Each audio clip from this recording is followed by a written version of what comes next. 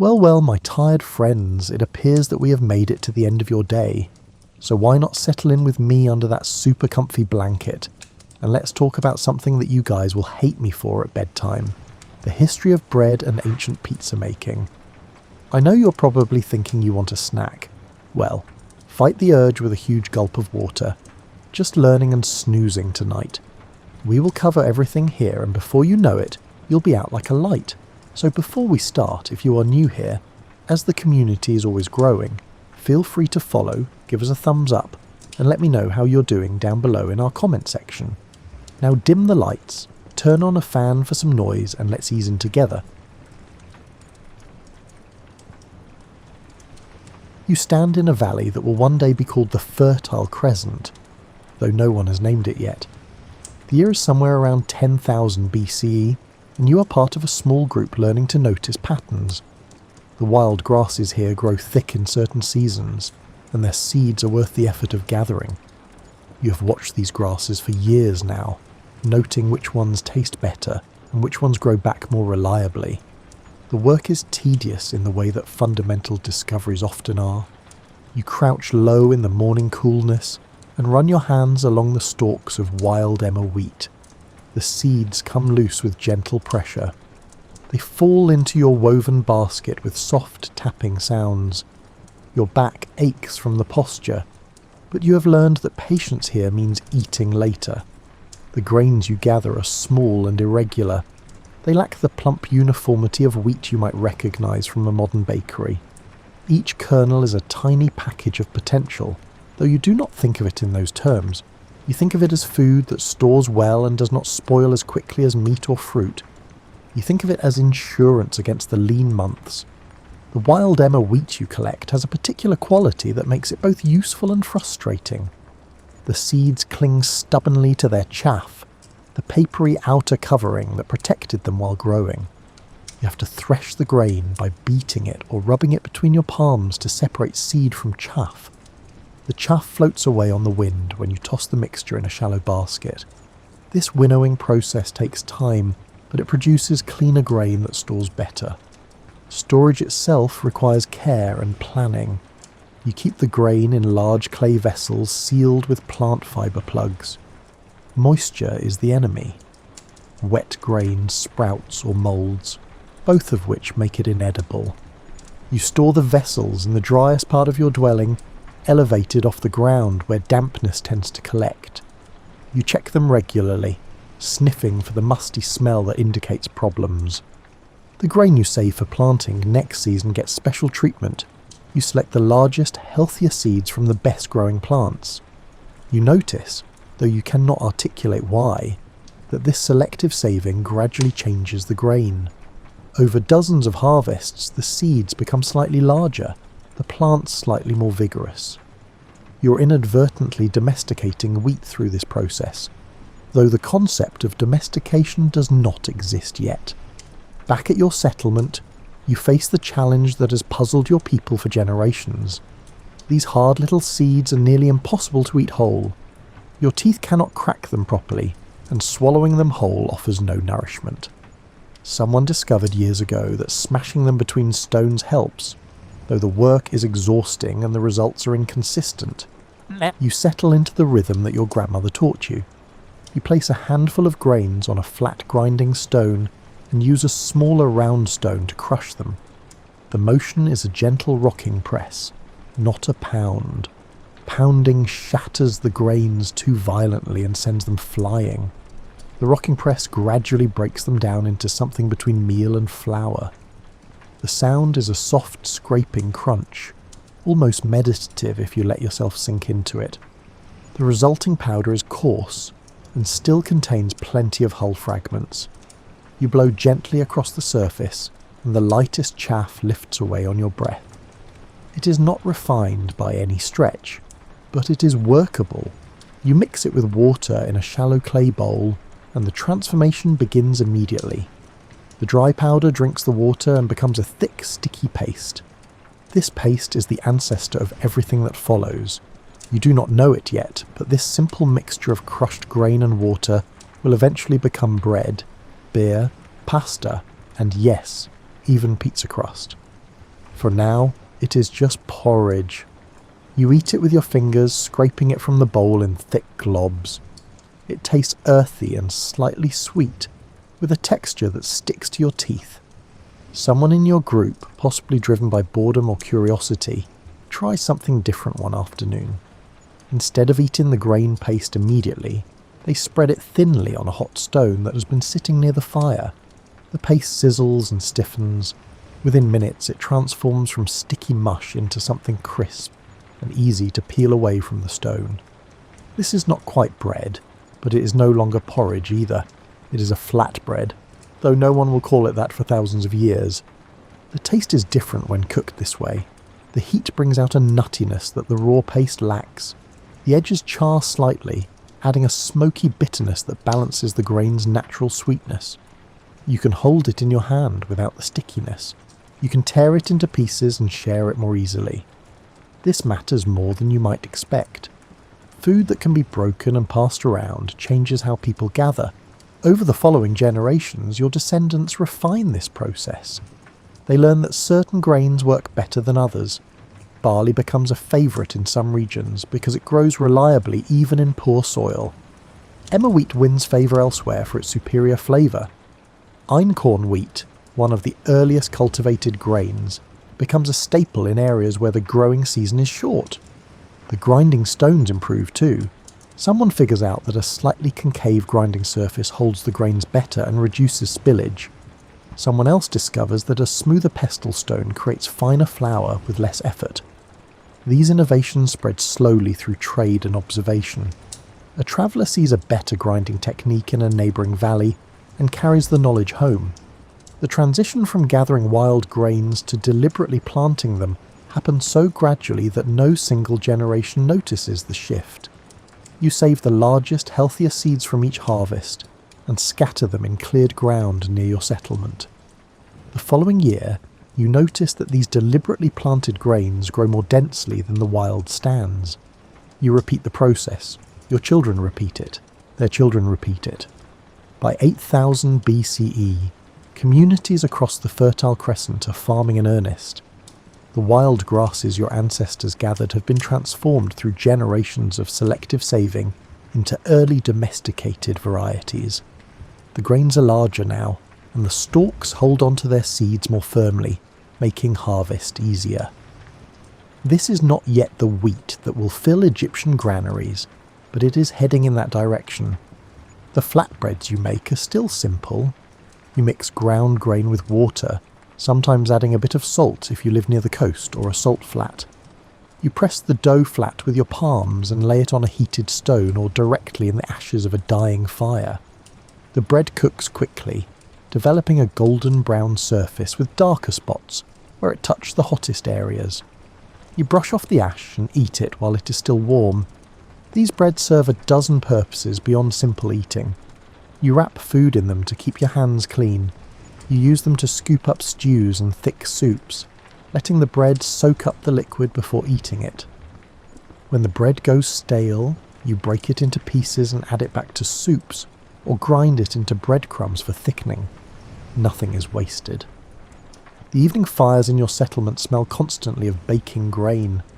The smoke carries a toasted, almost coffee-like aroma that signals home from a distance. Children learn to make flatbread as soon as their hands are strong enough to grind grain. The work is communal and constant. There is always someone grinding, always someone mixing, always someone tending a baking stone. The seasons dictate the rhythm of grain work. Spring brings planting, a period of hard labour clearing ground and sowing seed. Summer is relatively quiet for grain farmers, filled with weeding and watching the stalks grow tall. You check the fields regularly for pests or disease, though your options for intervention are limited. You can pull obvious weeds and hope for the best regarding everything else. Late summer and early autumn bring harvest, the most critical period of the year. You must time the harvest precisely. Cut too early and the grain is not fully mature, reducing your yield. Wait too long and birds eat your crop or weather knocks down the stalks. You watch the grain heads carefully, waiting for that perfect moment when they are golden and dry, but before they shatter and drop their seeds. The harvest itself is back-breaking work. You use flint-bladed sickles to cut the stalks close to the ground. The bundles get tied and carried to a threshing floor, a hard-packed area where you can beat the grain to separate seed from stalk. The chaff gets winnowed away by tossing it in baskets while the wind blows. What remains is the precious grain that will feed you through winter and spring. Winter is for processing the stored grain into food. You grind daily or every few days, producing flour as needed. The grinding work helps keep you warm on cold days, the physical exertion generating heat while your muscles work. The rhythm of the grinding stone becomes meditative during long winter afternoons when outdoor work is impossible. You do not think of this as the beginning of civilization, but historians will. The ability to store grain and convert it into stable, portable food allows your community to stay in one place. You build more permanent structures because you are not following game animals anymore. You develop pottery because you need vessels to store grain. You create granaries because you have surplus. All of this traces back to those first experiments with wild grass seeds and hot stones. The flatbreads themselves are deeply personal. Each family develops preferences. Some like their dough wetter, producing a softer, more pliable bread. Others prefer it drier, creating a cracker-like snap. Some mix in wild herbs or seeds for flavour. Others keep it plain. These preferences will echo down through millennia, showing up in the regional bread traditions of Egypt, Greece, Rome, and eventually the varied flatbreads of Italy. As you fall asleep tonight in your simple dwelling, the smell of that day's baking still lingers. You can taste the faint grittiness of stone-ground grain on your teeth. Your arms ache pleasantly from the grinding work. Tomorrow you will do it all again, and the next day, and the next. You're building something without knowing it. You're teaching the world how to eat. You find yourself in Egypt now, around 3000 BCE. The Nile floods with reliable precision, leaving behind rich black silt that makes the valley the most productive farmland in the known world. You're a baker, though that word does not quite capture what you do. You're part grain farmer, part miller, part experimenter, and part keeper of secrets that your guild guards carefully. The wheat you work with has evolved considerably from those early wild grains. Emmer wheat dominates the fields here, along with barley. The kernels are plumper and more uniform. The yields are astonishing compared to what farmers in other regions manage. A single acre along the Nile can produce enough grain to feed several families for a year. This abundance allows specialization. You can focus entirely on turning grain into bread while others focus on farming, pottery, weaving, or administration. Your grinding equipment would astound your ancestors from the Fertile Crescent. You use a large saddle quern, a curved stone surface that allows you to push and pull a smaller stone across it in smooth, efficient strokes. The motion is almost like rowing. You can grind far more grain in an hour than the old back and forth pounding method ever allowed. The flour you produce is finer too, though still coarse by modern standards. Tiny fragments of stone from the grinding process mix into the flour, which will eventually wear down the teeth of everyone who eats your bread regularly. The real revolution happens by accident, as most revolutions do. You mix your flour with water as usual, adding a bit of salt. You intend to bake it immediately, but something distracts you. Perhaps a neighbour needs help. Perhaps you get called away to assist with an irrigation dispute. Whatever the reason, the dough sits for several hours in a warm corner of your workspace. When you return, something has changed. The dough has expanded slightly. It smells different, not bad, but tangy and complex. You press a finger into it, and it springs back slowly rather than staying compressed. You have no framework for understanding fermentation yet. You do not know about wild yeast or bacteria. You just know that something interesting has happened. You bake it anyway, curious. You shape it into a round flat loaf and place it on your baking stone. As it cooks, it does something no flatbread has ever done before. It rises. Not dramatically, but noticeably. The interior develops an open, almost sponge-like texture instead of the usual dense compression. When you break it open, steam escapes from tiny pockets throughout the crumb. The bread is lighter, airier, and somehow more satisfying to eat. You've just discovered leavened bread, though you will not call it that. You will call it the bread that rose, or the puffy bread, or something equally descriptive. You immediately try to replicate it. You mix another batch and let it sit. Sometimes it works, sometimes it does not. The inconsistency is maddening until you figure out the key variable. You need a starter. You save a piece of the risen dough before baking it all. The next day you mix this old dough into your fresh batch. The results are far more reliable. The dough rises every time now, though the timing varies with temperature and humidity. You've essentially created a sourdough starter, though you have no idea that you are cultivating a living culture of wild yeast and lactobacilli bacteria. This discovery spreads through the baking community of Egypt faster than new agricultural techniques usually do. Within a generation, leavened bread is the standard in urban areas, though rural communities often stick with traditional flatbreads for practical reasons. Leavening requires time and attention. You need to maintain your starter, feeding it regularly with fresh flour and water. You need to plan ahead because the dough needs hours to rise. Flatbread is faster and simpler when you need food immediately. Your bakery, like many in Egypt, becomes a semi-public space. You bake not just for your family, but for neighbours who bring you their grain. They pay you in a share of the flour or in other goods. Bread becomes a form of currency in itself. Workers on the pyramids receive their wages partially in bread rations. The standardised loaves make accounting easier. 3 small loaves equal 1 large loaf equals half a day's wages equals a specific quantity of beer. The Egyptians develop an impressive variety of breads. You make small round loaves for personal portions. You make large communal loaves meant to be broken and shared. You make enriched breads with honey or animal fat for special occasions. You make unsalted breads for religious offerings because salt is associated with chaos in the desert. You make shaped breads in the forms of animals or spirals for festivals. Your oven has evolved too.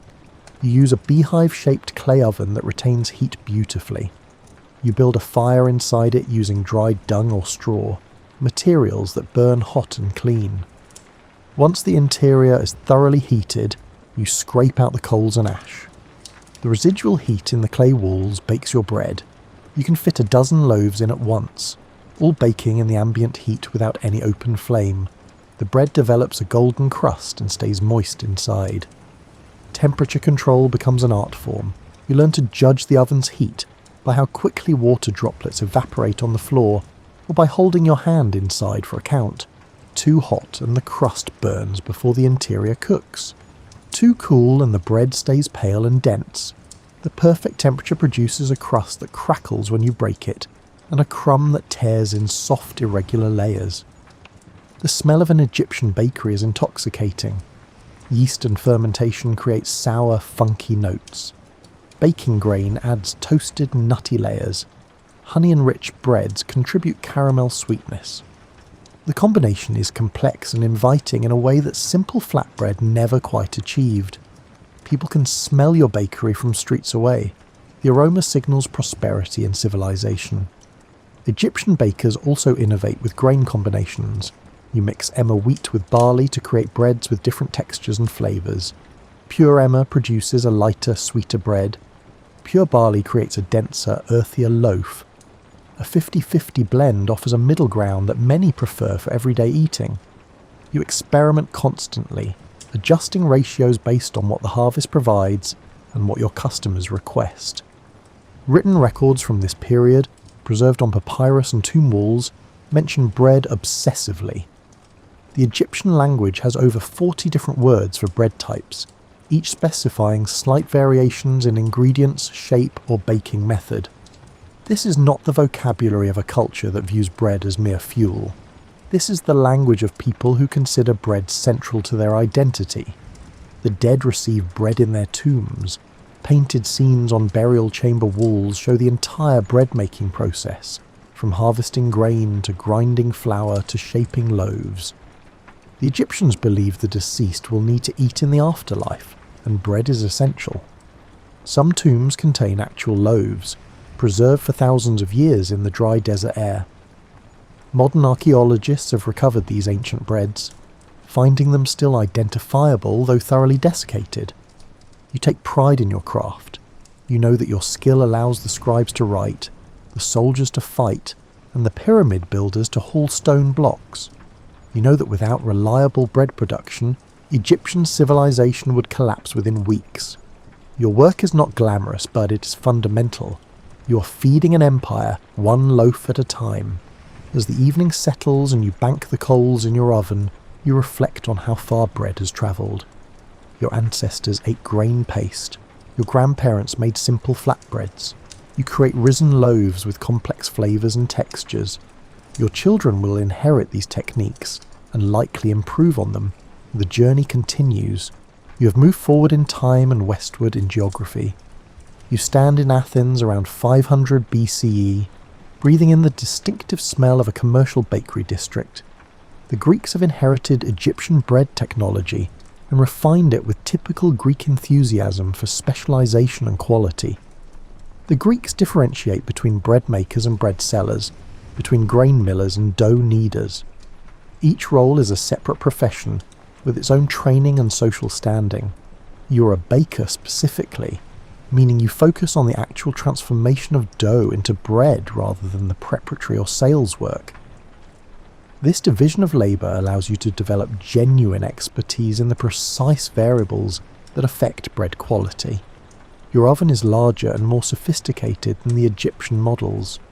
The Greeks have figured out how to build ovens with a separate firebox, allowing continuous baking without the need to heat, clear, and then use the space. You maintain a steady fire in the firebox and the heat circulates through the baking chamber. You can load and unload bread throughout the day, keeping production flowing. The Greeks are obsessed with wheat purity. The whitest, finest flour commands the highest prices. You sift your flour through progressively finer cloth screens, separating out the bran and any remaining hull fragments. The resulting white flour produces breads with a light, almost fluffy texture. The poor eat bread made from unsifted flour, which is darker, denser, and more nutritious, though no one understands nutrition in those terms yet. They just know that coarse bread is cheap and filling. Greek bread culture includes both leavened and unleavened varieties. You make barley cakes that are essentially upgraded flatbreads, popular with soldiers and travellers because they keep well and do not require careful handling. You make wheat breads leavened with the sourdough starters that every bakery maintains like precious commodities. You make honey cakes that blur the line between bread and dessert, enriched with olive oil and sweetened with thyme-scented honey. The social importance of bread in Greece cannot be overstated. The gymnasium culture that defines Greek male education includes communal meals where bread is central. The symposia where philosophers debate and drink wine always include bread. Theatre audiences eat bread during performances. Bread is not just food, it is the expected baseline of civilized life. To eat only meat or vegetables without bread is considered barbaric. You cross the Mediterranean now to Rome, around 100 BCE. The Romans have absorbed Greek bread technology, and as they do with everything, industrialized it. The city of Rome contains hundreds of commercial bakeries, each feeding a neighborhood. The government regulates bread prices and quality because bread shortages lead to riots. Several emperors lose power because they fail to maintain the grain supply. The phrase bread and circuses exists for good reason. Keep people fed and entertained, and the empire stays stable. Roman bakeries are impressive operations. You work in one that employs 20 people. Some handle the grain delivery and storage. Some operate the mills, which are now powered by donkeys walking in circles rather than human muscle. Some mix and knead the massive quantities of dough required to feed hundreds of people daily. Some tend the ovens. Some sell the finished product. You specialize in shaping and scoring the loaves, a job that requires speed and consistency. The Romans have developed standardized bread shapes. The panis quadratus, or square bread, is the most common. You divide the dough into equal portions, shape each into a round, and then score it deeply with a cross pattern. This allows the bread to be easily broken into 4 equal pieces, which matters for portion control and pricing. The scoring also helps the bread expand properly during baking, without tearing unpredictably. Your oven is a technological marvel. It is built into the wall of the bakery with a large opening at the front and a chimney at the back. The floor is tiled with fire-resistant stone. The dome-shaped ceiling reflects heat downward onto the bread. You use a long wooden peel to slide loaves in and out, a technique that requires practice to master. Misjudge the angle, and your bread ends up against the back wall or folded in half. The peel itself deserves attention. It is a flat wooden paddle attached to a long handle, allowing you to reach deep into the oven without burning yourself. The wood must be smooth enough that raw dough does not stick, but not so polished that it becomes slippery. You dust the peel with flour or fine cornmeal before placing dough on it.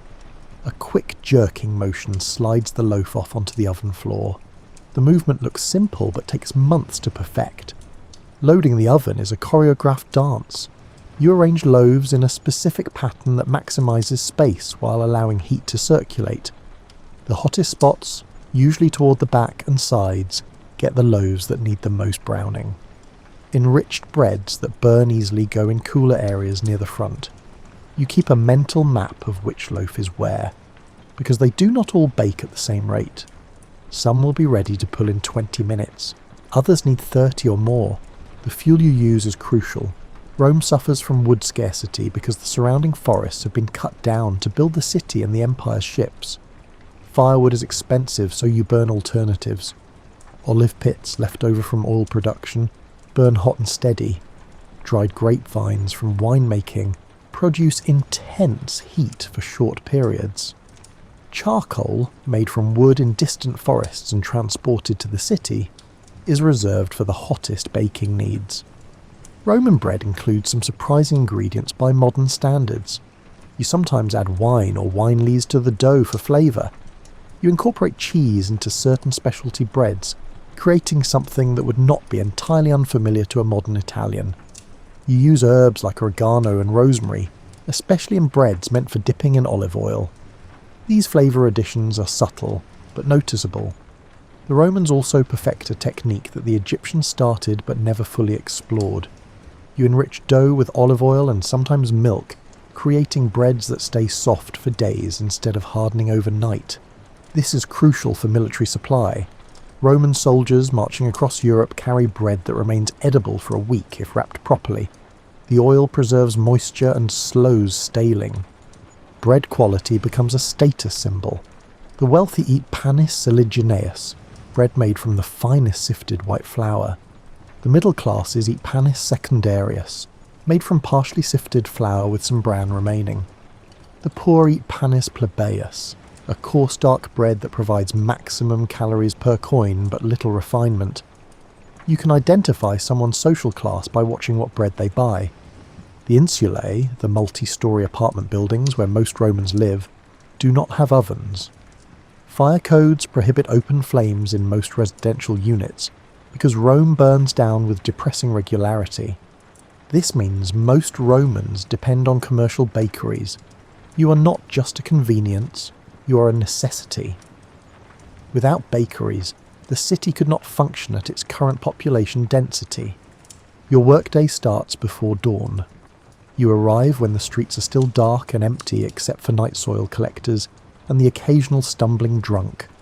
You stoke the oven fire and check your starter, feeding it with fresh flour and water. By the time the sun rises, your first batch of loaves is baking. The smell draws early customers, workers who grab bread on their way to the docks or construction sites. The rhythm of production continues all day. You shape dough, load ovens, pull finished loaves, and start again. Your hands develop calluses in specific patterns from handling the peel and scoring the dough. Your forearms grow strong from the constant kneading. You can judge dough readiness by touch alone, knowing exactly when it is fermented enough and when it is overproofed. The social role of the bakery extends beyond simple commerce. People gather here to exchange news, Notices get posted on your wall announcing everything from lost dogs to upcoming gladiator games. Children are sent to buy bread and linger to play in the street outside. The bakery is a neighbourhood institution, as much a community centre as a business. You take professional pride in consistency. Your regular customers know what to expect. They want the same bread they bought yesterday and the day before. Innovation is fine for special occasions, but daily bread should be reliable. This conservative approach to staple foods will persist for thousands of years. People want their comfort foods to taste like home. As your shift ends and you head home through Roman streets still warm from the day's sun, you pass other bakeries. Each has its own reputation. Some are known for particularly soft bread, some for whole grain options, some for the honey cakes they make for festivals. The competition pushes quality higher. A baker who produces consistently inferior bread goes out of business quickly. Tonight you will sleep with the smell of baking still clinging to your clothes and hair. Your dreams, when they come, will likely involve the rhythmic motions of your work. You will reach for phantom bread peels and shape invisible loaves. This is the life you chose, or that chose you. Tomorrow you will do it all again, feeding Rome one panis quadratus at a time. You stand in Pompeii on a warm morning in 79 CE, several months before Vesuvius erupts and preserves this city in ash for 2 millennia. You work in one of the many commercial bakeries that dot the city. Pompeii is prosperous, comfortable, and utterly doomed, though you have no way of knowing that last part. Your bakery is built around a large courtyard. The grinding room occupies one section, where donkeys walk in eternal circles turning massive millstones. The mixing and kneading area takes up another section. The oven dominates the back wall, a magnificent domed structure built from volcanic stone that holds heat like nothing else. Storage rooms for grain and flour fill the remaining space. The entire operation is designed for efficiency and volume. The morning starts with the familiar sound of the donkeys beginning their walk. The millstones rumble and grind, crushing grain into flour with a sound like distant thunder. You have learned to tune out this noise, but visitors find it overwhelming. The whole building vibrates slightly from the constant grinding. Dust hangs in the air, making the sunlight visible in golden shafts. Your dough comes from the previous day's mixing. It has fermented overnight in large clay vessels, developing the complex sour tang that Romans prefer. You turn it out onto the work surface, a smooth stone slab worn concave from years of use. The dough is sticky and alive, bubbling with fermentation. You flour your hands and begin dividing it into portions. Each portion gets weighed on a balance scale. Consistency matters for pricing and for customer trust. A loaf that weighs the same as yesterday's loaf sells easily. A loaf that seems smaller, even if it costs the same, generates complaints. You have learned to judge the weight by feel, but you still check each one to be certain. The shaping is where artistry enters the process. You cup your hands around each portion and rotate it against the stone, creating surface tension that will help the bread hold its shape during baking. Too little tension, and the loaf spreads flat. Too much, and the surface tears. You work quickly, shaping dozens of loaves in the time it takes to describe the process once. The motion is intuitive now after years of practice. Your hands know exactly how much pressure to apply and when to release. You can feel through your palms when the dough has the right tightness. The shaped rounds sit on the work surface for a moment before you move them to the proofing boards. They look almost alive, gently expanding as the fermentation gases continue working inside. Proofing is the waiting period where shaped loaves rise one final time before baking. You place them on wooden boards dusted with flour or in cloth-lined baskets.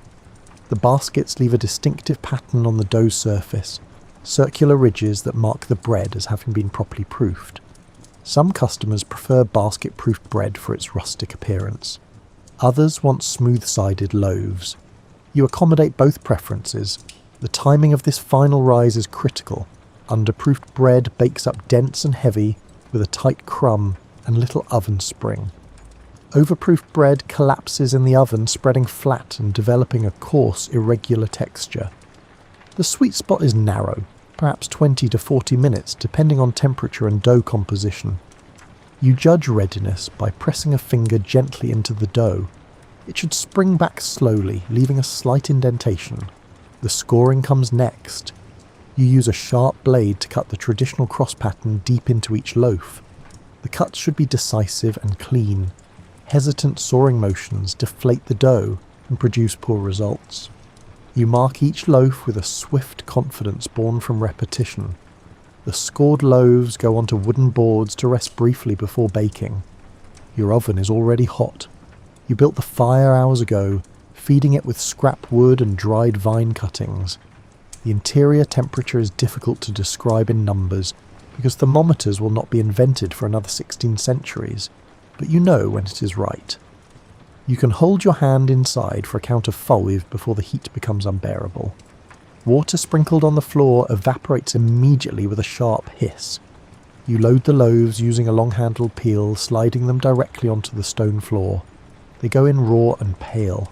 Within minutes they begin transforming.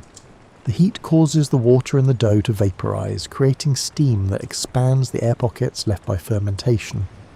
The bread rises dramatically, nearly doubling in volume. The crust forms and browns, developing the crispy texture and complex flavour that only high heat can create. The smell is extraordinary. Fresh bread baking produces hundreds of volatile compounds, each contributing to the overall aroma. You detect yeast, toasted grain, caramelised sugars, and something almost nutty from the Maillard reactions occurring on the crust. This is the smell that will make Pompeian bread famous across the empire. This is the smell that will still cling to carbonised loaves when archaeologists dig them up 19 centuries later. Timing the bake is pure instinct. You have no clock, no timer, no temperature probe. You watch the colour develop. You listen to the sounds the bread makes as moisture escapes. You smell the progression from raw dough to perfectly baked to just starting to overbake. When the moment is right, you pull the loaves. Each one gets a quick inspection for quality before going into the basket for sale. The finished panis quadratus is beautiful in its simplicity. The cross-scoring is opened during baking, creating 4 rounded sections that can be easily broken apart. The crust is deep gold with darker spots where it touched the hottest parts of the oven floor. The bottom shows the characteristic pattern of the stone tiles. When you tap the underside, it sounds hollow, indicating that the interior is fully cooked and properly aerated. Breaking a loaf reveals the crumb structure. The interior is open and irregular, full of holes where fermentation gases expanded. The texture is neither dense nor so airy that it falls apart. It tears with a slight resistance. It feels substantial in your mouth, requiring actual chewing rather than dissolving instantly like cake. This is real bread, the kind that satisfies hunger and provides lasting energy. Your customers start arriving as soon as the first loaves are ready. The bakery sells directly to the public through a wide opening in the front wall. People line up, coins in hand. Most buy 1 or 2 loaves. Some buy 4 or 5, feeding large families or hosting guests. A few buy the previous day's bread at a discount, perfectly fine for making bread soup or grinding into crumbs. The social mixing that happens at your counter would horrify aristocrats. Slaves buy bread alongside free citizens. Women chat with each other while waiting. Children are sent on errands and must navigate the adult world of commerce. Everyone needs bread. Everyone comes to you.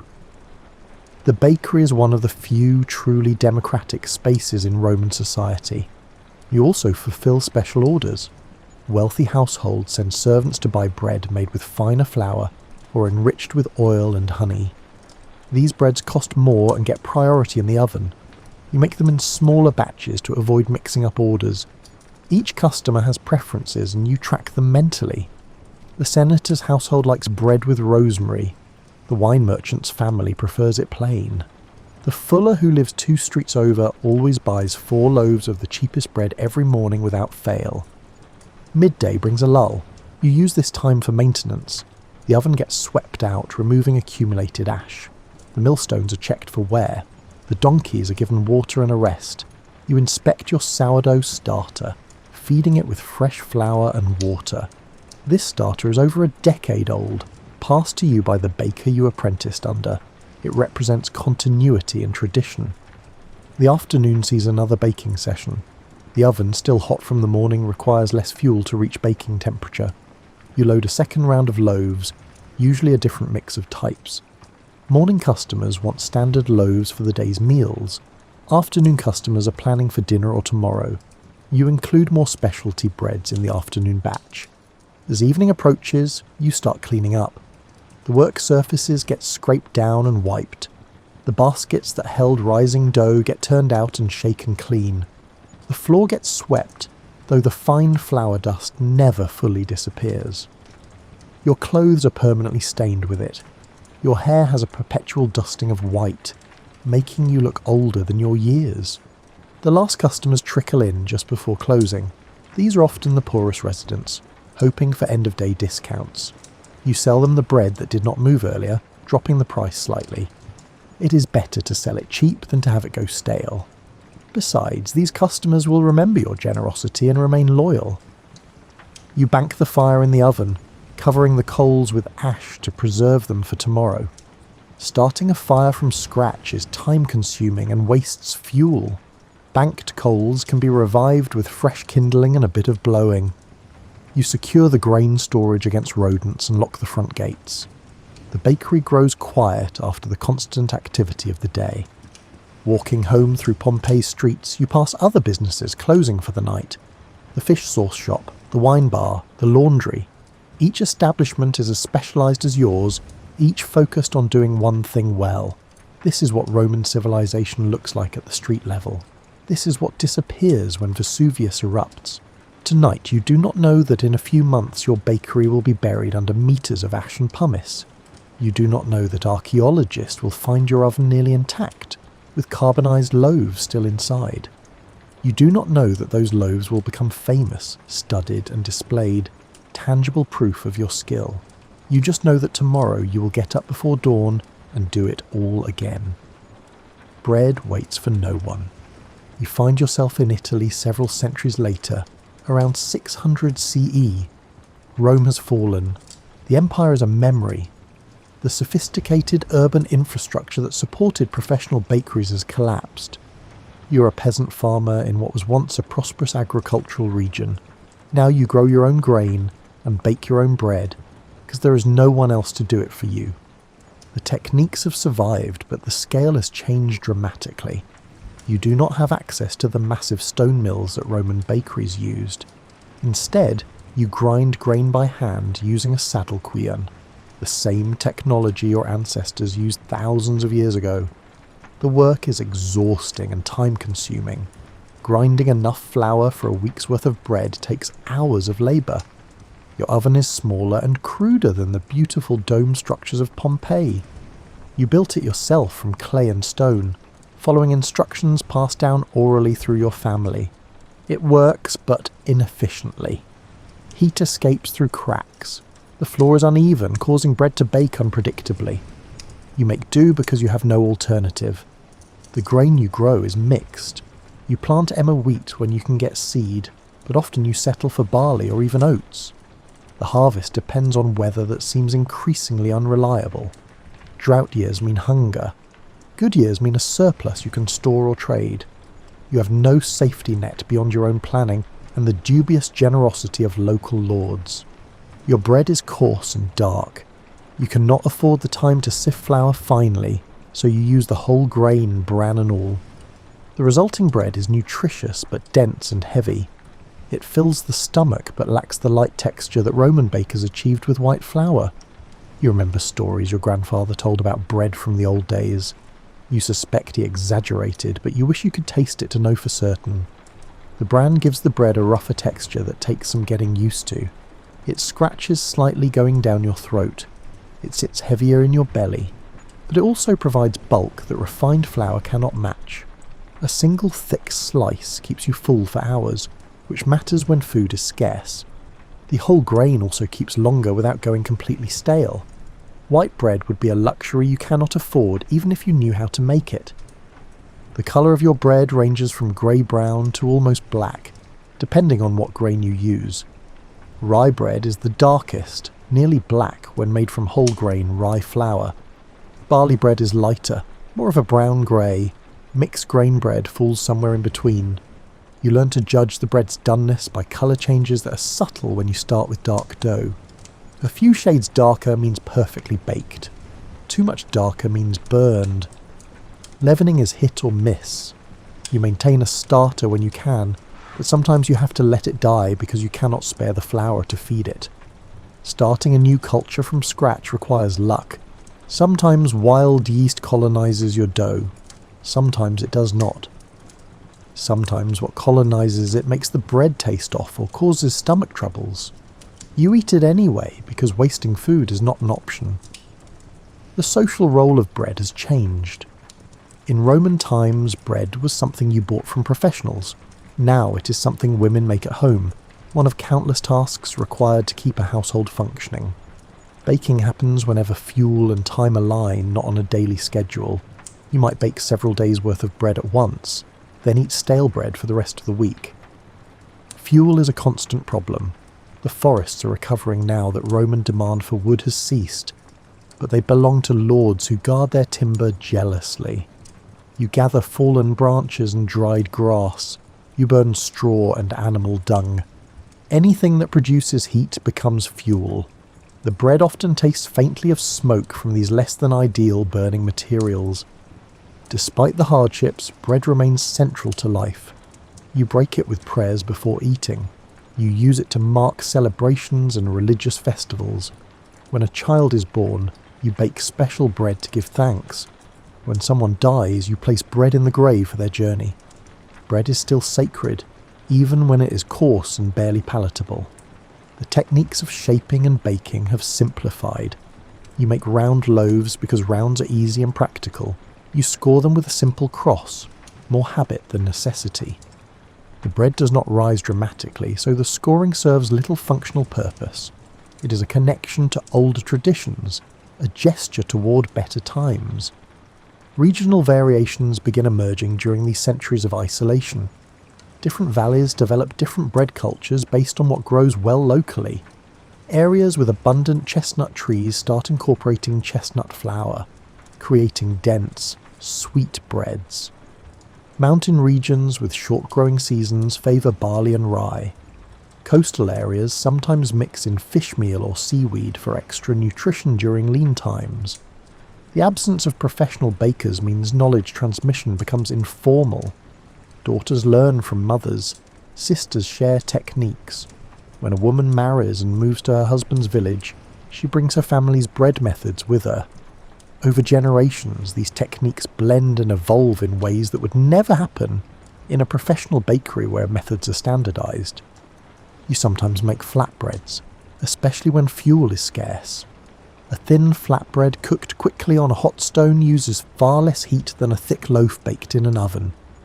The taste brings back echoes of ancient times, though you have no way of knowing that your flatbread is nearly identical to what people ate 8,000 years ago in the Fertile Crescent. You have circled back to the beginning, not through choice, but through necessity. Trade begins recovering slowly. Italian cities that survived the collapse start rebuilding. Merchants move between them, carrying grain and flour along with other goods. You occasionally see bread you did not bake yourself, bought in the market from someone who specialises in it again.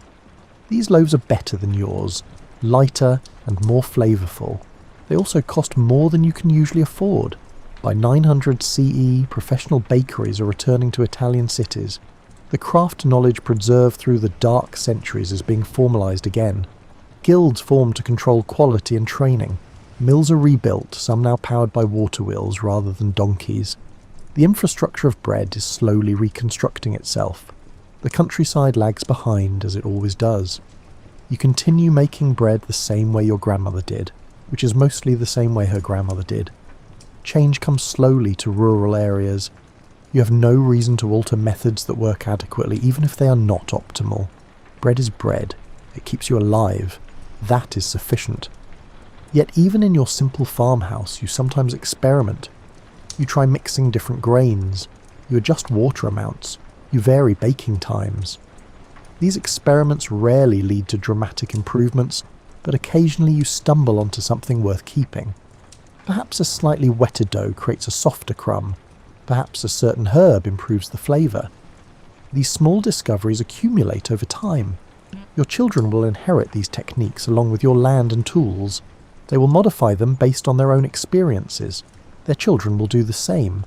This slow, generational evolution of bread making will continue for centuries, creating the regional bread traditions that will eventually define Italian cuisine. Falling asleep in your small house, you can smell tomorrow's bread. You mixed the dough this evening and left it to ferment overnight.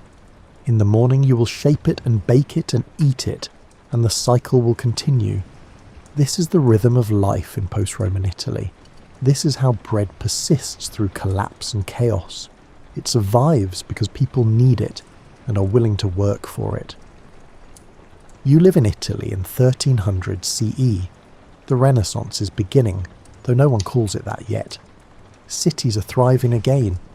Trade routes connect Italy to the wider world. New ingredients and ideas flow along those routes, arriving in markets and eventually finding their way into bread. You're a baker in a mid-sized Italian city, perhaps Bologna or Florence. You operate in a world that would be recognisable to a Roman baker, with important differences. The guild system controls who can bake professionally and enforces quality standards. You completed a 7-year apprenticeship before being allowed to open your own bakery. The training was thorough and occasionally brutal, but it gave you skills that would impress any Roman. Your flour comes from better wheat than your ancestors grew. Centuries of selective breeding have produced varieties that thrive in Italian soil and climate. The grains are larger and more consistent. The flour, when properly milled and sifted, is white enough to satisfy the wealthy customers who demand it. You also stock darker flours for those with simpler budgets. The oven technology has improved significantly. You use a wood-fired brick oven with a dome ceiling and a chimney that draws smoke away efficiently. The retention of heat is superb. You can bake multiple batches on a single firing. The oven floor is made from special clay tiles that distribute heat evenly. These ovens are expensive to build, but last for generations if maintained properly. Your bread selection would astound earlier bakers. You make the traditional round loaves, of course. You also make elongated loaves that fit better in certain ovens. You make rolls for individual servings. You make enriched breads with eggs and butter for the wealthy. You make focaccia, a flatbread topped with olive oil and salt that sells well as a snack or breakfast food. The variety reflects both customer demand and your own creativity within guild restrictions. Braided breads for special occasions require skill to shape properly. Each strand must be of equal thickness, and the braiding must be tight enough to hold during baking, but not so tight that the bread cannot expand. The finished product looks impressive, which is exactly the point. Wealthy customers pay extra for bread that announces their status. Small rolls, called panini by some customers, are convenient for workers who need portable food. You shape them quickly, rolling each portion of dough into a ball and letting it proof briefly before baking. They cook faster than large loaves, which helps during busy periods when the oven needs to keep producing. Some customers request rolls split and filled with cheese or preserved meats, creating a meal in hand. Enriched breads push the boundaries of what constitutes bread versus what becomes cake. You add eggs to the dough, which creates a tender, almost fluffy crumb. Butter or lard contributes richness and helps the bread stay soft for days. Honey or sugar provides sweetness. These breads are expensive to make because the ingredients cost substantially more than flour, water, and salt. You reserve them for festivals, weddings, and customers willing to pay premium prices. Focaccia deserves special attention because it represents the bridge between ancient flatbreads and modern pizza. You make it by pressing yeasted dough flat, dimpling it with your fingers, brushing it generously with olive oil and sprinkling it with coarse salt. Sometimes you add rosemary or other herbs. Sometimes you press thin slices of onion into the surface. The result is crispy on the bottom, soft and oil-rich in the middle, and deeply satisfying to eat. This focaccia is not pizza yet, but it is getting close. The yeasted dough provides a better base than unleavened flatbreads. The oil keeps it moist and adds richness. The toppings, while simple, show that people enjoy bread as a platform for other flavours. The conceptual leap to adding cheese and other toppings is not far off, though it will take several more centuries to fully develop.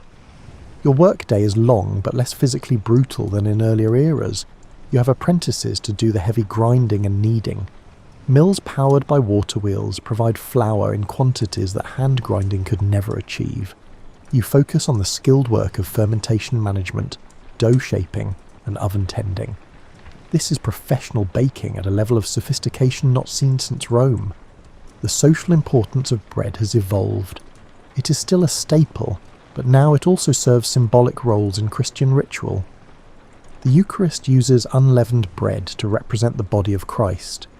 You make special communion breads for churches, small wafers that must be perfect in appearance and completely uniform. This sacred bread represents the highest level of your craft, requiring patience and reverence. Secular celebrations also centre around bread. Weddings include special breads, often sweetened with honey and enriched with eggs. Harvest festivals feature enormous communal loaves. Religious holidays each have their traditional bread shapes and flavours.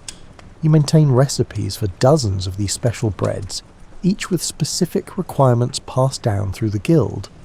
The price of bread is regulated by the city government. This is both protective and restrictive.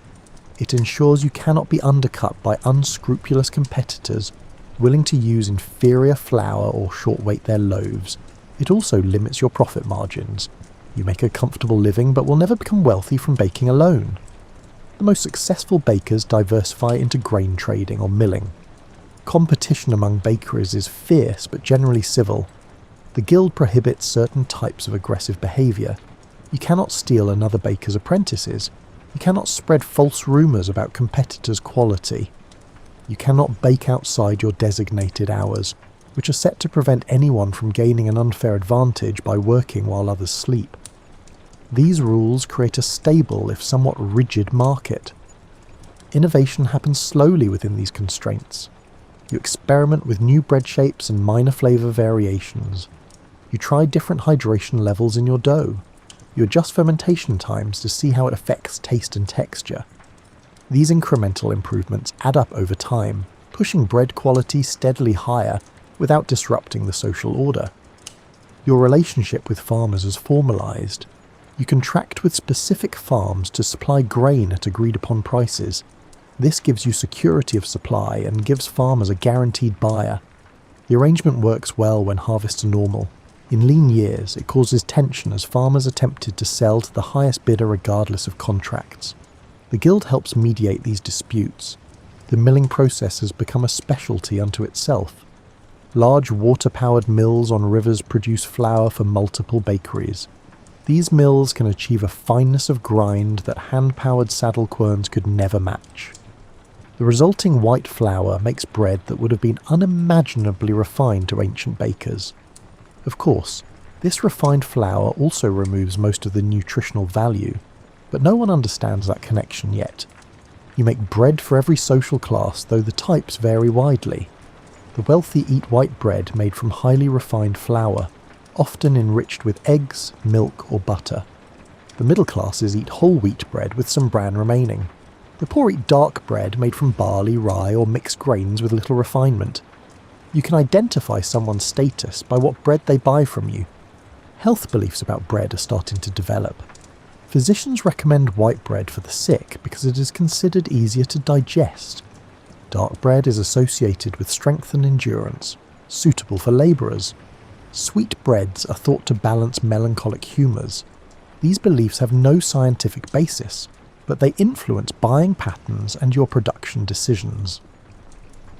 As the day ends and you close your bakery, you reflect on how the craft has evolved. Your Roman predecessors would recognise your basic techniques, but would be amazed by your variety and consistency. Your medieval guild structure would puzzle them. The social importance of bread has, if anything, increased. You're not just feeding people, you're maintaining civilization itself, one loaf at a time. Tonight you will sleep soundly, your body tired from honest work. Tomorrow will bring the same cycle. Mix, ferment, shape, bake, sell, repeat. This rhythm has sustained bakers for thousands of years. It will sustain bakers for thousands more. You are part of something larger than yourself, a chain of craftspeople stretching back to the first person who mixed grain and water and discovered bread. You find yourself in Naples around 1700 CE. The city is crowded, noisy and vibrant. The port brings goods from across the Mediterranean and beyond. Among these goods is a fruit that arrived from the Americas 2 centuries ago and has now become naturalised in southern Italy. You know it as the tomato, though many still regard it with suspicion. You are a street vendor selling food to working people who have no time or facilities to cook for themselves. Your specialty is flatbreads prepared quickly and sold hot. The techniques you use trace back thousands of years, but the specific combination you are developing is new. You are, though you do not know it, helping to invent pizza. Your workspace is minimal.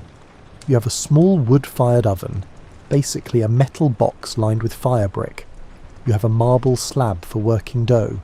You have a few basic ingredients: flour, water, salt, yeast, olive oil, tomatoes, cheese and herbs. From these simple components you create food that feeds hundreds of people daily. The dough is similar to focaccia dough, but you make it thinner. You knead it until it becomes elastic and smooth. You let it rest briefly, just long enough for the gluten to relax so you can stretch it. Then you press it flat with your hands, working from the centre outward, leaving a slightly thicker rim around the edge. This rim will puff up during baking, creating a crust to hold on to. The stretching technique takes practice to master. You use your fingertips to press the dough flat initially, then switch to pulling and rotating it. Some vendors toss the dough in the air, spinning it to stretch it evenly through centrifugal force. This is partly showmanship, attracting customers with the spectacle, but it also works efficiently, creating a uniform thickness without overworking the dough. You have not quite mastered the tossing technique yet, preferring the reliability of hand stretching. The thickness matters more than you might expect. Too thick and the bottom stays doughy while the top burns. Too thin and the dough tears or becomes cracker-like. The ideal is perhaps a 1/4 inch thick, maybe slightly less. At this thickness, the dough cooks through quickly while still maintaining enough structure to support toppings and stay pliable enough to fold for eating. Tomatoes are the innovation that changes everything. Earlier generations used them sparingly, if at all. They were considered potentially poisonous, a reasonable assumption given that tomatoes belong to the nightshade family. But poverty and hunger broke down those barriers. Someone desperate enough tried cooking tomatoes and discovered they were not only safe but delicious. You crush fresh tomatoes and cook them briefly with salt and olive oil. The heat concentrates the flavour and kills any harmful bacteria. The resulting sauce is tangy, slightly sweet and deeply savoury. You spread it thinly over your flattened dough, leaving the rim bare. The sauce soaks into the dough slightly, flavouring it throughout. Cheese comes next. You use a local cheese that will eventually be called mozzarella, though the name is not yet standardised. It is fresh, soft and mild, made from buffalo milk or cow's milk depending on what is available. You tear it into small pieces and scatter them across the tomato sauce. When baked, the cheese will melt into creamy pools. Sometimes you add other toppings. Anchovies are popular and cheap, providing salty intensity. Garlic cloves sliced thin add sharpness. Fresh basil leaves contribute a peppery, almost minty note. These are not random choices. Each topping serves a purpose, balancing the acid of the tomatoes and the richness of the cheese. The baking happens fast. Your oven is screaming hot, much hotter than necessary for regular bread. You slide the prepared flatbread directly onto the oven floor using a long peel. The intense heat causes the bottom to crisp almost immediately. The cheese melts and begins to brown. The rim puffs up from the steam generated by the moist dough. Within minutes, it is done. The result is unlike anything your ancestors made. It is crispy on the bottom, but soft in the middle. The tomato sauce provides acidity and sweetness. The cheese adds richness and salt. The herbs contribute freshness. The whole is greater than the sum of its parts. This is recognisably pizza, though it lacks the name and will not gain widespread fame for another century or more. Your customers are not aristocrats or wealthy merchants. They are dock workers, laundry women, street sweepers, and day labourers. They buy your flatbread because it is cheap, filling, and tasty. They eat it while standing, often folding it in half to make it easier to handle. Plates are unnecessary. The bread is both container and meal. The eating habits of your customers shape how you make the food. They have perhaps 10 minutes to eat before returning to work. They cannot sit at a table with utensils. They need food that travels well, does not drip excessively, and can be consumed with one hand while the other stays free for work or balance. Your flatbreads meet all these requirements perfectly. You watch how people eat your product and adjust accordingly. When you notice customers struggling with cheese that slides off, you start using firmer cheese that holds better. When tomato sauce drips and stains clothes, you cook it longer to thicken it. When the rim gets too puffy and customers discard it as wasteful, you make the rim slightly thinner. Each small adjustment improves the product incrementally. The smell of your operation becomes a landmark. People give directions relative to your oven. Meet me near the pizza cellar on the waterfront.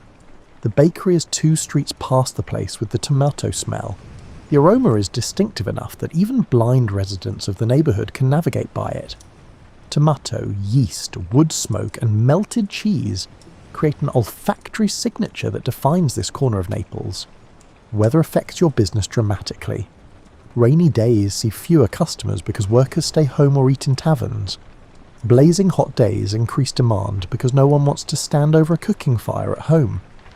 You learn to predict customer flow based on clouds and temperature. You adjust your preparation accordingly, making more dough before busy periods and scaling back when demand will be light. The economics are straightforward. Flour is cheap. Tomatoes in season are practically free. Cheese costs more, but you use it sparingly. Fuel is the major expense, but your oven is efficient and you bake continuously during busy periods. You sell each piece for a few coins, making a slim profit on volume. If you sell 100 pieces a day, you earn enough to live on. Other vendors notice your success and start copying you. Soon there are multiple sellers making similar flatbreads with tomato and cheese. Competition drives quality improvements. Someone figures out that letting the dough ferment longer improves the flavour. Someone else discovers that a wetter dough creates better texture. These improvements spread quickly through observation and imitation. The regional variations are already appearing. In Naples, the flatbreads tend to have a softer, chewier crust because the local flour has a particular protein content. In Rome, the style is thinner and crispier. In Sicily, the toppings are more generous and the cheese is different. Each region adapts the basic concept to local tastes and available ingredients. The wealthy largely ignore this food. They have access to elaborate meals prepared by professional cooks. Street food is beneath their status. This will change eventually, but for now, pizza belongs to the poor. It is their innovation, their contribution to culinary history. The fact that it will eventually conquer the world would astonish you. You do not think about legacy or history. You think about fuel costs and customer flow, and whether the cheese supplier will deliver on time. You think about the blister on your hand from the hot oven, and the ache in your feet from standing all day.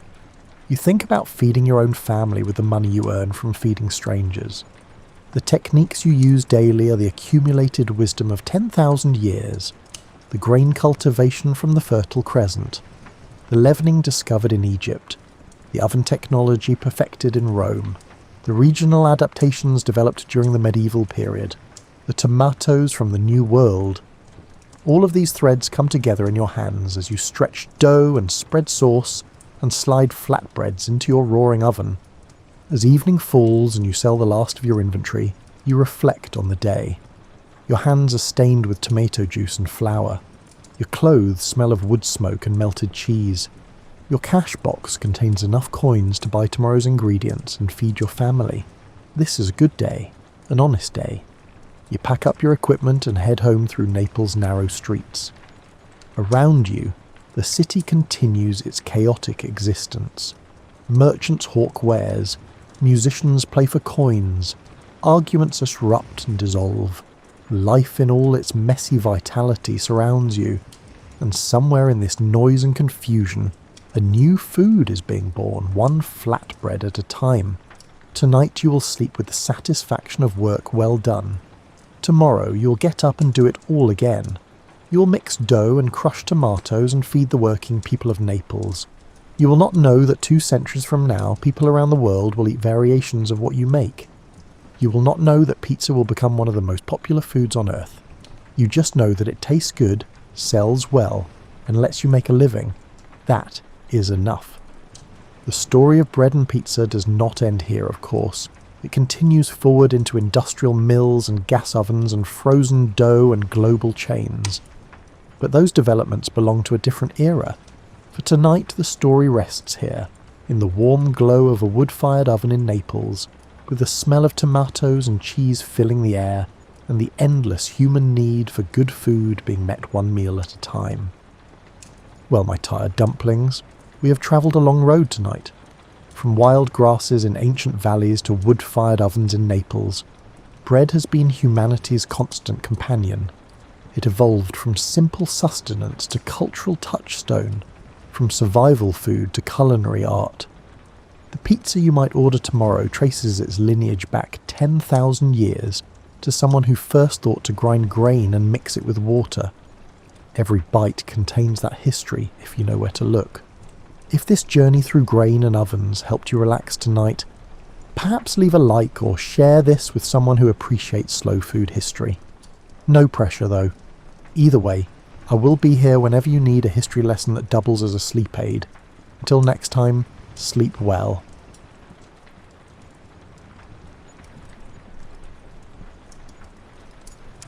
Water has always known how to hold us. For thousands of years, across every continent and culture, human beings have gathered in steam and warmth to wash away more than just the dust of the day.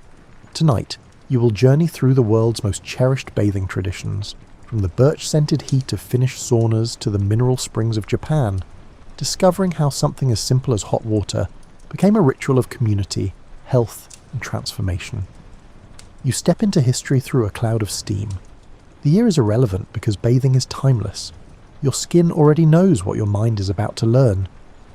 Every culture that ever learned to heat water discovered something profound. They found that warmth and moisture together create a space between worlds. Not quite home, not quite temple, something else entirely. You will travel tonight without leaving your place of rest. The first thing to understand is that bathing has never been just about getting clean. If cleanliness were the only goal, a quick rinse would suffice. But humans have always wanted more. They wanted the heat to penetrate deep into tired muscles. They wanted the steam to open airways and clear thoughts. They wanted to sit beside others in shared vulnerability, all of them equally pink and damp and human. Your journey begins in the north, where winter darkness lasts for months. Finland greets you with cold air and the promise of heat. You stand outside a small wooden structure beside a lake. Snow covers everything in sight. The temperature hovers around negative 15 degrees Celsius, which means the air bites exposed skin within seconds. Your breath forms clouds that hang in the stillness. The only sound comes from ice cracking on the water's surface. The sauna building looks humble from outside, dark wood weathered by decades of freezing winters and brief summers. A metal chimney pokes through the roof, releasing a thin trail of smoke into the twilight. No grand entrance exists here, just a simple door with a worn handle. You open it and enter a small changing room. The warmth hits you immediately, not the full heat yet, just the promise of it seeping through the inner door. You remove your clothes slowly, folding them on a wooden bench. The Finns have been doing this for over 2,000 years. They heated stones in fire pits long before they had chimneys or electric heaters.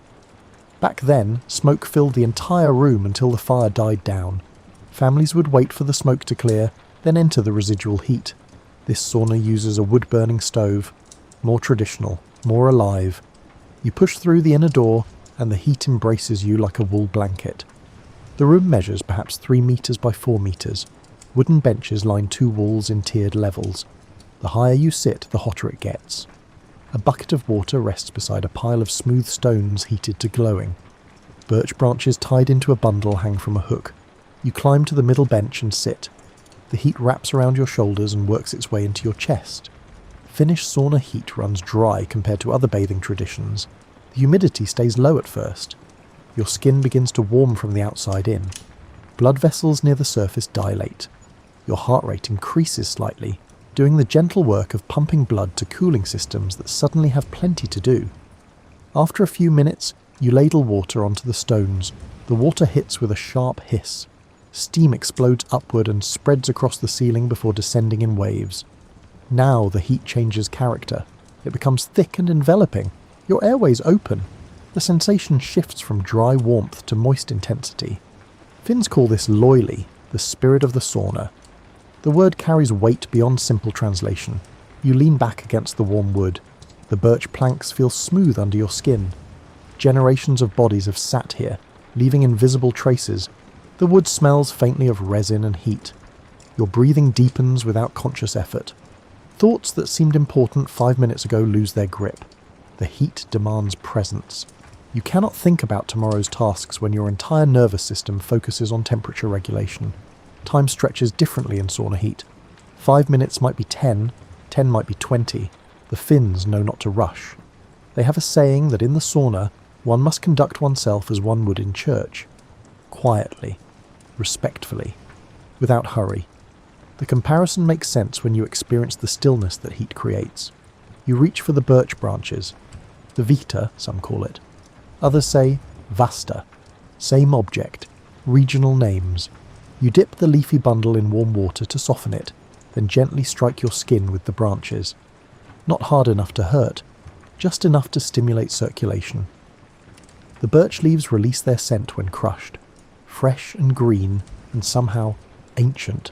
The gentle slapping brings blood to the skin surface. Pink patches bloom across your shoulders and back. This practice confused many foreigners when they first witnessed it. 18th century travellers wrote alarmed accounts of Finns beating themselves with branches. They missed the point entirely. The vita massage feels more like a vigorous rubbing than punishment. It invigorates rather than injures. The leaves stick briefly to damp skin before falling away. Small fragments collect on the wooden floor like green confetti. Your body begins producing sweat in earnest now. Droplets form along your hairline and roll down your temples. More appear on your chest and back. The sauna teaches you that humans are mostly water. You can lose a litre of fluid in a single session. The Finns know to rehydrate afterward, but for now, you simply observe the process. Your body cooling itself in the most primitive and effective way possible. The heat builds to a point where stepping outside becomes necessary. You stand carefully. Lightheadedness can strike if you rise too quickly. The blood vessels in your legs need a moment to constrict and send blood back to your brain. You make your way to the door and step into the changing room. Even this intermediate temperature feels cool against superheated skin. Then you open the outer door and step into winter. The cold hits like jumping into revelation. Your skin, radiating heat just seconds ago, suddenly meets air cold enough to freeze water. The contrast creates a sensation unlike anything else. Not painful exactly, more like every nerve ending suddenly waking up and shouting. You walk down to the lake's edge where someone has cut a hole in the ice. The water appears black and bottomless. You ease in quickly. Better not to hesitate.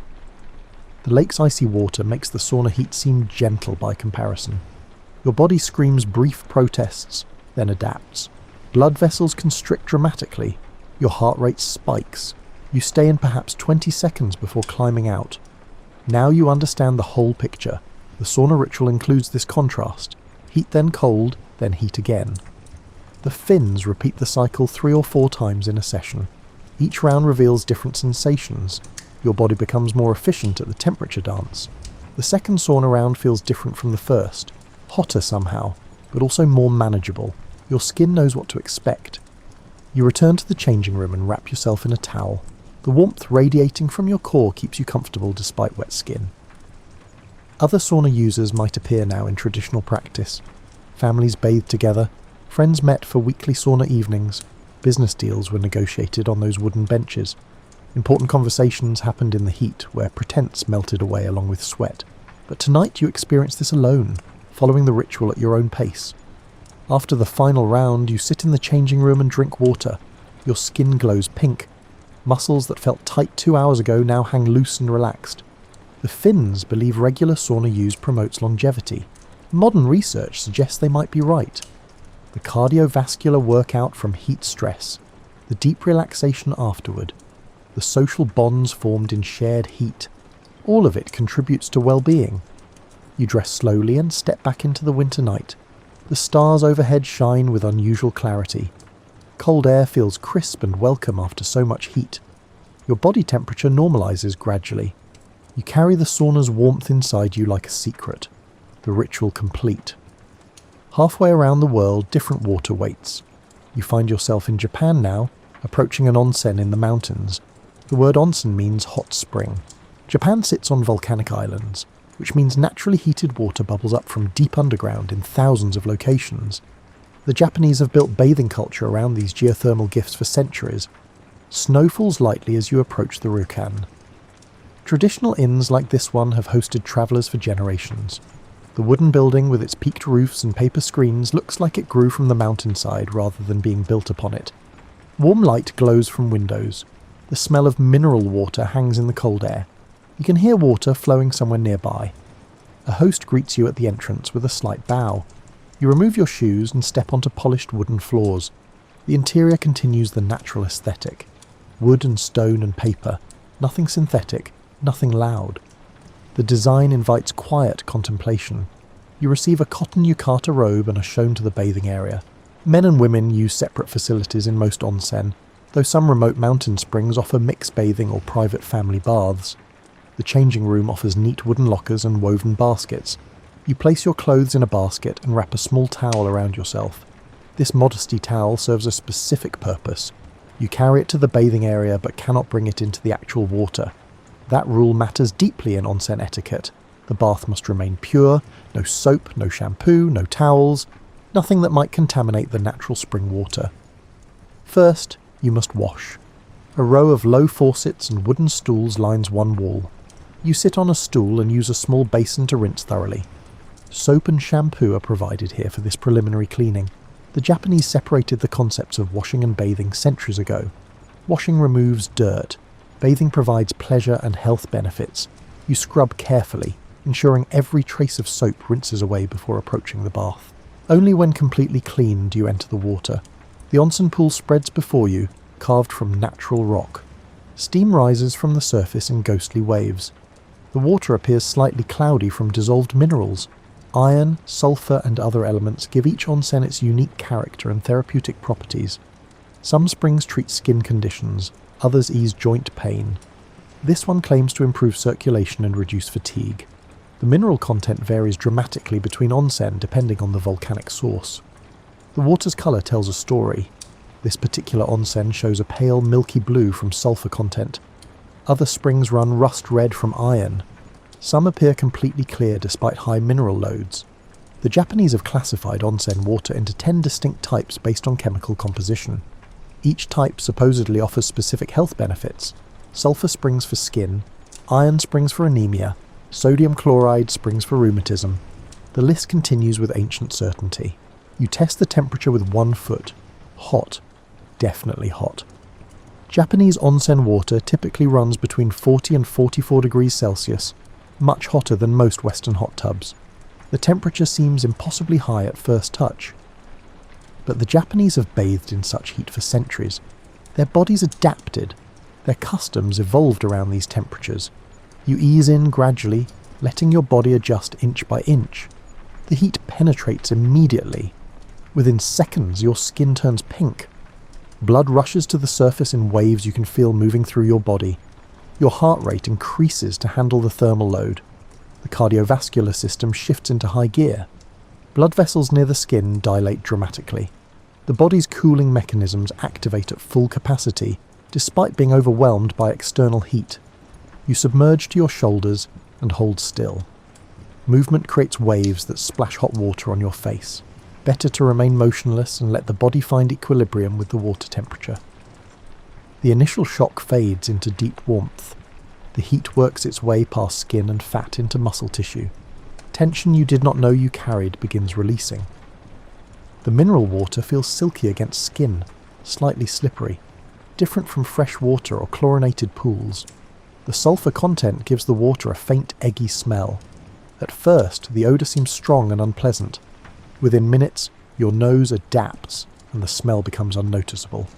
The sulfur, along with other minerals, enters your body through skin pores opened by heat. Transdermal absorption happens constantly in onsen water. Your body takes in calcium, magnesium, sulfur, iron and other elements. Whether this provides significant health benefits remains debated. But the Japanese believe firmly in onsen healing properties. You position yourself near where hot water enters the pool. The inflowing water runs even hotter than the main bath. A stone channel directs the spring water into the pool. The current of incoming water feels noticeably warmer. You can adjust your position to find your preferred temperature. Closer to the source provides more heat. Further away allows slight cooling as the water mixes and disperses. The rock edges of the pool feel rough under your hands. Natural stone shaped by water and weather over decades. Moss grows in shaded corners where the rock stays perpetually damp. The whole setting attempts to preserve or recreate natural hot spring conditions. Even indoor onsen try to maintain connection to nature through rock, wood, and careful design. The aesthetic matters as much as the actual minerals. Outside, snow continues falling. Many onsen feature outdoor Rotenbura pools where you can bathe while watching snow accumulate on surrounding rocks and pine branches. The contrast between hot water and cold air creates a dreamlike sensation. Steam rises from your shoulders into frigid air. Snowflakes land on your damp hair and melt instantly. The boundary between hot and cold exists precisely at the waterline. You settle into stillness. Onsen bathing encourages meditation more than conversation. While friends might visit together, they often sit in companionable silence. The heat makes lengthy talking uncomfortable anyway. You focus instead on breathing, on the sensation of minerals soaking into skin, on the distant sound of water flowing over rocks. The Japanese have specific beliefs about onsen benefits. Different mineral compositions treat different ailments. Sulfur springs help skin conditions. Iron-rich waters address anemia. Carbonated springs improve circulation. Acidic waters can relieve chronic digestive issues. Some of these claims have scientific backing. Others rely more on tradition and belief. But the psychological benefits seem undeniable. Stress melts in hot spring water. You remain submerged for perhaps 15 minutes. Any longer risks overheating. Your fingers and toes have turned pink and wrinkled. You ease out of the pool and sit on the edge, letting cool air lower your core temperature. After a few minutes, you can enter again for another round. Most onsen visitors repeat the cycle several times, alternating between soaking and cooling. The protocol matters as much as the water. You learn to wash thoroughly before entering. You left your towel in the changing area. You moved quietly and respectfully. You did not splash or swim. These rules exist not as restrictions, but as collective agreements that preserve the experience for everyone. When all bathers follow the same customs, the onsen remains a place of peace. Between soaking sessions, you might rest in a tatami room. The ryokan provides these spaces for relaxation. You lie on woven mats, wrapped in your yukata, feeling the heat slowly dissipate from your body. Green tea appears, though you did not request it. The serving staff move with practiced quiet. They understand the post-onsen state. Your muscles have turned to warm clay. Thoughts drift like the steam you left behind. Some people fall asleep in these moments. The combination of heat, mineral absorption, and deep relaxation creates powerful drowsiness. The Japanese call this yudedako, meaning boiled octopus. You feel boneless and peaceful. Your skin continues radiating warmth, even as your core temperature normalizes. The minerals absorbed through your pores will continue working for hours. You return to the onsen once more before leaving. This final soak feels different from the first. Your body knows what to expect. The heat penetrates faster and deeper. You stay only 10 minutes this time, ending before exhaustion sets in. The goal is invigoration, not depletion. You leave the water glowing and loose-limbed. In the changing room, you dry off slowly. The small towel that travelled with you now does its work. Japanese onsen towels are notably small by Western standards. just large enough for modesty and drying. Nothing excessive, nothing wasteful. You dress in your yukata and make your way to your room, walking carefully on slightly unstable legs. Sleep will come easily tonight. The onsen leaves its mark in relaxed muscles and cleared sinuses and skin that feels somehow renewed. The minerals continue their subtle work. Your body temperature takes hours to fully normalise.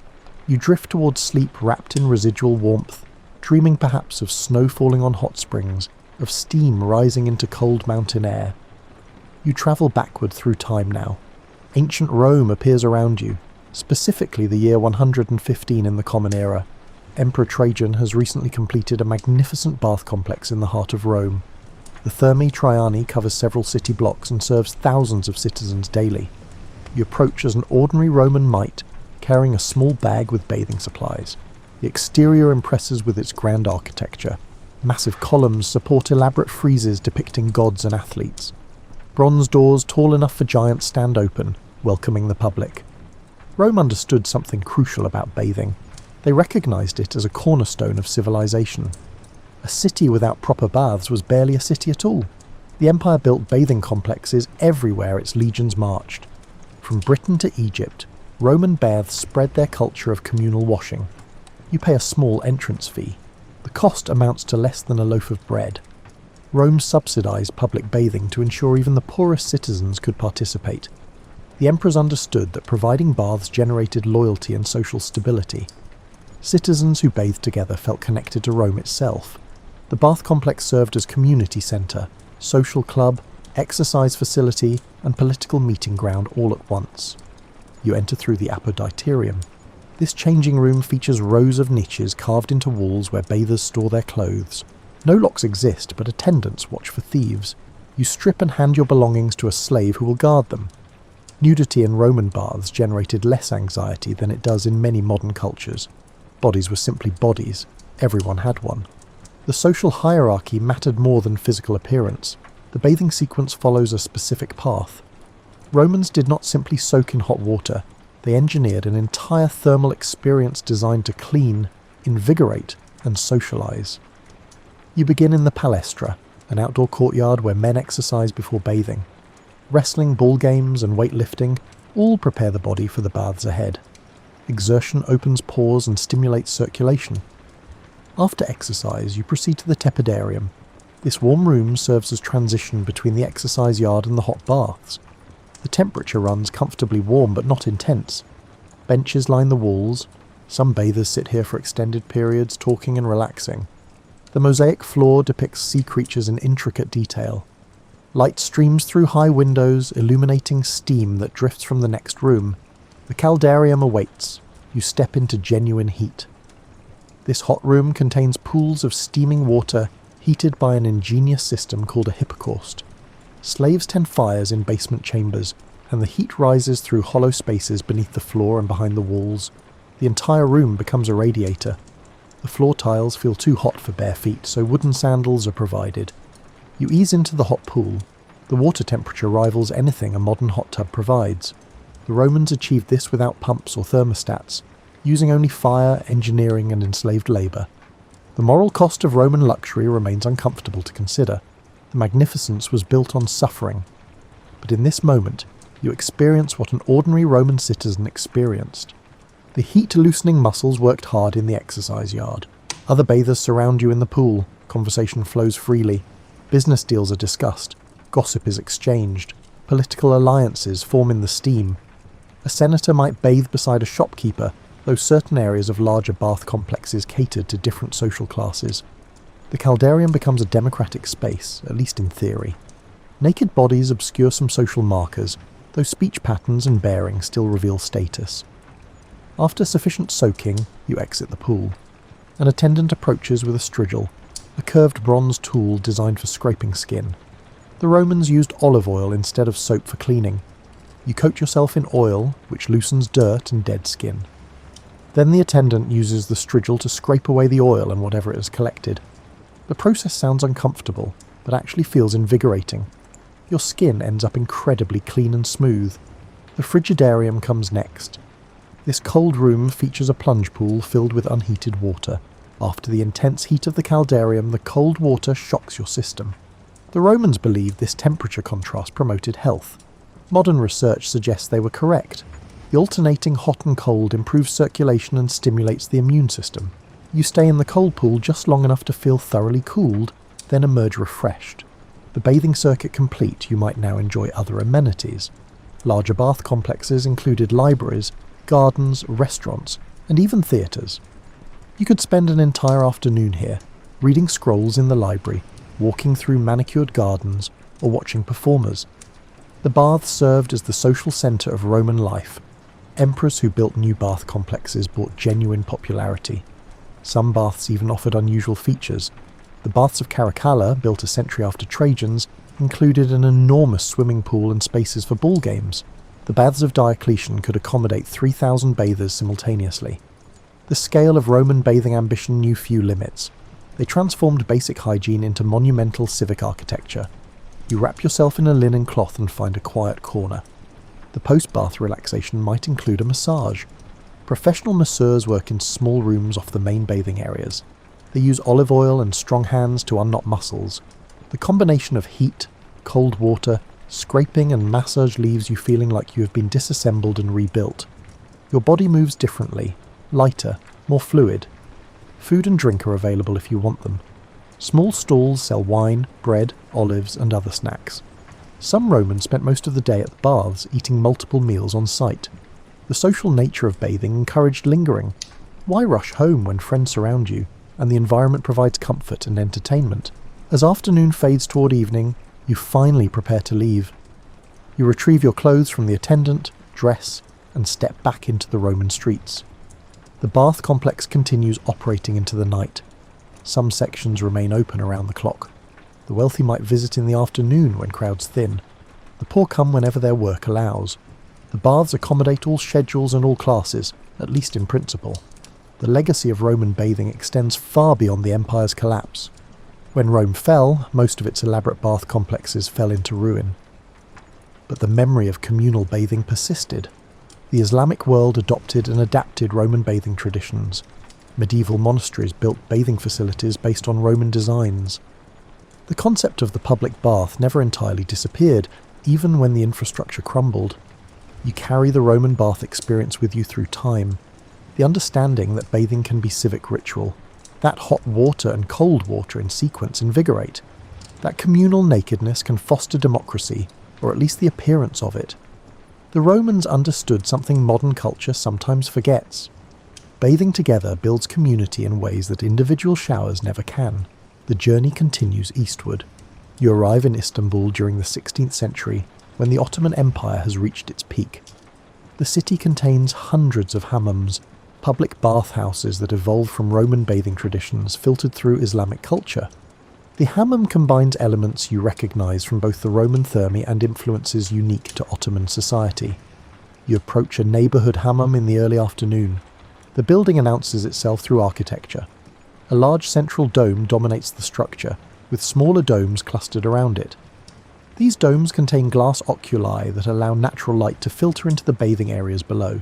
The effect creates an otherworldly atmosphere where light beams pierce steam in visible shafts. The entrance separates into two sections. Men and women use different hammams, or the same hammam at different times. Today you enter the men's section, though the experience in women's hammams follows similar patterns with its own distinct social dynamics. Women's hammams historically served as important social spaces where marriages were arranged and community bonds strengthened away from male oversight. You pay the entrance fee to the attendant. The cost includes basic bathing privileges. Additional services like massage or hair removal require extra payment. You receive a pestimel, a thin cotton wrap, and a pair of wooden clogs. The changing area, called the kamakan, features a central fountain and elevated platforms where bathers relax before and after bathing. You remove your clothes and secure the pestimel around your waist. The cotton wrap provides minimal coverage but satisfies modesty requirements. Islamic bathing culture differs from Roman in this regard. Complete nudity generally is avoided. The pestimel becomes both garment and towel throughout the bathing experience. You slip your feet into the wooden clogs, which protect against hot floors and provide traction on wet marble. The first room you enter is the sogakluk. This tepid room serves as a transition space. The temperature runs warm but not intense. You sit on marble slabs and allow your body to adjust. Other bathers rest here, some arriving from the hot rooms, others preparing to enter them. The marble feels smooth and slightly cool despite the ambient warmth. The Soggercluck teaches patience. The hammam ritual cannot be rushed. Through an arched doorway you enter the harem. The hot room takes your breath for a moment. Heat and humidity combine into a thick atmosphere that wraps around you like a damp blanket. The central area features a large heated marble platform called the Göbektashi, which translates as belly stone. This elevated slab radiates heat from below, where water pipes carry steam and hot water. You climb onto the Göbektashi and lie down. The heated marble works its way into your muscles. Unlike sauna heat that comes from the air, the Göbektashi provides direct conductive heat through your back and legs.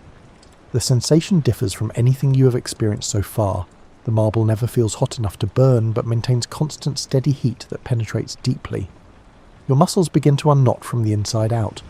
The direct contact with heated stone creates different sensations than immersion in hot water or exposure to hot air.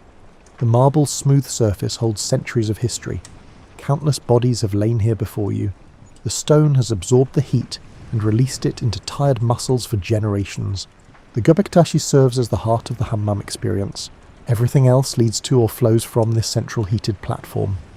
The architecture places it prominently in the centre of the harem, under the highest point of the dome. Light filters through small glass windows in the dome. Star-shaped openings allow sunlight to penetrate the steam. The beams of light become visible in the thick, humid air. Dust and water vapour make the light solid and real. The effect creates an otherworldly atmosphere. Some hammams use coloured glass that tints the light blue or green or amber. The coloured light transforms the space into something between bathhouse and cathedral. Around the room's perimeter, individual washing alcoves offer privacy. Each alcove contains a kurna, a small marble basin with brass taps for hot and cold water. The basins sit at waist height, perfectly positioned for filling bowls and cups. The alcoves provide just enough separation for modest washing, while remaining part of the communal space. You can see other bathers through the steam.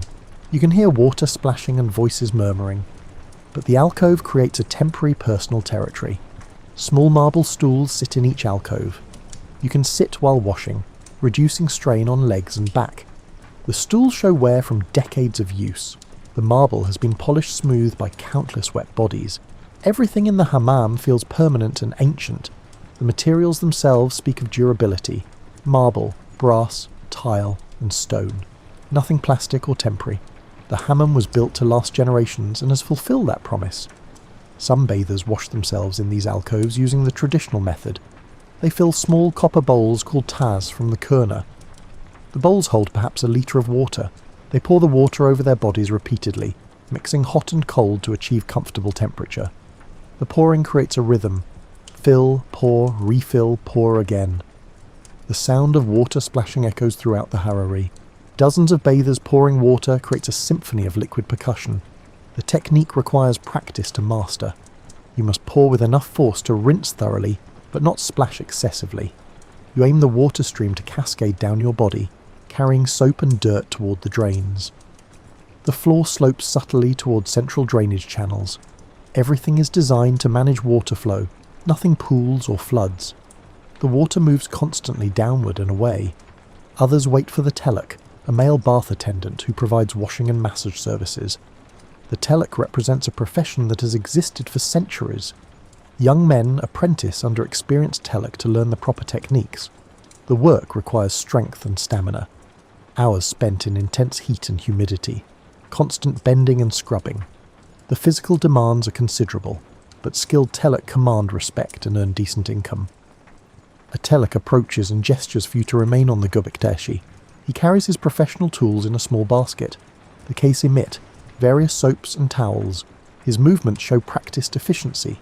He has done this thousands of times. Every motion serves a purpose. No wasted effort. He begins by testing the water temperature in a nearby kurna, adjusting the mix of hot and cold. The attendant carries a rough cloth mitt called a kers. The kers is typically made from coarse silk or synthetic material.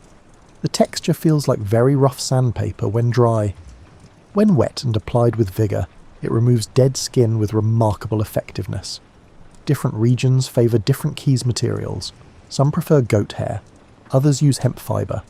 The roughness remains constant regardless of material. He dips the keys in hot water to soften it slightly. Then he begins scrubbing your skin with surprising vigour.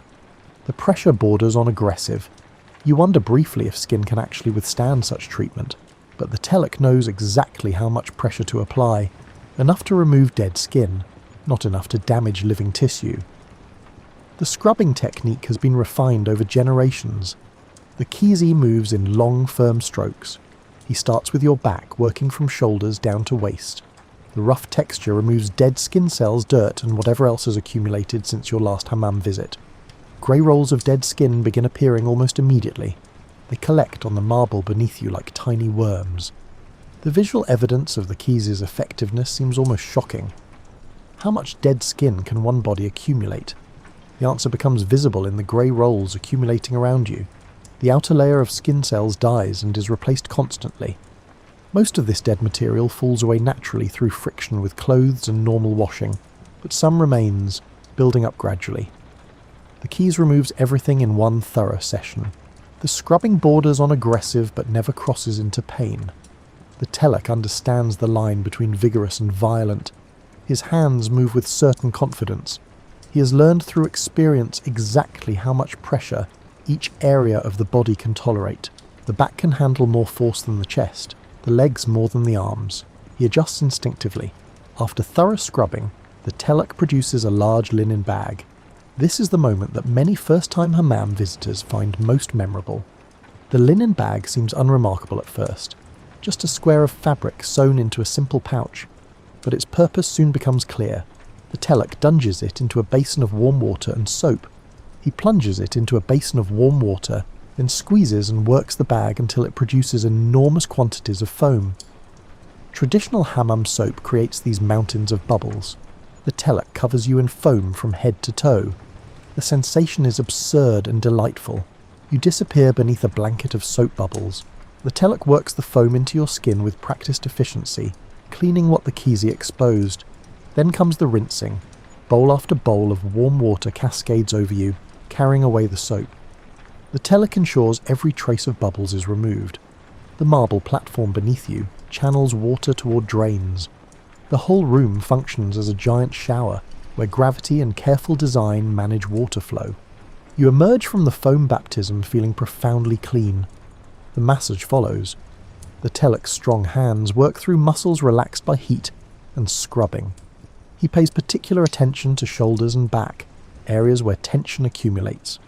The massage style is practical rather than gentle. He stretches your limbs and applies pressure to knotted areas. Small pops and cracks signal joints releasing.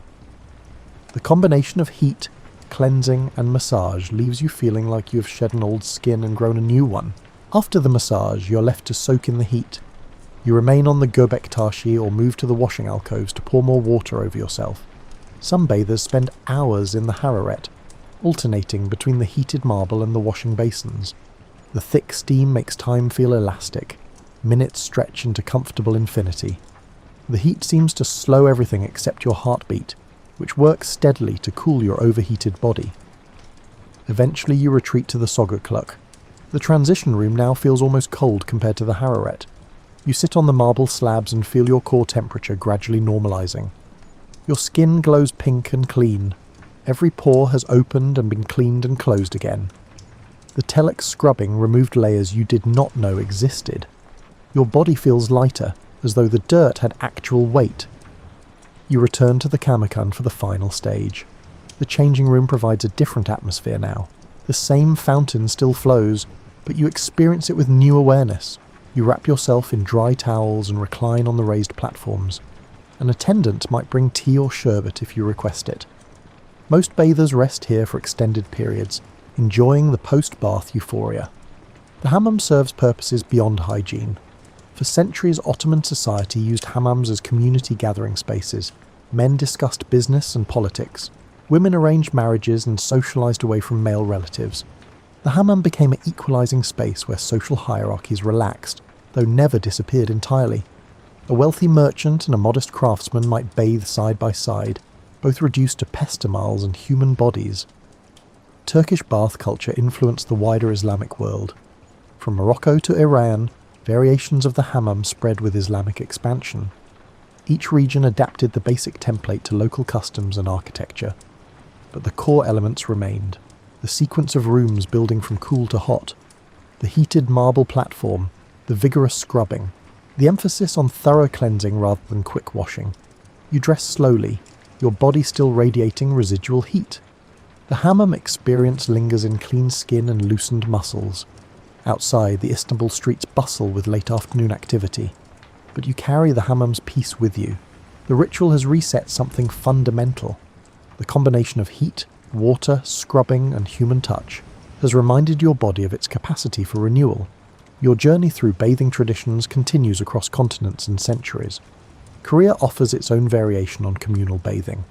The Jimjilbang combines elements you recognize from other traditions, but adds uniquely Korean features. These facilities operate 24 hours and serve as affordable lodging for travelers, social spaces for families, and wellness centers for anyone seeking relaxation. You enter a modern Seoul Jimjilbang late at night. The building rises several stories, its entrance bright with neon signs. The cost of admission includes access to all facilities for as long as you want to stay. Some visitors come for a quick soak. Others spend entire days or nights sleeping in designated rest areas.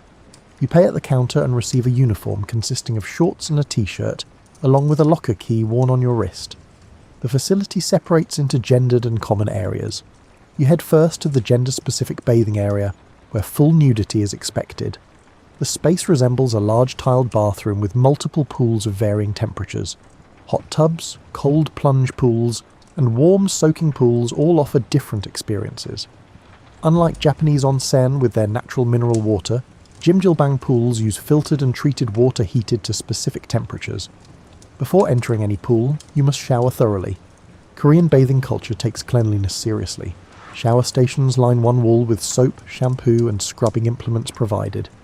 You wash with particular attention to detail, knowing that shared pools demand scrupulous hygiene. Only when completely clean do you approach the baths. You start with a warm pool to acclimate. The water temperature runs comfortable rather than challenging. You soak for several minutes, feeling the day's tension begin to dissolve.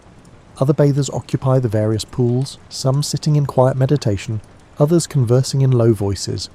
The atmosphere feels relaxed and unhurried. The hot pool comes next. This water runs significantly hotter than the warm pool. You ease in gradually, letting your body adjust. The heat wraps around your limbs and works into your core. Your heart rate increases. Breathing deepens. The Korean approach to hot water differs from Japanese onsen in that the temperature, while hot, rarely reaches the extreme levels of traditional onsen. The goal is sustainable soaking rather than brief intense heat exposure. After the hot pool, you brave the cold plunge. The water temperature drops close to freezing. You submerge quickly, gasping at the shock. The cold grips your entire body in an icy fist.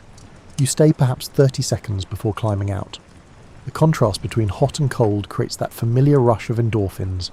Your skin tingles with heightened sensitivity. Many Jimjilbang offer a special scrubbing service. Middle-aged women, called demiri, provide intense exfoliation using rough mitts similar to Turkish kizi. You lie on a raised platform while the demiri scrubs every accessible inch of your skin. The treatment borders on aggressive. Grey rolls of dead skin accumulate and are rinsed away. The demiri work with practiced efficiency, neither gentle nor cruel, simply thorough. After bathing, you change into the provided uniform. This marks the transition to the common areas where men and women mingle freely. You leave the bathing section and enter a large communal space filled with various heated rooms. Each room maintains a different temperature and atmosphere. The salt room features walls covered in pink Himalayan salt.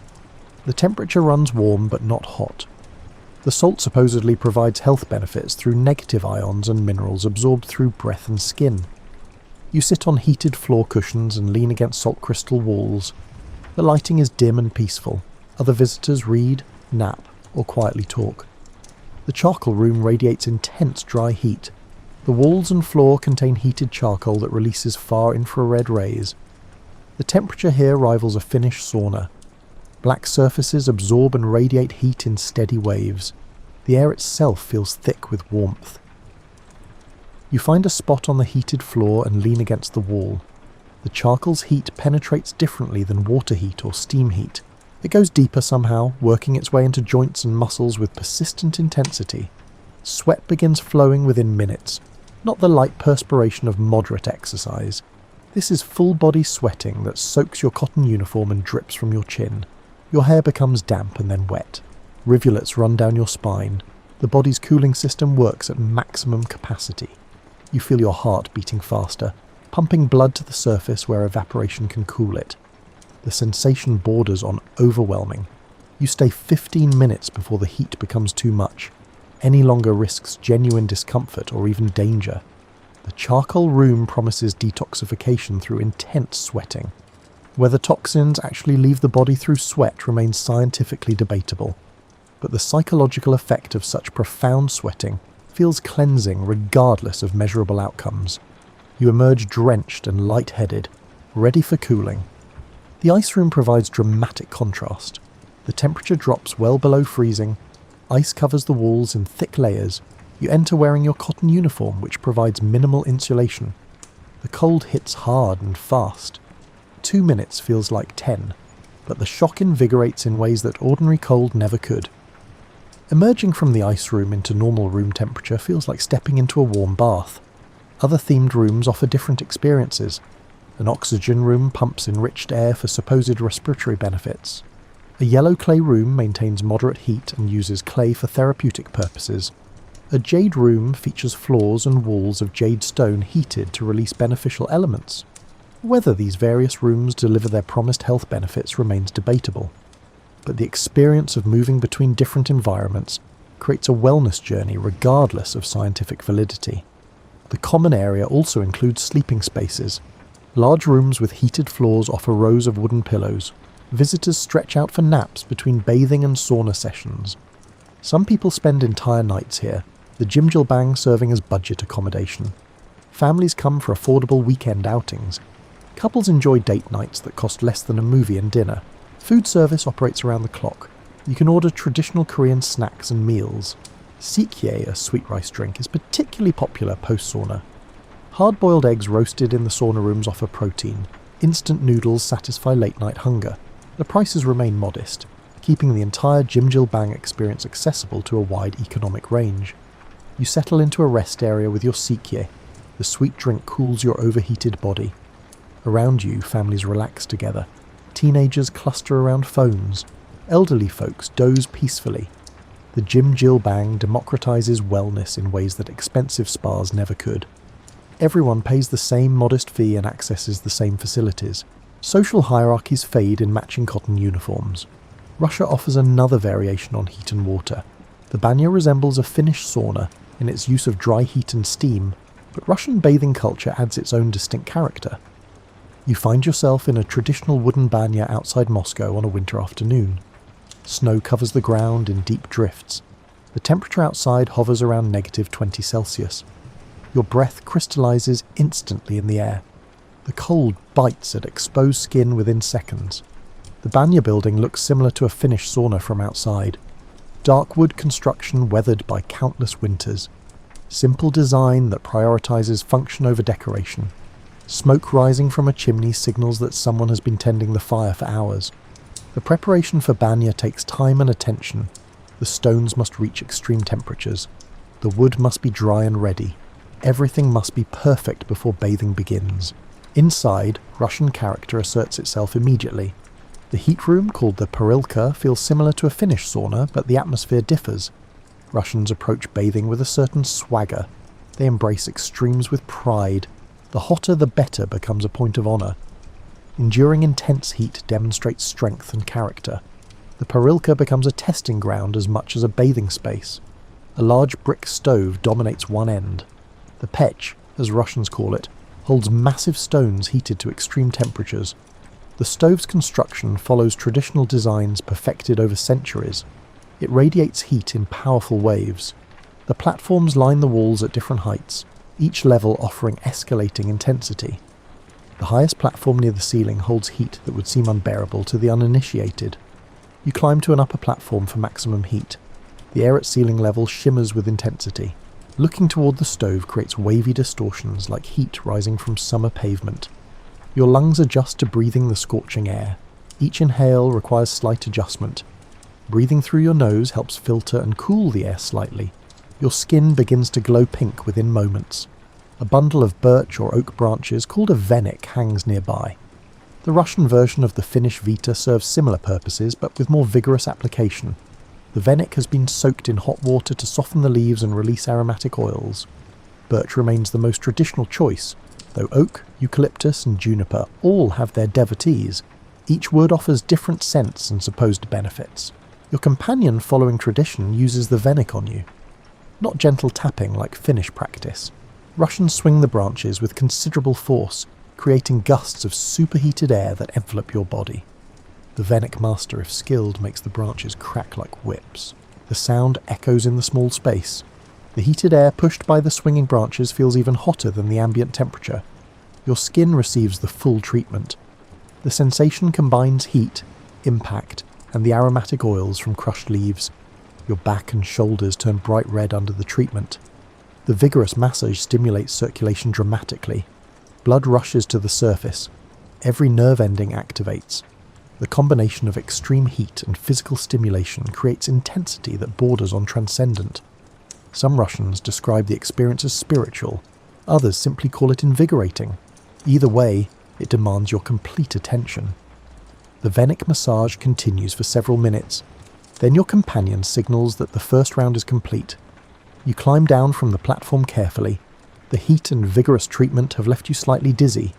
You drink water from a wooden ladle. The cool liquid feels like salvation. Your body has lost significant fluid through sweating. Rehydration becomes essential. Between sessions in the Perilka, the traditional choice is dramatic. You step outside and dive into snow.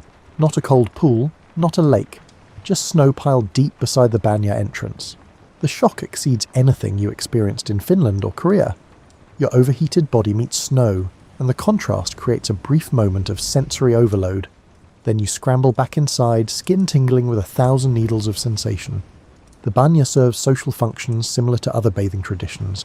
Friends gather for weekly sessions, business associates meet, families bond. Between rounds of extreme heat, participants rest, drink tea, eat pickles, and talk. The banya becomes a space outside normal social rules. Nakedness and shared heat create unexpected honesty. Some Russian banyas include a bucket of cold water rigged above the door. Pull a rope and gallons of ice water cascade over you. The shock provides an alternative to snow diving. Either way, the Russian approach to temperature contrast makes Finnish practice seem almost gentle.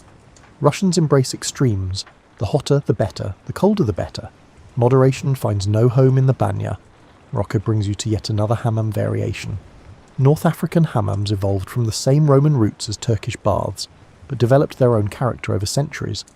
You enter a traditional Moroccan hammam in Marrakesh, carrying a small bag of supplies. Moroccans bring their own soap made from olive oil and black olives. You also carry a kessa glove for scrubbing and clay for a traditional face and body mask. The Moroccan hammam feels more utilitarian than Turkish ones. The architecture serves function over aesthetics. Tiled rooms with domed ceilings and basic lighting. The heated rooms maintain warmth through simple furnaces rather than elaborate hypercost systems. The atmosphere emphasizes thorough cleansing rather than luxurious relaxation. You move through increasingly warm rooms. The coldest room allows initial acclimation. The middle room provides moderate heat for washing. The hottest room, with its steam and intensity, prepares skin for scrubbing. The heat and moisture work together to soften skin and open pores. The scrubbing ritual feels more vigorous than Turkish practice.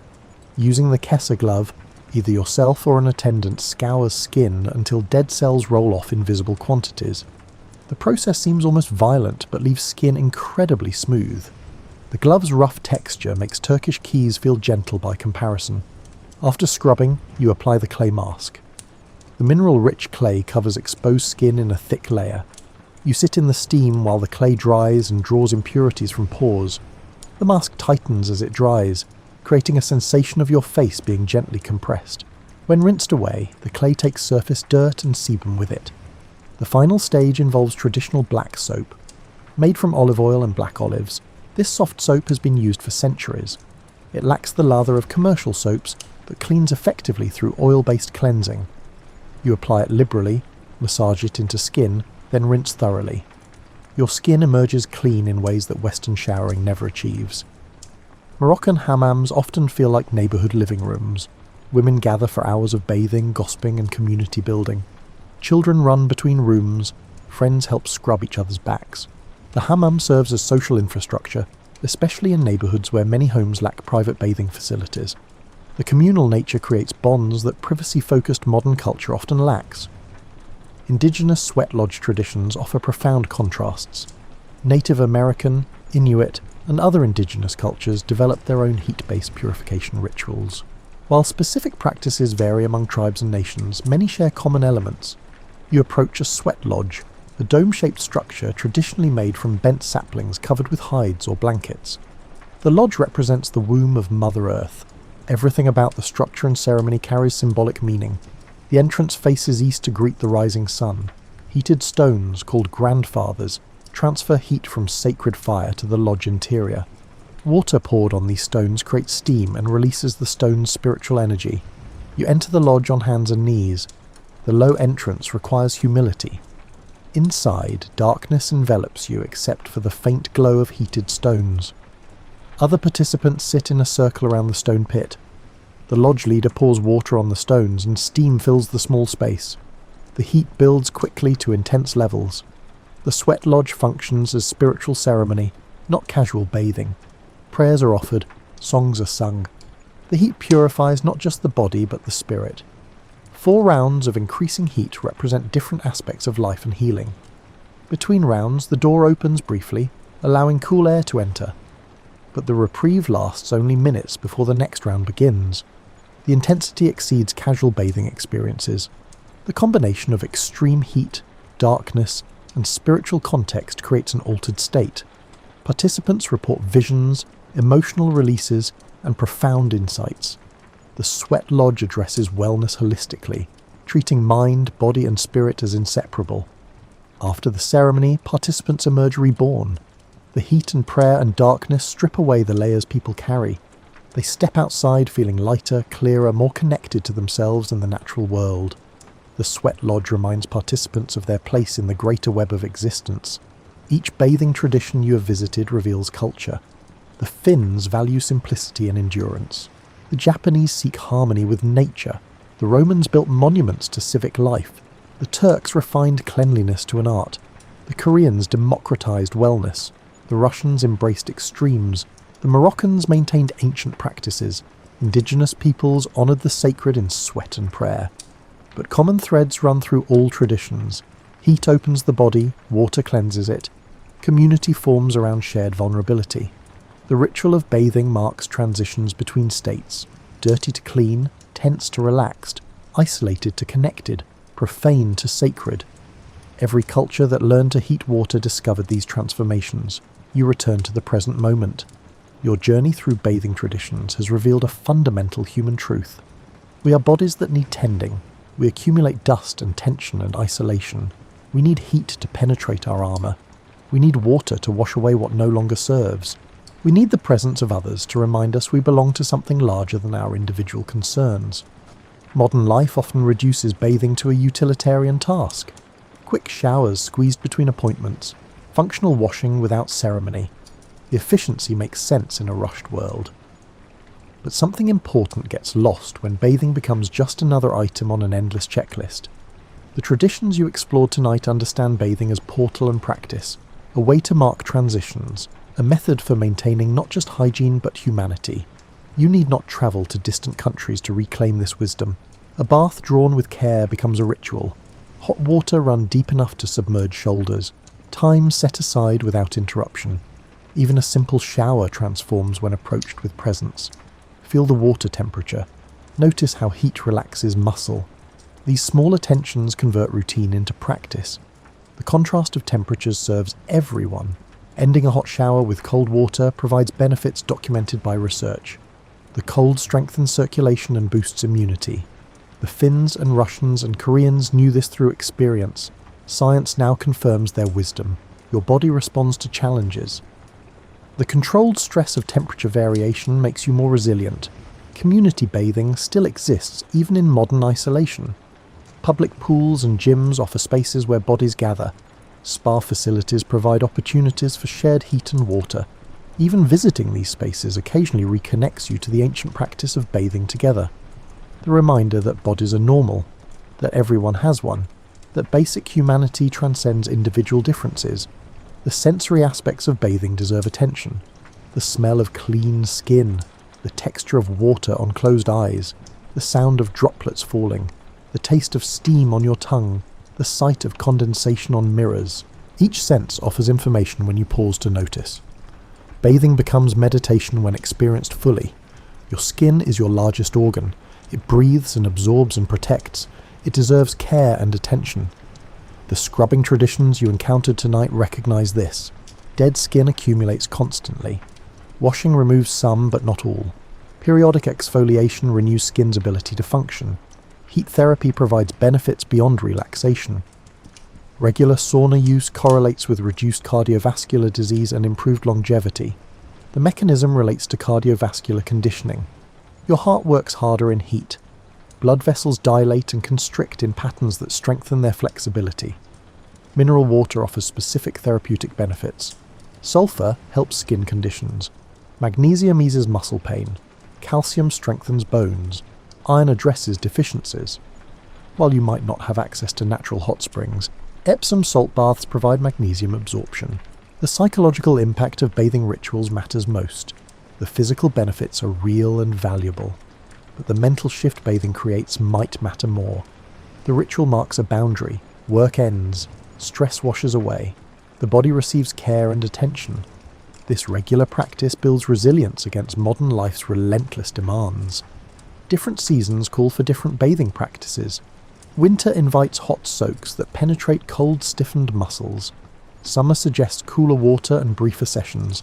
Spring encourages renewal through scrubbing. Fall invites reflection in steam. Bathing before sleep serves specific purposes. The rise and fall of body temperature after a hot bath triggers sleep mechanisms. Your core temperature drops as you cool, signaling that sleep time approaches. The relaxation of muscles removes physical tension. The ritual itself becomes a sleep cue. You might create your own bathing ritual. It need not copy any tradition exactly. Take elements that resonate. A Finnish appreciation for heat and cold contrast. A Japanese attention to thorough cleaning. A Turkish commitment to scrubbing. A Korean embrace of varied experiences. A Russian willingness to endure.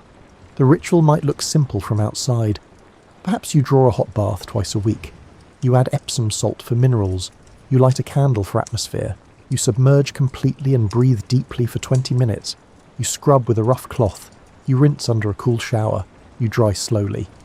But those 40 minutes create a boundary around your well-being. They announce that you matter, that your body deserves tending, that the relentless forward motion of modern life can pause. The water holds you. The heat penetrates your defences. Bathing connects you to ancestors across all cultures. They heated water in clay pots and stone basins. They poured it over their bodies in steam-filled huts. They gathered beside hot springs and built elaborate temples around them. They understood that the body is the soul's home, that this home requires maintenance. The traditions you visited tonight still exist. Finnish saunas operate everywhere Finns have settled.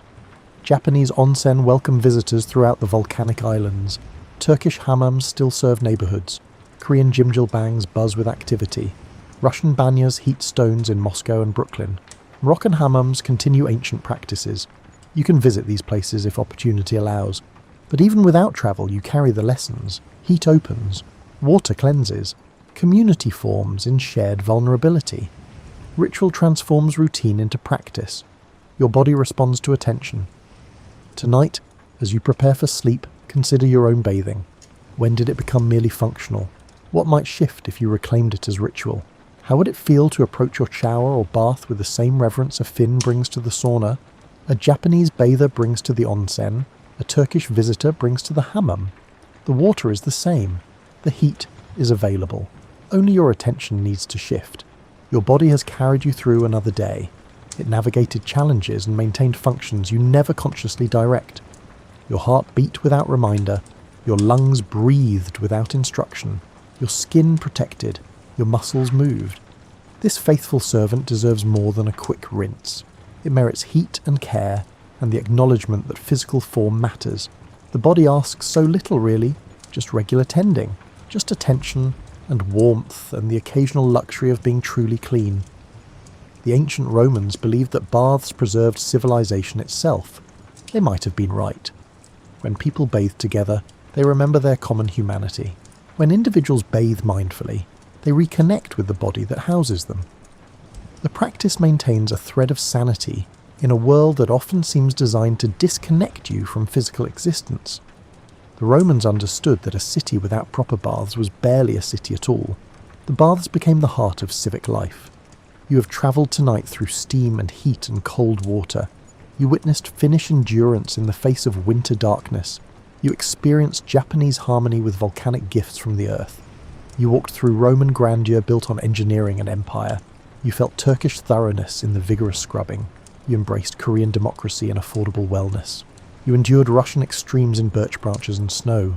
You absorbed Moroccan tradition passed down through generations.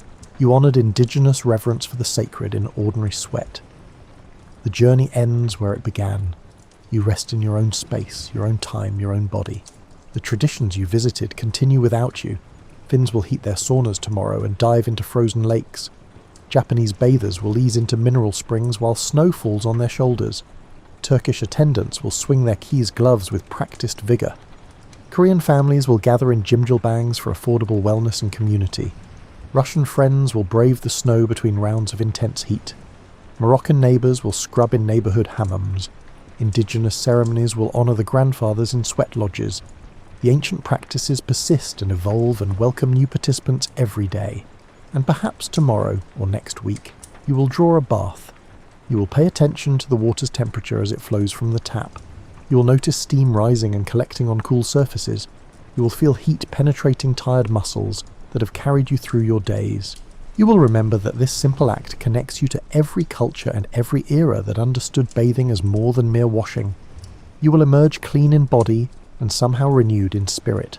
The water will drain away, carrying with it what no longer serves. You will dry slowly, attending to skin that now glows pink and alive and grateful for the care. This is the gift of bathing traditions. They remind you that care of the body is sacred work, that heat and water together create healing, that the rituals of tending yourself matter deeply, that your daily shower or weekly bath can be transformed through simple attention into something approaching ceremony. The steam rises and dissipates. The heat fades but leaves its mark in relaxed muscles and clear airways. The water drains but leaves you cleaner than before. The ritual ends but its effects linger. You carry the experience forward into sleep and tomorrow. Your body remembers being tended. Your mind recalls the pause in relentless forward motion. Your spirit recognizes that you pause to honor the home it inhabits. Sleep comes easily after such tending. Your body temperature slowly returns to baseline after the imagined heat. Your muscles rest without tension or complaint. Your breathing deepens naturally into the rhythm of approaching sleep. The images from tonight's journey drift through your mind like steam.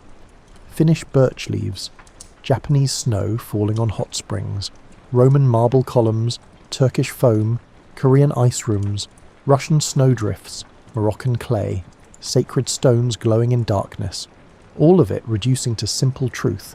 Water holds you. Heat opens you. Ritual reminds you that you matter beyond your utility. The body is more than machine. It is temple, home, vessel, and companion. It deserves the care that every culture across history has recognized through their bathing traditions. Tomorrow's shower or next week's bath can become practice rather than chore. The water waits, patient and ready, to carry away what burdens you and leave you renewed. The world spins through darkness toward morning. But for now, you rest in the knowledge that bathing is ancient wisdom, accessible in modern times. That heat and water together create transformation available to anyone with access to a tub or shower. That the body you inhabit merits attention and care. That the simple act of washing can be elevated through consciousness into something approaching sacred. The steam clears, the water drains, the heat dissipates. You remain, cleaner and somehow lighter than before. The traditions continue across oceans and centuries. The heat rises, the water flows, the bodies gather or bathe alone, all participating in rituals as old as fire and hot springs. all discovering that washing becomes something more when approached with reverence, all learning what your body already knows, that warmth and water together heal what daily life tears down, that bathing is medicine, meditation and remembrance all at once. Rest now in this knowing. Let the images of bathing traditions drift into dreams, Finnish steam and Japanese snow and Roman marble and Turkish foam and Korean ice and Russian birch and Moroccan clay and sacred ceremonies. All of it teaching the same lesson. Take care of the body, honour its needs, create rituals that mark your tending as important. The world will demand much from you tomorrow, but tonight you have bathed in wisdom gathered across cultures and centuries. You have learned that the simple act of heating water and applying it to skin can be practice, prayer, and profound self-care. The water remembers. Every ocean and river and rain cloud and hot spring, every heated bath and steaming room, every culture that gathered around warmth and moisture. The water holds the memory of tending and healing and transformation. You add your own experience to this ancient knowledge. The water that cleaned you tonight will evaporate and fall as rain and flow to the sea and rise again. Endless cycle, eternal return. The wisdom of bathing flows onward, available to all who pause long enough to notice. Sleep finds you gently. Your body rests clean and warm. Your mind drifts through steam and memories. Your spirit knows it has been honoured through the simple act of bathing approached with attention. Tomorrow brings its own demands and challenges, but tonight you rest in the knowledge that care of the body is sacred work, that heat and water create healing, that ancient wisdom lives in modern showers and bathtubs, that you matter enough to tend. The traditions continue without you, as they have for millennia, but you carry them forward now too, in your next bath or shower, in the attention you bring to heating water and cleaning skin, in the recognition that this daily act can be transformed through simple consciousness into ritual that honours the body's needs and wisdom. The Finns and Japanese and Romans and Turks and Koreans and Russians and Moroccans and indigenous peoples knew this truth. Now you know it too. The water flows on, the heat rises, the bodies gather and bathe and emerge renewed. The ancient practice continues, and you rest, clean and warm, and somehow transformed by the simple wisdom of heat and water and attentive care. Good night.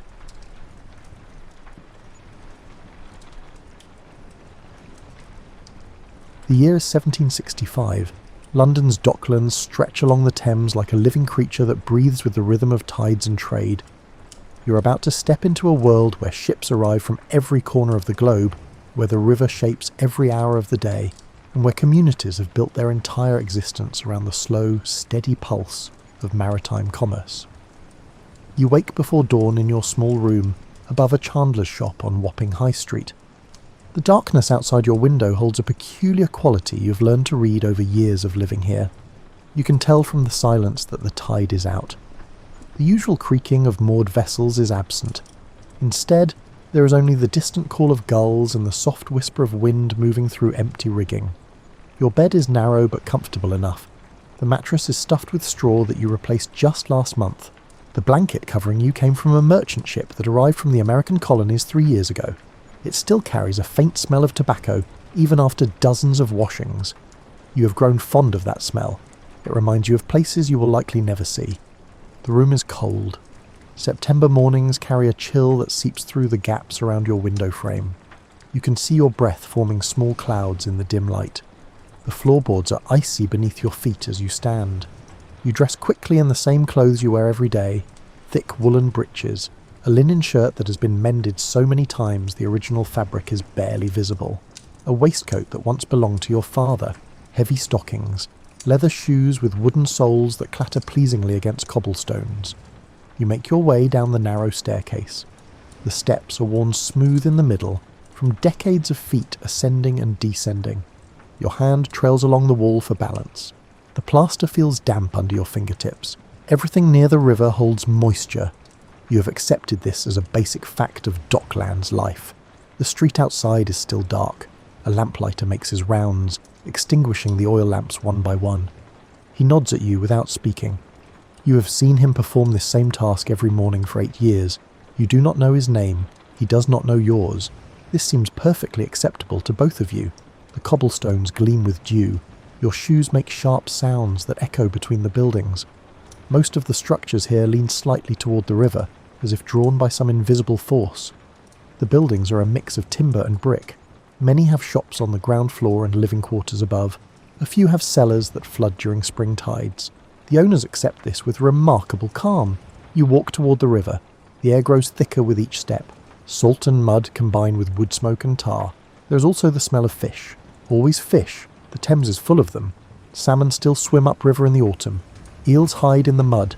Fishermen sell their catches directly from boats moored at the stairs. You reach a set of stone steps leading down to the river. The tide is indeed out. The Thames has retreated, leaving behind a wide expanse of mud and stones. You can see the hulls of ships resting on the riverbed. They sit at odd angles, waiting for the water to return and lift them upright again. This happens twice every day. The entire rhythm of Docklands work depends on these tidal movements. A few other early risers have gathered near the water. They stand in small groups, studying the sky and the river. One man chews on a piece of bread. Another smokes a pipe. The tobacco smell mixes with the river scents. Someone coughs. The sound carries across the mud flats and bounces back from the opposite shore. The sky begins to lighten in the east. The darkness shifts from black to deep blue, then to pale grey. Colours emerge gradually. The brown of the mud, the green-grey of the water, the red brick of warehouses, the white stone of the stairs. You watch this transformation happen the same way every morning. It never becomes boring. A ship sits anchored in deeper water about 100 yards from shore. You recognise her lines. She is the Mary Catherine, a merchant vessel that left London 6 months ago bound for the Caribbean. She returned 2 days ago, but had to wait for a berth. Today she will finally unload her cargo. You will be part of the crew that empties her hold. The ship's rigging stands out against the brightening sky. Lines and cables create patterns that look almost decorative. But every rope has a purpose. Every knot performs a specific function. Sailors live their entire lives learning these systems. You have picked up enough knowledge to understand the basics. More than that seems unnecessary for a dock worker. Other ships fill the river. Some sit at anchor like the Mary Catherine. Others are moored to buoys or tied directly to wharves. A few small boats move between the larger vessels. These are lighters, flat-bottom craft used to ferry cargo from ship to shore when the tide is wrong for direct unloading. You have worked on lighters many times. The work is back-breaking, but the pay is slightly better than regular dock labour. The first merchants begin to appear. They arrive in sedan chairs or small carriages. Their clothing is noticeably finer than yours. Silk waistcoats, beaver hats, shoe buckles that catch the growing light. They gather in small groups consulting papers and ledgers. Their cargo is aboard the ships waiting to be unloaded. They want to verify quantities and check for damage. This is understandable. Fortunes can disappear between the West Indies and London. A foreman you know by sight approaches the group of workers. His name is Thomas Wickham.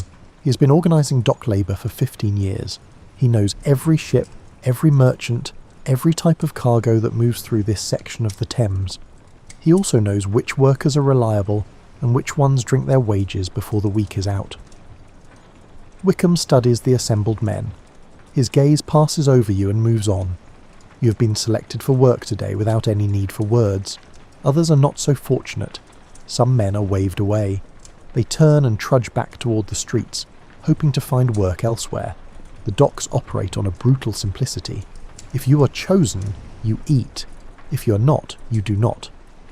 The selected workers gather closer to Wickham. He explains the day's tasks in a voice roughened by years of shouting over wind and waves. The Mary Catherine will be unloaded starting at high tide. That will be around 9 o'clock this morning. Until then there is other work. Barrels need to be rolled from a warehouse to a waiting cart. Timber needs to be sorted and stacked. Ropes need to be coiled and stored. The docks never stop moving entirely. You are assigned to the barrel rolling crew. 6 men working together can move remarkable amounts of cargo in a few hours. The barrels contain sugar from Jamaica.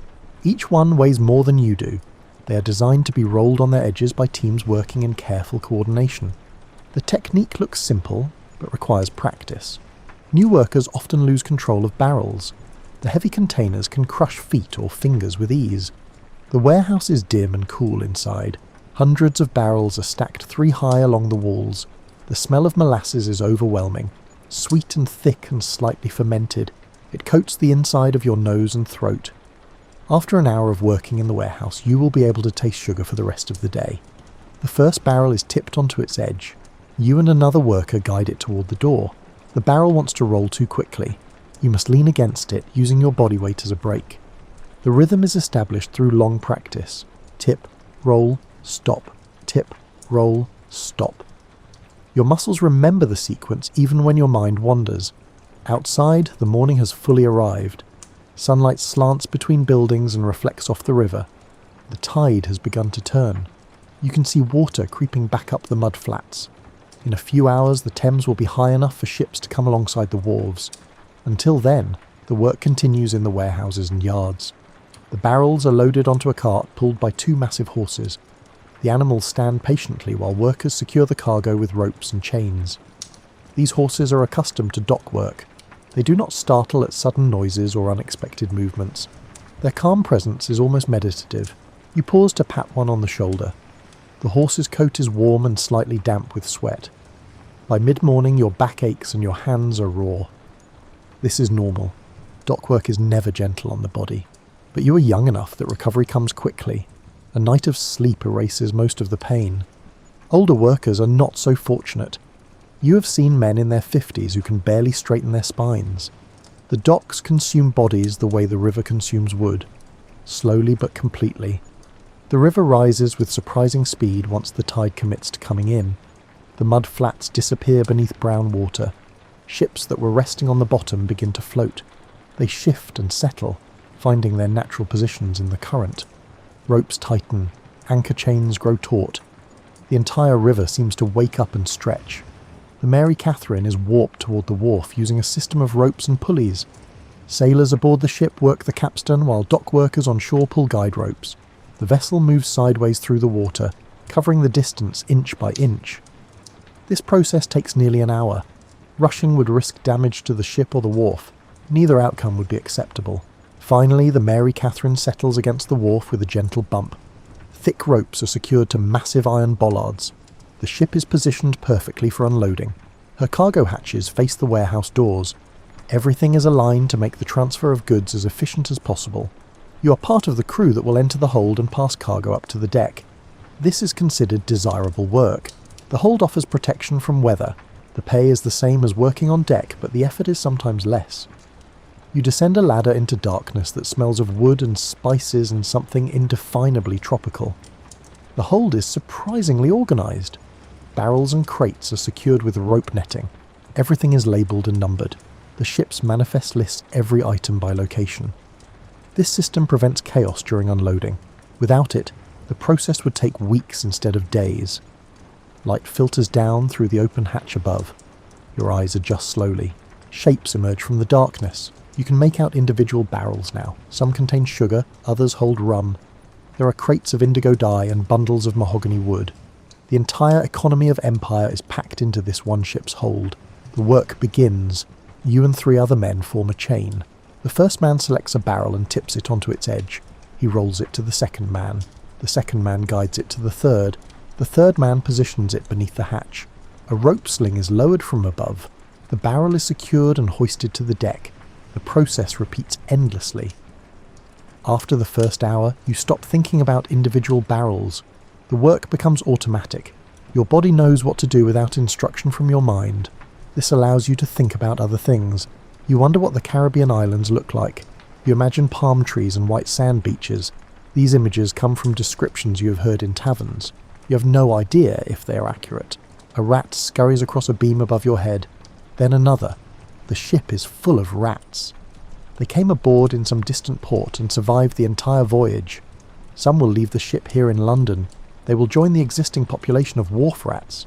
The dock support thousands of the creatures. You have long since stopped being bothered by their presence. The work continues through the morning. Barrel after barrel rises through the hatch and disappears onto the deck. Above, you can hear the sounds of cargo being moved across the wharf and into the warehouse. Wheels rumble on cobblestones. Men shout instructions. A merchant argues about damaged goods. His voice carries a tone of theatrical outrage that suggests he makes this same complaint at every unloading. You pause to drink water from a leather flask. The water tastes of the river because that is where it came from. Dock workers do not question the source of their drinking water. You You have survived this long drinking from the Thames. Presumably you will continue to survive. The air in the hold grows warm as the day progresses. Sunlight pours through the hatch. Dust particles dance in the light beam. You can see them swirling and settling. Some of the dust is sugar. Some is sawdust from crates.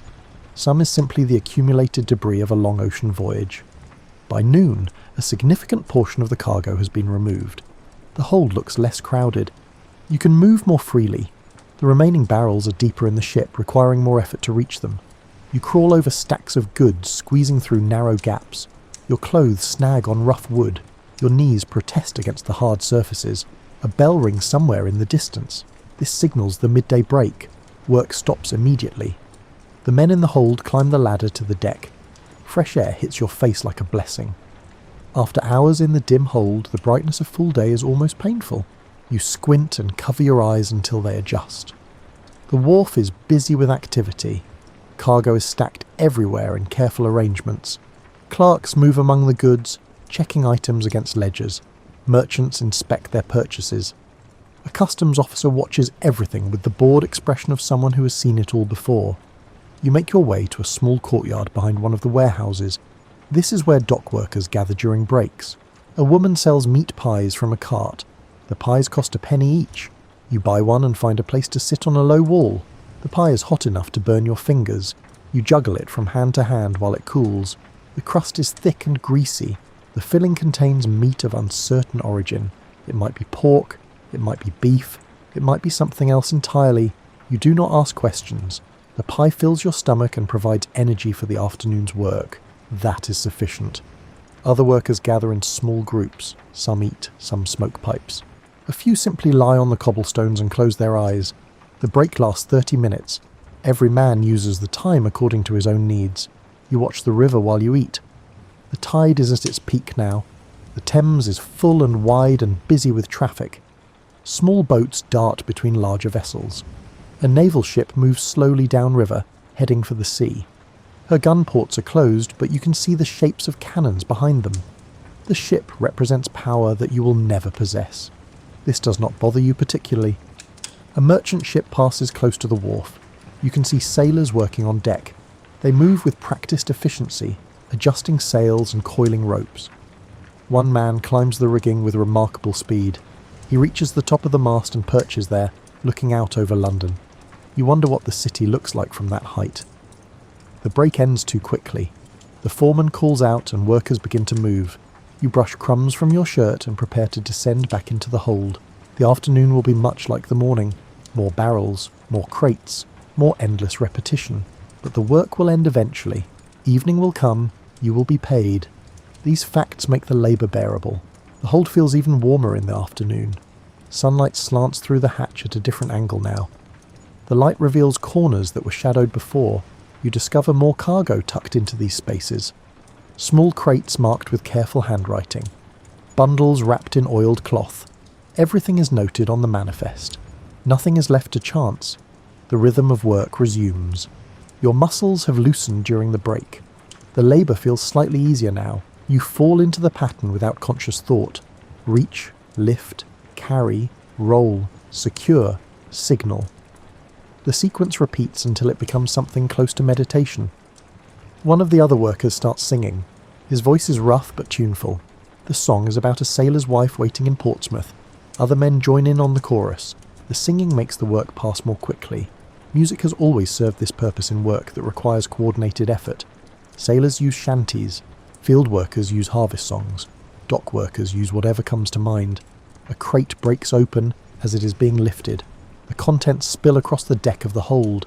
Dozens of small packages wrapped in wax paper. One splits and reveals coffee beans.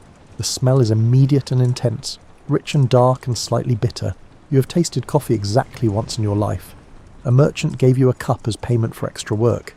You remember the taste clearly, strong and strange and oddly compelling. The spilled beans are carefully collected and returned to the broken crate. Nothing is wasted. Even damaged goods have value. The crate is marked for the merchant's attention. He will decide whether to accept the damage or demand compensation. These decisions happen far above your level of concern. The work continues. More barrels emerge from the depths of the hold. Some are marked with symbols you do not recognize. These represent trading companies or merchant houses. Each symbol is a kind of language that speaks of ownership and origin. You have learned to identify a few of the more common marks. This knowledge serves no practical purpose, but satisfies a quiet curiosity. You notice that the quality of goods varies significantly. Some crates are beautifully made with tight joints and smooth surfaces. Others are rough assemblies that barely hold together. The better crates likely contain more valuable cargo. Or perhaps they simply had better carpenters in their port of origin. There is no way to know for certain. A large crate requires 4 men to move. You position yourself at one corner and wait for the count. On 3, you lift together. The weight is substantial but manageable with proper technique. You walk in careful unison, moving the crate toward the hatch. Communication happens through small adjustments and shared understanding. Words are unnecessary. The crate is secured and hoisted to the deck. You catch a glimpse of blue sky through the hatch before the next load blocks your view. That brief moment of open air feels like a gift. You realise you have been working in the hold for hours without seeing the world above. Time behaves strangely in enclosed spaces. Another worker asks if you know what is in the large crate. You do not. He suggests it might be furniture, mahogany chairs or tables made in Jamaica for wealthy London households. This seems plausible. The weight and size are appropriate. But the manifest would tell the true story. Neither of you can read well enough to check. The pile of cargo in the hold diminishes steadily. Floor space opens up. You can see the curve of the ship's hull now. Water has seeped in at some point during the voyage. The lowest point of the hold is damp. Puddles reflect the light from above. You avoid stepping in them without thinking. Wet feet lead to blisters.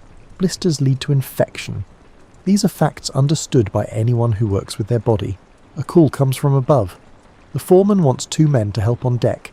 You and another worker climb the ladder. The change from dim hold to bright deck is momentarily disorienting. You blink and squint until your vision adjusts. The river spreads before you, glittering in afternoon sun. The sight never fails to please you despite its familiarity. On deck, you are directed to help move cargo that has already been unloaded. Barrels need to be rolled along the wharf to a warehouse 50 yards away. This is simple work, but requires constant attention. A runaway barrel can cause serious damage. You have seen men injured by cargo that escaped control. The memory keeps you focused. You establish a rhythm with your partner, 1 barrel at a time. Roll it carefully along the wooden planks of the wharf. Watch for uneven boards or gaps. Guide the barrel through the warehouse door. Position it according to the clerk's instructions. Return for the next one. The sequence is straightforward but physically demanding. The wharf is crowded with cargo from multiple ships. Workers move between stacks of goods like streams flowing around stones. Everyone knows to watch for moving loads and stay clear of active work areas. Accidents happen when people become careless or distracted. The docks have no patience for inattention. Between trips, you catch fragments of conversations, merchants discussing prices, clerks arguing about inventory counts, a ship's captain complaining about customs delays. The voices blend into a general background noise that you have learned to filter. Only direct instructions penetrate your awareness. You pause to rest near a stack of timber. The wood is freshly cut and still smells of sap. Someone has carved initials into one of the planks. The marks are crude but deliberate. You wonder about the person who made them. A sailor marking time during a long voyage, perhaps, or a sawmill worker claiming a piece of their labour. The mystery is small but engaging. The sun begins its descent toward the western horizon. Shadows lengthen across the wharf. The quality of light changes from harsh brightness to softer gold. This is your favourite time of day. The worst heat has passed, but darkness has not yet arrived. The world exists in a comfortable in-between state. The Thames at this hour is a spectacle of activity. Dozens of vessels crowd the water between the banks. Merchant ships, naval vessels, fishing boats, wherries carrying passengers from shore to shore, barges loaded with coal or grain or timber. Each craft moves with purpose through the current and the traffic. You watch a wherry approach the stairs near your position. The waterman handles his oars with easy skill, positioning the small boat perfectly against the lower steps. 2 passengers disembark. They are gentlemen by their dress. They step carefully, keeping their shoes clear of mud and water. The waterman touches his cap and pushes off again, rowing toward another customer visible on the far shore. These watermen are a breed apart. They spend their entire lives on the river. They know every current and eddy. They can read the water like you read the tide tables posted outside the customs house. Some watermen inherit their trade from fathers and grandfathers. Others simply drift into the work because they possess a natural affinity for boats and water. A barge loaded with coal passes close to the wharf. The vessel sits low in the water under the weight of its cargo. Coal dust covers everything. The bargemen are grey from head to foot. They will carry this dust home with them. Their wives will shake it from clothes and find it embedded in the fabric. Coal is the price London pays for warmth and industry. Farther upriver, you can see the shapes of cranes and construction. New docks are being built to handle the increasing volume of trade. The old quays can no longer accommodate all the ships that arrive. Merchants complain about delays. The government responds with construction projects. This pattern has repeated itself for decades. The work of unloading the Mary Catherine continues through the late afternoon. The hold is nearly empty now. Only the deepest cargo remains. These items were loaded first and will be removed last. They have travelled the farthest distance from light and air. You descend once more into the hold to finish the job. The remaining cargo consists mostly of heavy items: lead ingots, iron bars, dense hardwoods. These materials serve as ballast during the voyage and cargo upon arrival. Moving them requires different techniques than rolling barrels. You and the other workers use rope slings and careful leverage. The weight makes every movement deliberate. A rat watches you from a corner. The creature is completely unafraid. It sits cleaning its whiskers while you work around it. You have developed a grudging respect for wharf rats. They are survivors in an environment that shows no mercy. In this way, they are not so different from the men who labour on the docks. The last item to emerge from the hold is a massive wooden crate. The manifest describes it as machinery. Parts for a mill that will process sugar or tobacco, or some other colonial product. The crate is too large to fit through the hatch in one piece. It must be partially disassembled on the ship and reconstructed on the wharf. This adds hours to the job. By the time the final piece is secured and hoisted to the deck, the sun is low in the sky. The workday is ending. You climb the ladder one last time, grateful to leave the hold behind. Your clothes are soaked with sweat. Your hands are covered in grime. Every muscle in your body aches with earned fatigue. The foreman pays the workers in coins counted from a leather bag. He calls each man by name and hands over the day's wages. You receive your share and count it carefully. The amount is exactly what was promised. Wickham is honest in his dealings. This is not true of all foremen. You have learned to appreciate this quality. The wharf begins to empty as workers disperse toward their homes or favourite taverns. The cargo has been moved into warehouses or loaded onto carts for transport into the city. The Mary Catherine sits lighter in the water now. Her hold's empty. Tomorrow she will take on new cargo for the return voyage. The cycle continues endlessly. You walk slowly along the waterfront, allowing your body to cool and recover. The evening air carries a chill that feels pleasant after the heat of labour. Lights begin to appear in windows along the shore. Lanterns are lit at tavern doors. The transformation from day to night happens gradually, giving everyone time to adjust. A group of sailors passes you, heading toward Wapping's drinking establishments. They are loud and cheerful, flush with wages from a completed voyage. Some will spend everything they earned in a single night. Others will save a portion for future needs. You have seen both approaches lead to regret. Moderation seems wiser, but is rarely practiced. The streets grow crowded as more workers finish their shifts. Men stream from warehouses and shipyards and rope-making establishments. The day's labour is done. Now comes the evening's business of eating and drinking and resting. The transition happens like clockwork in these neighbourhoods, where work defines the rhythm of life. You stop at a cook shop on Wapping Wall. The proprietor is a widow who has run this establishment for 20 years. She serves simple food at fair prices. The shop is small and crowded but clean. The smell of cooking meat and onions fills the air. Your stomach responds immediately with urgent hunger. You order a bowl of stew and a piece of bread. The stew contains beef or mutton, potatoes, carrots, and turnips in a rich brown gravy. The bread is yesterday's baking, but still good when dipped in the stew. You eat standing at a high table near the window. This allows you to watch the street while you dine. The stew is hot and filling. Each spoonful tastes of long, slow cooking and generous seasoning. The widow knows her business. She has fed dock workers for 2 decades. She understands what kind of food restores bodies worn down by physical labour. The meal costs 3p. You consider it money well spent. Other customers come and go while you eat. Some you recognise, most are strangers. The cook shop serves anyone who can pay.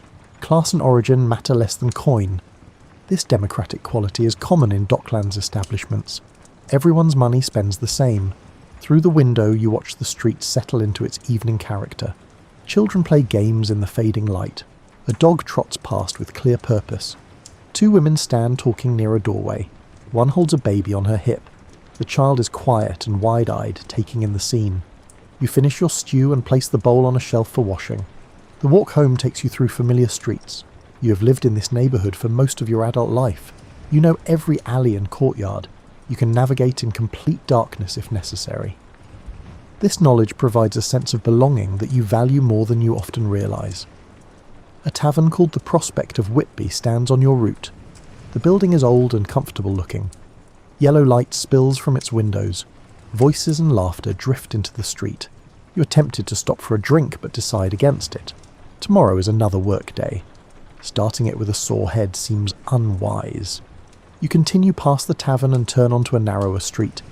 The buildings here lean close together, blocking most of the sky. Laundry hangs on lines stretched between windows. Somewhere a baby cries, a cat yowls. These sounds are the normal soundtrack of evening in the Docklands. Your room above the chandler's shop is exactly as you left it this morning. The bed remains unmade. Your spare shirt hangs on a peg. A small table holds a candle and a few personal items. The space is modest, but it is yours. Rent is affordable.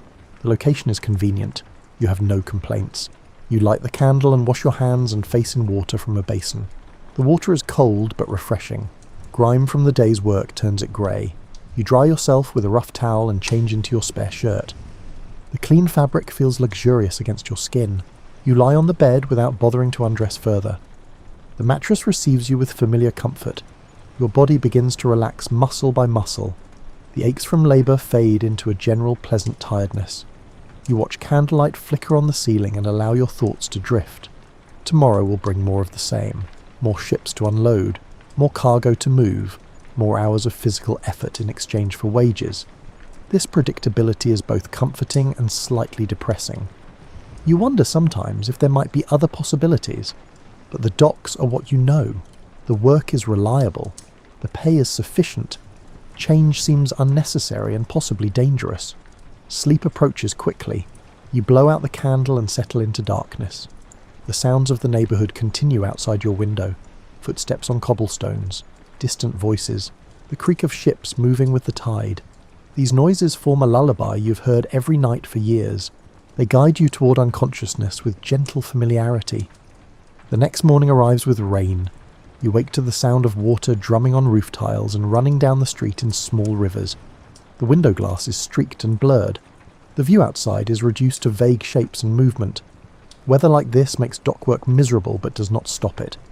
You dress in clothes still damp from yesterday. There is no point wearing dry things that will be soaked within minutes of stepping outside. The dampness is unpleasant but tolerable. You have worked in far worse conditions.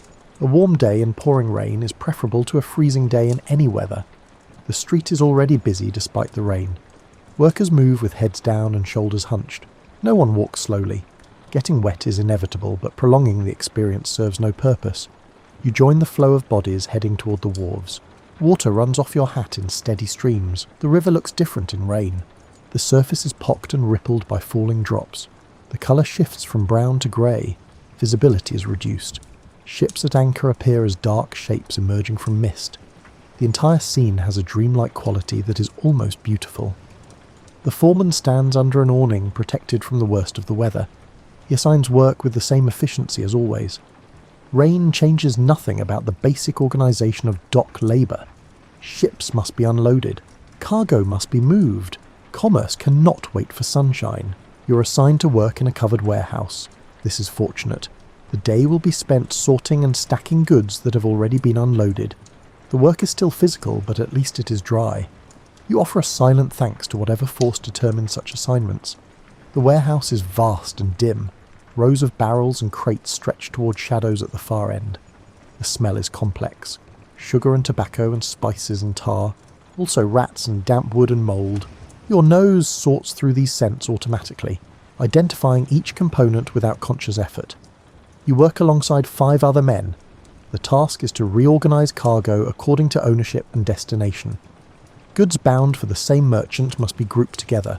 Items heading to the same city must be accessible for loading. The system requires both physical effort and careful attention to markings and labels.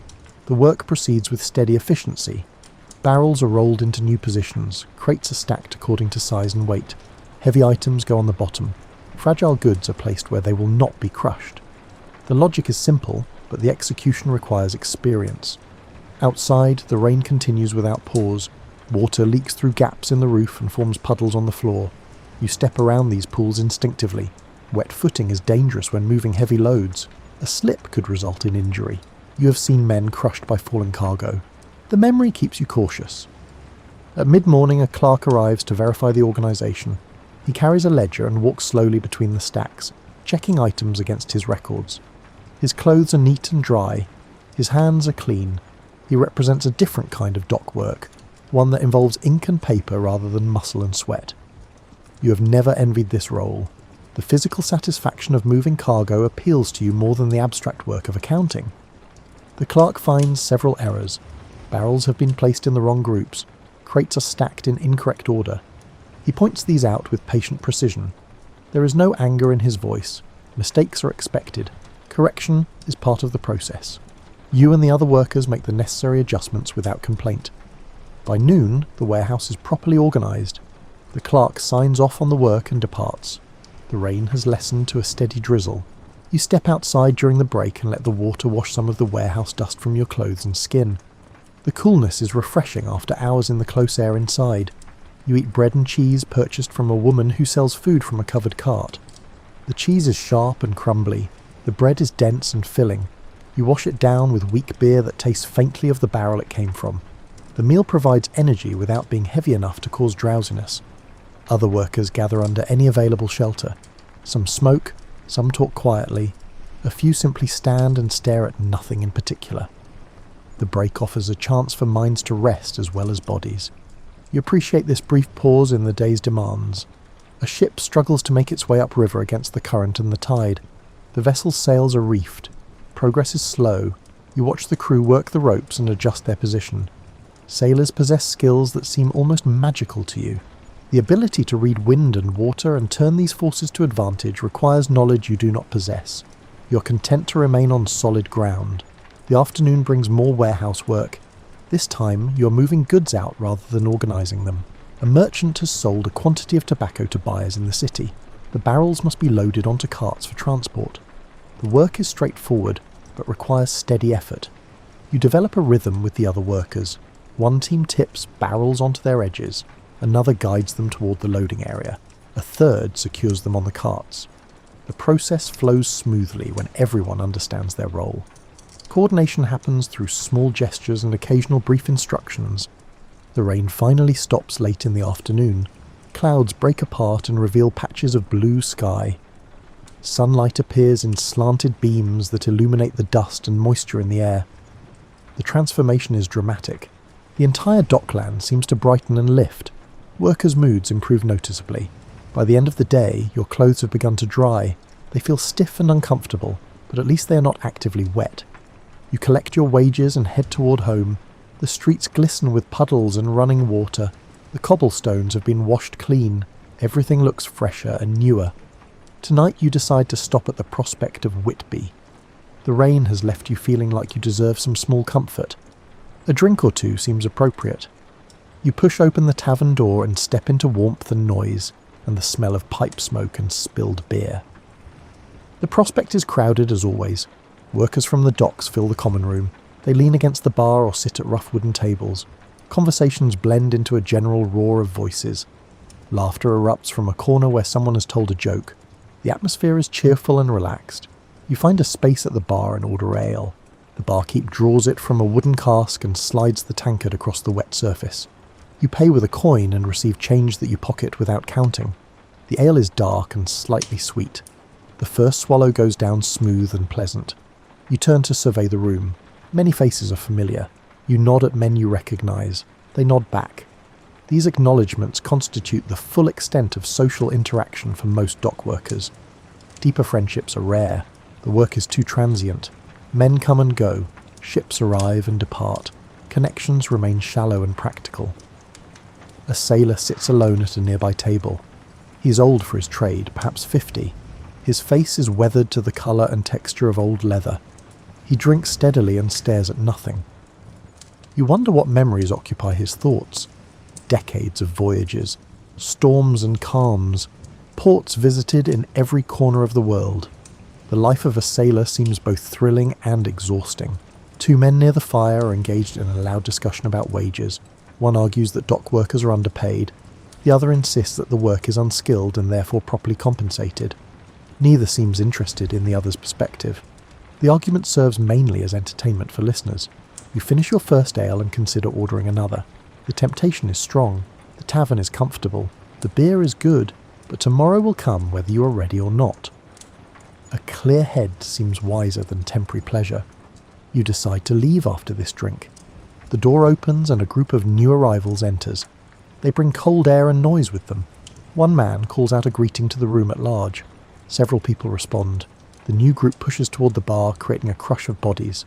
You take this as a sign to depart. Outside, the evening has settled into full darkness. Stars are visible between the clouds. The air smells clean after the rain. You walk slowly, enjoying the quiet after the tavern's noise. Your route takes you past darkened shops and lit windows. Behind the glass, families gather for evening meals or settle into their own evening rituals. You pass a small church set back from the street. The building is old, probably dating from before the Great Fire. Stone walls, narrow windows, a modest bell tower. The church serves the Docklands community, but you have never attended services. Religion seems disconnected from the practical concerns of your daily life. A watchman makes his rounds, calling out the hour. His voice echoes between buildings. The cry is both reassuring and slightly melancholy. It marks time passing and reminds everyone that the night grows deeper. You have heard this call every evening for years. It has become part of the texture of life here. You reach your lodging and climb the stairs. The room is cold but dry. You light a candle and prepare for bed. Tomorrow you will wake early and repeat today's pattern. This certainty is comforting in its way. You know what to expect. The work is hard but familiar. The wages are adequate. Life continues in its established groove. Sunday arrives with bells. Churches throughout the Docklands ring their calls to worship. The sounds layer over each other, creating a cascade of notes that fills the air. You lie in bed listening. The bells are pleasant even though you have no intention of answering their summons. Sunday is different from other days. Work stops. The docks fall quiet. Ships remain at anchor or tied to wharves. No cargo moves. No merchants shout instructions. The entire neighbourhood shifts into a slower rhythm. Even the river seems to rest. You rise late and dress slowly. There is no hurry. The day belongs to you. This freedom feels almost unfamiliar after 6 days of structured labour. You descend to the street and find it nearly empty. Most people are either in church or still in bed. You walk without particular destination. The morning is cool and clear. Sunlight slants between buildings and reflects off windows. You notice details that escape your attention during the work week. A door painted an unusual shade of blue. Flowers growing in a window box. A cat sleeping on a warm doorstep. The river draws you as always. You make your way to the waterfront and find a spot to sit on the stone stairs. The tide is low. Mud flats stretch toward the channel. A few gulls pick through the exposed sediment, searching for food. Their cries carry across the open space. Ships sit at odd angles on the riverbed. Without water to support them, their true shapes become visible. The curves of hulls, the thickness of planking, the massive anchors that normally hang invisible beneath the surface. You study these details with interest. Ships are such familiar objects that you rarely look at them closely. A small boat crosses the river. The waterman rows with steady strokes. His passenger appears to be a gentleman heading somewhere for Sunday visits. The boat's wake creates ripples that spread and fade. The water is calm today. No wind disturbs the surface. You remain on the stairs for an hour, simply watching. This kind of unstructured time is rare in your life. You have no plans, no obligations. No one expects anything from you. The freedom is both pleasant and slightly uncomfortable. You're accustomed to having your hours defined by work. Eventually, hunger drives you to move. You walk to a bakery that opens on Sunday mornings. The shop is small and the selection is limited, but the bread is fresh. You buy a loaf and eat it while walking. The crust is crisp and the inside is soft and still warm from the oven. You wander through neighbourhoods you do not normally visit. The streets are similar to your own, but different in small ways. Different shops, different churches, different faces in the windows. London is vast. Even limiting yourself to the Docklands, you could walk for hours and never cover all the streets and alleys. By midday you find yourself near Shadwell. This area is rougher than Wapping. The buildings are older and more decrepit. The people look harder. You do not feel unsafe exactly, but you are aware of being outside your familiar territory. You turn back toward more known streets. A group of children play some game involving a ball and sticks. They run and shout with boundless energy. Their laughter is pure and unself-conscious. You watch them for a moment, remembering your own childhood. Those years seem impossibly distant now. You were a different person then. The afternoon passes in gentle wandering. You stop at a churchyard and sit on a bench among the gravestones. The dead rest beneath your feet. Their stones record brief facts, names and dates, occasionally a profession or an achievement. Most are weathered and hard to read. Time erases everything eventually. You think about your own eventual death.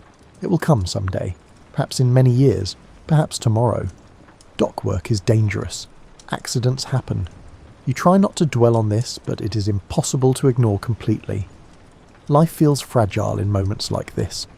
The sun begins its descent toward evening. You rise from the bench and make your way home. The streets are busier now. Church services have ended. Families walk together. Children run ahead of parents. The neighbourhood returns to its normal animation. You spend the evening in your room. You have a book that you read occasionally. The pages are worn and the binding is loose, but the stories still hold interest. Tonight you read about travels in foreign lands.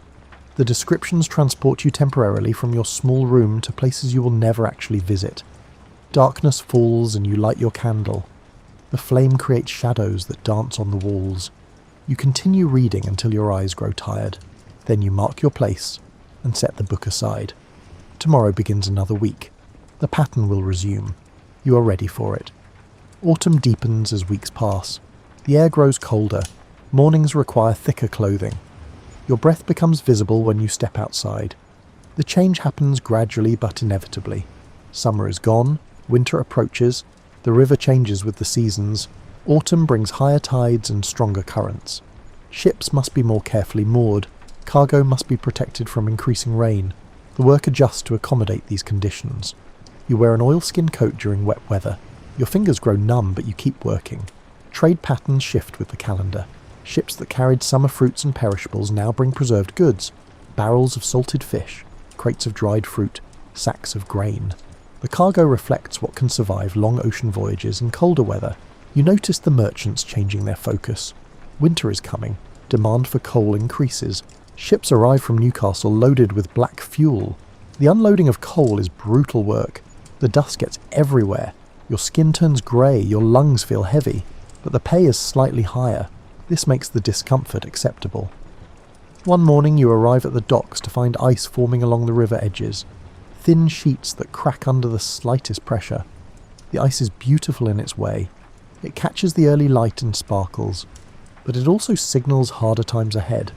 Severe winters can freeze the Thames solid. When that happens, work stops completely. The foreman assigns you to a crew loading timber onto a ship bound for Portugal. The wood comes from forests far to the north. It has travelled by river and canal to reach London. Now it will cross the ocean to build houses or ships or furniture in warmer climates. You find this movement of materials endlessly fascinating. The timber is heavy and awkward to handle. Each plank must be carried by 2 men. You walk in careful synchronization with your partner. The wood presses into your shoulder.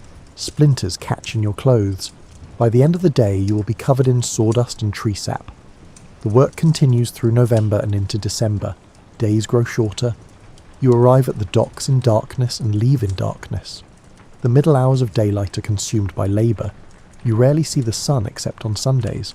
Winter brings different challenges. Cold makes fingers clumsy. Ropes become stiff and difficult to handle. Metal tools feel like ice against bare skin. You learn to work wearing gloves despite the loss of dexterity. Frostbite is a real danger. The neighbourhood takes on a different character in winter. Smoke from countless fires fills the air. The smell of burning coal becomes constant. Windows frost over at night. Water in basins freezes. You wake some mornings to find ice formed on the inside of your window. Food changes with the season. Fresh vegetables disappear. Meals consist of bread and preserved meats and root vegetables stored from the harvest. The monotony becomes wearing. You dream sometimes of summer fruits, apples and cherries and strawberries. These fantasies are pointless but persistent. Christmas approaches. The docks will close for a few days. This annual pause is both welcome and worrying. Welcome because your body desperately needs rest. Worrying because the lost wages create hardship. You have saved a small amount, but it will not last long. The neighbourhood prepares for the holiday in modest ways. Some houses display greenery in windows. A few shops offer special goods. The general atmosphere becomes slightly more cheerful. People exchange greetings more freely. The hardness of daily life softens just a bit. You receive your last wages before the holiday. The foreman wishes everyone well. You thank him and head toward the shops. You need to purchase supplies to carry you through the idle days. Bread, cheese, a small piece of salted pork, candles. The coins disappear quickly. On Christmas Eve the taverns are packed. You stop at the Prospect and find barely enough room to stand. The noise is tremendous. Everyone talks and laughs at once. The barkeep struggles to keep up with orders. You drink your ale quickly and leave. The crowd is too much after a long day. Outside, snow begins to fall. Small flakes drift down through the darkness. They melt when they hit the ground, but keep coming. By morning there might be accumulation. The prospect of a white Christmas pleases you in some childish way you cannot quite explain. You climb to your room and watch the snow through your window. The flakes swirl and dance in the lamplight from the street. The scene has a magical quality that makes you forget briefly about cold and work and worry. You stand there for a long time, simply observing.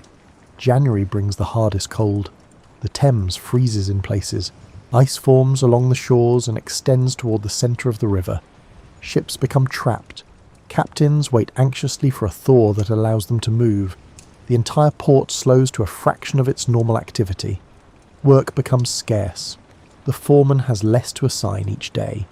Some mornings you're not chosen. You return to your room and try to make your saved coins last. These idle days are frustrating. Your body wants activity. Your mind needs occupation. Sitting in a cold room with nothing to do breeds dark thoughts. You walk the neighbourhood to pass time. Other unemployed workers do the same. You see the same faces day after day. No one speaks much. What is there to say? Everyone faces the same situation. Complaining serves no purpose. The cold penetrates everything. Your room never feels warm despite the small fire you allow yourself. You wear all your clothes at once. You sleep under every blanket you own. Still, the chill finds ways through. You notice people beginning to look thinner. Meals become smaller. The pinch of winter hunger sets in. You reduce your own food consumption to make supplies last. A heel of bread for breakfast, weak soup for dinner. Nothing else. Your stomach complains, but you ignore it. Some relief comes from unexpected sources. A church opens its doors to provide warm space during daylight hours.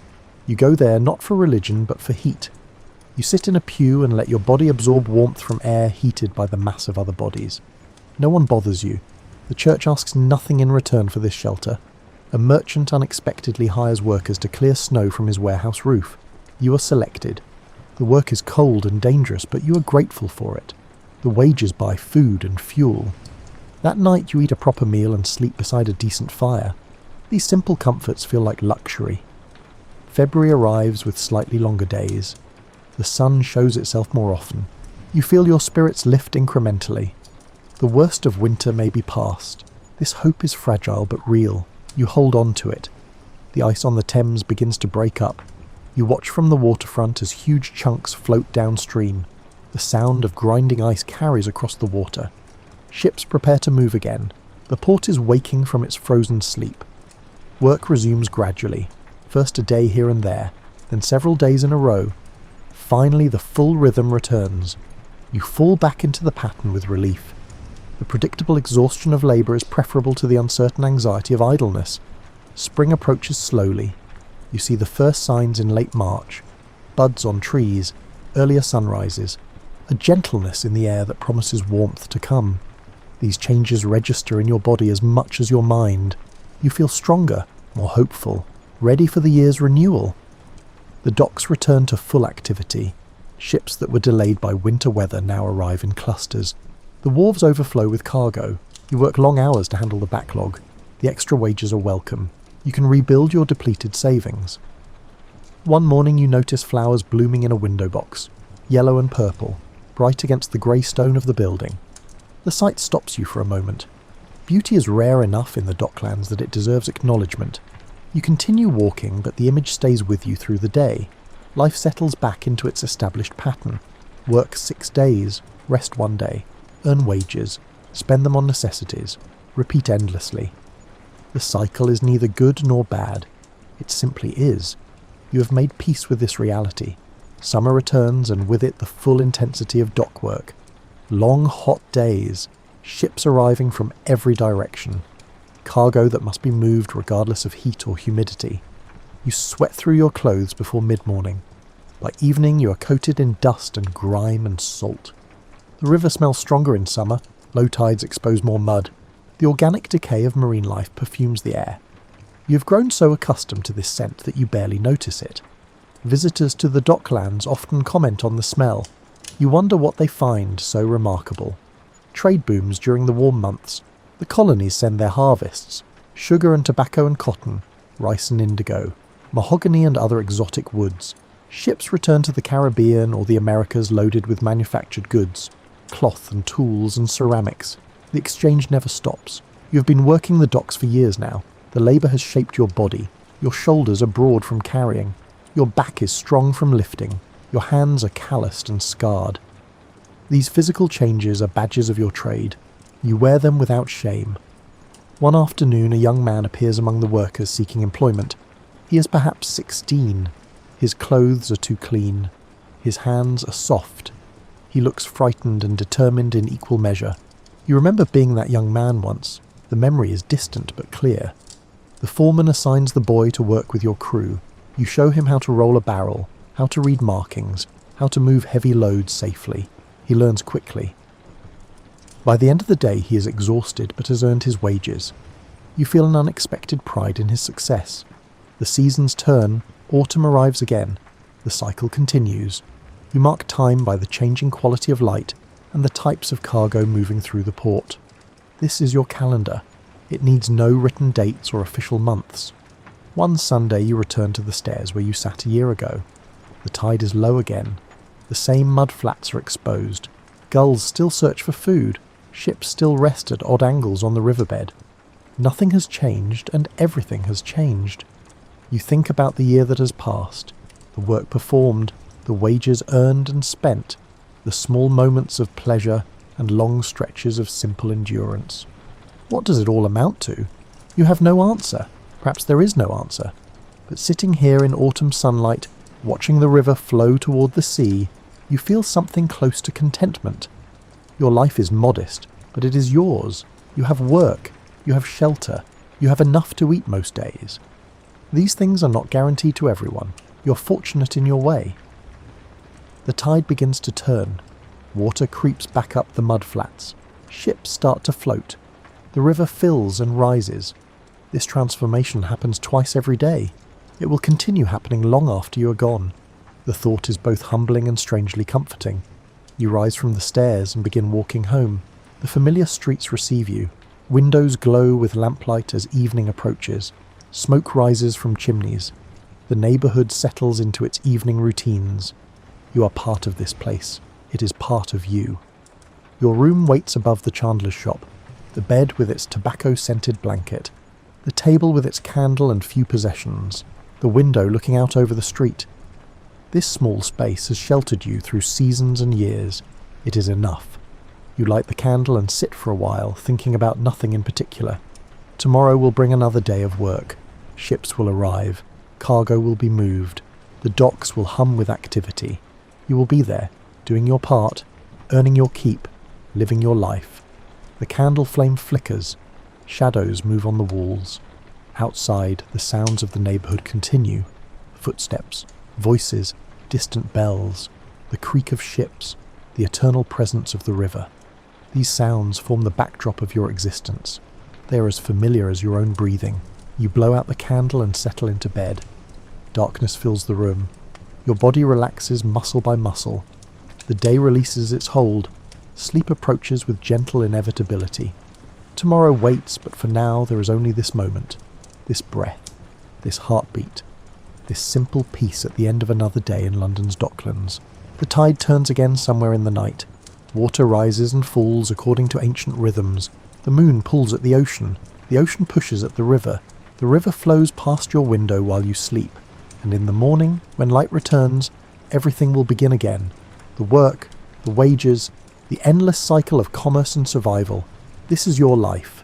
This has always been your life.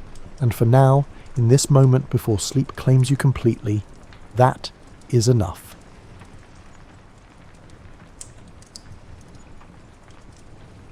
Imagine nothing, not darkness. Darkness requires something to be dark, not silence. Silence requires space for sound to not fill. Just nothing. And then, approximately 4.6 billion years ago, in a rather ordinary corner of an unremarkable galaxy, a cloud of dust and gas decided to do something interesting. This wasn't a dramatic moment with cosmic fireworks and celestial fanfare. It was more like watching cream slowly swirl into coffee, except the coffee was hydrogen and helium. The cream was various elements forged in the bellies of dead stars, and the whole thing was happening in the absolute zero of space. The cloud began to collapse under its own gravity, spinning faster as it contracted, the way an ice skater spins faster when pulling in their arms. At the centre of this spinning cloud, material accumulated and compressed until the pressure and temperature became so intense that hydrogen atoms began fusing into helium. Our sun flickered to life, not with a bang but with a gradual brightening, like someone slowly turning up a dimmer switch over the course of several million years. Around this newborn star, the remaining dust and gas continued to orbit, occasionally bumping into other particles, sticking together through simple physics and patient accumulation. These cosmic dust bunnies grew larger, their gravity pulling in more material, creating bodies that would eventually become planets. This process was less like construction and more like very slow, very violent pottery, with collisions serving as the potter's wheel. About 4.54 billion years ago, give or take 50 million years, because geological dating isn't an exact science at these scales. One of these protoplanets had grown large enough to warrant its own name. We call it Earth, though it bore absolutely no resemblance to the planet you're sitting on right now. Imagine taking everything lovely about Earth, the blue oceans, green forests and breathable atmosphere, and replacing it with a ball of molten rock spinning through the void like an angry ember. The young Earth was hot.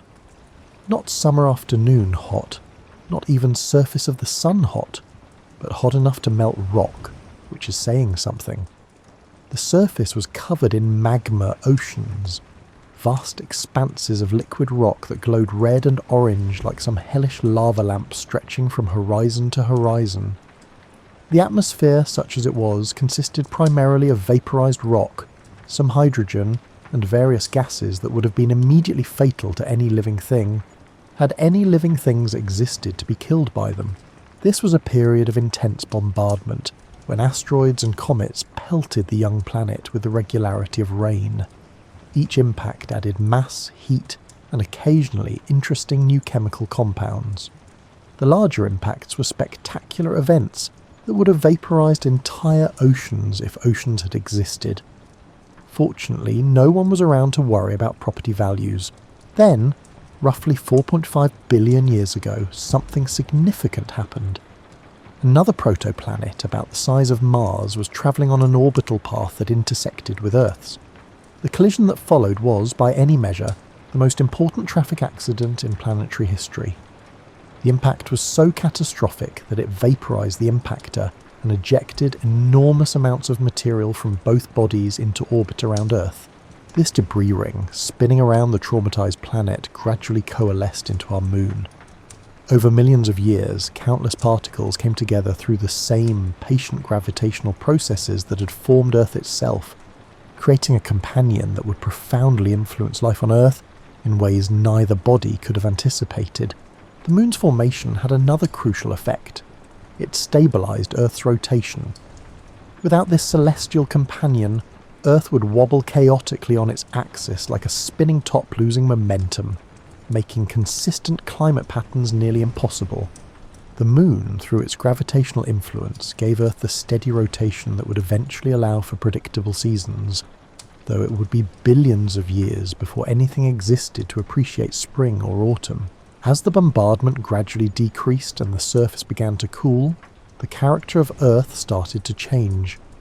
Instead of a uniform sphere of molten rock, differentiation began to occur. Heavier elements like iron and nickel sank toward the centre, creating Earth's dense core.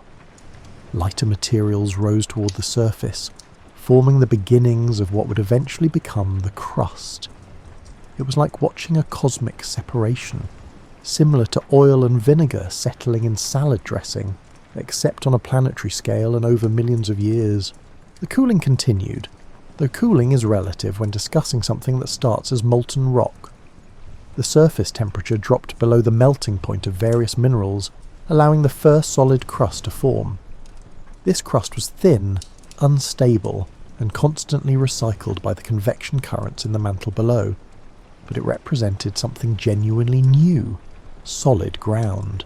Yet the planet remained profoundly inhospitable. The atmosphere was thick with carbon dioxide and water vapour, creating a greenhouse effect that kept surface temperatures at levels that would have felt comfortable only to the molten rock that still occasionally breached the surface through volcanic activity.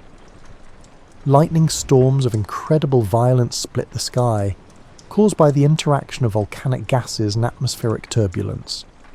The landscape was barren, dark, and dotted with active volcanoes that regularly resurfaced the thin crust with fresh lava. But within this violence, something remarkable was occurring. The volcanic activity that made the surface so hostile was also releasing water vapour that had been locked in the planet's interior. This water vapour rose into the atmosphere, gradually accumulating until the atmosphere became saturated with it. Like a sponge that can hold no more liquid, the stage was being set for the next great transformation, though it would require patience, the kind of patience that only geology possesses. Picture the moment when Earth's atmosphere finally cooled enough for something magical to happen. After millions of years of accumulation, the water vapour in the atmosphere reached a critical threshold. For the first time in planetary history, the surface temperature dropped below the boiling point of water at atmospheric pressure. What happened next was, quite literally, the longest rainstorm in Earth's history. It rained, and it rained, and it rained some more. This wasn't a spring shower or even a monsoon season. This was a rain event that lasted, and here's where geology's sense of time becomes almost comical. Possibly thousands of years. Imagine setting your watch for the beginning of recorded human history and watching it rain constantly until today. That gives you a sense of the scale we're discussing. The water fell on rock so hot it instantly vaporized, shooting back into the atmosphere as steam. But each time this happened, the rock cooled slightly. Eventually, after countless cycles of rain, evaporation and more rain, the surface temperature dropped enough for water to remain liquid. The first puddles formed, then pools, then seas, and finally vast oceans that covered much of the planet's surface. These early oceans were nothing like the sparkling blue waters you might visit on vacation. They were hot, perhaps close to the boiling point in many places. They were acidic and rich in dissolved minerals and gases from volcanic activity. The water was likely greenish-brown or grey, coloured by dissolved iron and other metals. If you could somehow have stood on the shore of this primordial ocean, you would have seen a scene from a science fiction nightmare. Steaming waters under a thick orange-grey atmosphere, with volcanic islands dotting the horizon and lightning constantly illuminating the clouds. Yet these hostile waters were paradoxically preparing to become the birthplace of all life on Earth. The ocean served as a vast chemical laboratory, mixing minerals from the rocks with gases from the atmosphere and energy from volcanic vents, lightning, and the fierce ultraviolet radiation that penetrated the early atmosphere. In tide pools and near hydrothermal vents, complex chemical reactions began to occur. The early Earth had no oxygen in its atmosphere, at least not molecular oxygen as we know it. This would have been immediately fatal to most modern organisms, but it created perfect conditions for the chemistry that would eventually lead to life. Without oxygen to break down organic molecules, complex carbon compounds could accumulate and interact in ways that wouldn't be possible in today's oxidizing atmosphere. Water itself was the crucial ingredient. Water is an extraordinary solvent, capable of dissolving and transporting a remarkable range of chemical compounds. It facilitates reactions that would be impossible in dry conditions. Its unique properties, expanding when frozen, having high surface tension, being most dense at 4 degrees Celsius rather than at its freezing point, would prove essential for life. Though this wouldn't become apparent for hundreds of millions of years, the formation of stable oceans marked another crucial development: the water cycle. Water evaporated from the oceans, formed clouds, fell as rain on the continents, and flowed back to the seas through rivers and streams. This cycle would eventually become one of Earth's most important processes for distributing heat, shaping the landscape, and creating diverse environments where life could thrive. But the early Earth's surface was still dramatically different from today. There were no continents as we understand them, no vast land masses with diverse geography. Instead, volcanic islands and small proto-continents rose above the ocean surface, constantly being reshaped by ongoing volcanic activity and the earliest forms of plate tectonics. These land masses were barren rock, weathering slowly under the assault of acidic rain, and being ground down by the mechanical action of waves and temperature changes. This weathering process was crucial for what came next. As rocks broke down, they released minerals into the oceans, enriching the chemical soup that filled Earth's seas. Essential elements like phosphorus, sulfur, and various trace metals dissolved into the water, creating the diverse chemical environment that life would eventually require. The seafloor during this period was a landscape of extremes. Hydrothermal vents punctured the ocean floor, releasing superheated water rich in dissolved minerals and gases. Around these vents, chemical gradients created zones where different reactions could occur.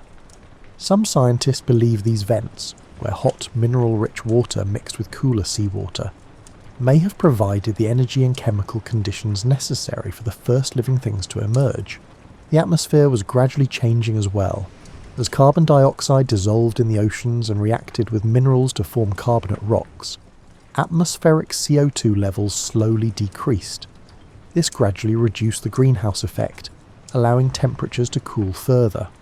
It was a negative feedback loop that would eventually help stabilise Earth's climate, though eventually means over hundreds of millions of years. During this era, the Moon was much closer to Earth than it is today, perhaps half its current distance. This proximity created tides of almost unimaginable power. Twice daily, the ocean would surge and retreat across vast stretches of shoreline, driven by gravitational forces far stronger than today's tides. These powerful tides created dynamic transitional zones between ocean and land, environments where water, air and rock constantly interacted. These tidal zones may have been crucibles for early chemical evolution. The repeated cycles of wetting and drying and heating and cooling created conditions where complex molecules could form, concentrate and interact in ways that might not occur in open water. In the pools left behind by retreating tides, organic compounds could accumulate and undergo reactions driven by sunlight, heat from nearby volcanic activity, and the simple mechanics of evaporation and concentration. The stage was set. Earth now had stable oceans, a recycling water cycle, diverse chemical environments, and energy sources ranging from volcanic heat to ultraviolet radiation. In the cosmic sense, the planet was ready for its most important transition, from a world of chemistry to a world of biology. Though no one was waiting and nothing was planned, the conditions were right for something unprecedented in the known universe, the emergence of life, somewhere around 3.8 to 4 billion years ago. And please forgive the imprecision, but we're trying to date events that left barely a chemical whisper in the rocks. Something extraordinary happened. In some warm pool, or near some hydrothermal vent, or in some other environment we might never definitively identify, chemistry became biology. We need to be honest here. We don't know exactly how this happened. Scientists have proposed various scenarios: the primordial soup hypothesis, the metabolism first theory, and the RNA world concept. But the truth is that the origin of life remains one of science's most fascinating unsolved mysteries. What we do know is that at some point chemical systems began to do something they hadn't done before. They began to reproduce themselves. Imagine the first living thing, if we can even call it that. It wasn't a cell as we'd recognise one today, with all the complex machinery that even the simplest modern bacteria possess. It was probably something much simpler. Perhaps just a self-replicating molecule, enclosed in some kind of membrane that separated it from its environment. This humble beginning, this first tentative step from chemistry to biology, was arguably the most important moment in Earth's history. These first life forms, whatever they were, would have been extraordinarily simple by modern standards. They didn't photosynthesize, didn't respirate oxygen, which didn't exist in the atmosphere anyway, and probably didn't do much of anything except the bare minimum required to maintain their existence and occasionally reproduce. Yet they possess something that no mere chemical reaction has: the ability to pass information to their descendants. Life, even in its most primitive form, involves information. The first living things carried instructions, probably in the form of RNA or something RNA-like, that determined their structure and function. When they reproduced, they copied these instructions, and occasionally the copying process introduced errors. Most errors were harmful, causing the offspring to function poorly or not at all. But occasionally, purely by chance, an error would produce something that worked slightly better under the existing conditions. This is evolution in its purest form, random variation combined with non-random selection. The organisms that functioned better in their environment were more likely to survive and reproduce, passing their advantageous characteristics to their descendants. Over millions of years, this simple process would transform simple replicating molecules into the astonishing diversity of life we see today. The early biosphere, if we can call it that, was entirely microbial. For more than 1 billion years, Earth was a planet of microscopic organisms living in the oceans, in rocks, and possibly in the thin film of moisture that occasionally covered land surfaces. These organisms were all prokaryotes, cells without a nucleus or other membrane-bound organelles. They were simpler than any modern cell, yet they were alive, metabolizing, reproducing, and slowly, imperceptibly changing. These early microbes developed various strategies for obtaining energy. Some probably fed on organic molecules that formed through non-biological chemical reactions. Others might have used chemical gradients around hydrothermal vents to power their metabolism. Still others developed the ability to use sunlight to drive chemical reactions, though these early forms of photosynthesis were quite different from the oxygen-producing version we're familiar with today. The ocean during this era would have looked alien to modern eyes. The water had a distinctly different colour, perhaps greenish-brown from dissolved iron, or tinged with other colours from various dissolved minerals. The atmosphere above was still dominated by carbon dioxide, nitrogen and water vapour, with little or no oxygen. Ultraviolet radiation from the sun beat down on the surface with an intensity that would be lethal to most modern organisms, since there was no ozone layer to filter it out. Yet life persisted and gradually became more sophisticated. Somewhere around 3.5 billion years ago, microbes began building structures called stromatolites, layered mounds of sediment and microbial mats that we can still see fossilised in rocks of appropriate age. These stromatolites are among our best evidence for early life, preserved communities of microorganisms that grew, died, and were covered by sediment, only to be colonised by new generations of microbes that repeated the process. If you'd visited a stromatolite covered shore 3.5 billion years ago, you might have seen low, rounded mounds rising from the shallow water, their surfaces covered with a greenish or brownish slime. Mats of microbes living in communities, each species occupying its preferred depth based on its tolerance for light, oxygen, and various chemical compounds. These were Earth's first ecosystems, communities of organisms interacting with each other and their environment in ways that transformed both. The development of photosynthesis was a crucial milestone, though it happened gradually and in stages. Early photosynthetic organisms used hydrogen sulfide or other compounds as an electron source rather than water. They produced sulfur or other byproducts rather than oxygen. These organisms could harvest energy from sunlight, using it to convert carbon dioxide into organic compounds. It was a neat trick that gave photosynthetic organisms a significant advantage over those that relied on chemical energy sources. But then, probably around 2.7 to 2.5 billion years ago, something revolutionary occurred. Some microbes, probably ancestors of modern cyanobacteria, evolved the ability to use water as an electron source for photosynthesis. This was a genuine innovation because water is abundant, unlike hydrogen sulfide, which is limited to specific environments like hydrothermal vents. There was just one small problem with this new form of photosynthesis. It produced oxygen as a waste product. Oxygen is wonderful stuff if you're an organism that has evolved to use it. It's extraordinarily reactive, which makes it perfect for extracting energy from food molecules efficiently. Aerobic metabolism, respiration using oxygen, yields far more energy per glucose molecule than any form of anaerobic metabolism.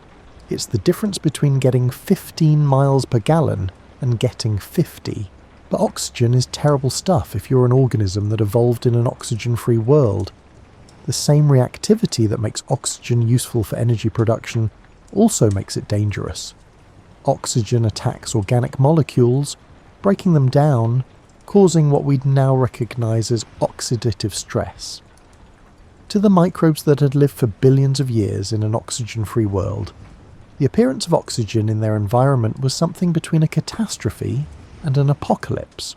As oxygen-producing cyanobacteria spread across the oceans, they began pumping oxygen into the water.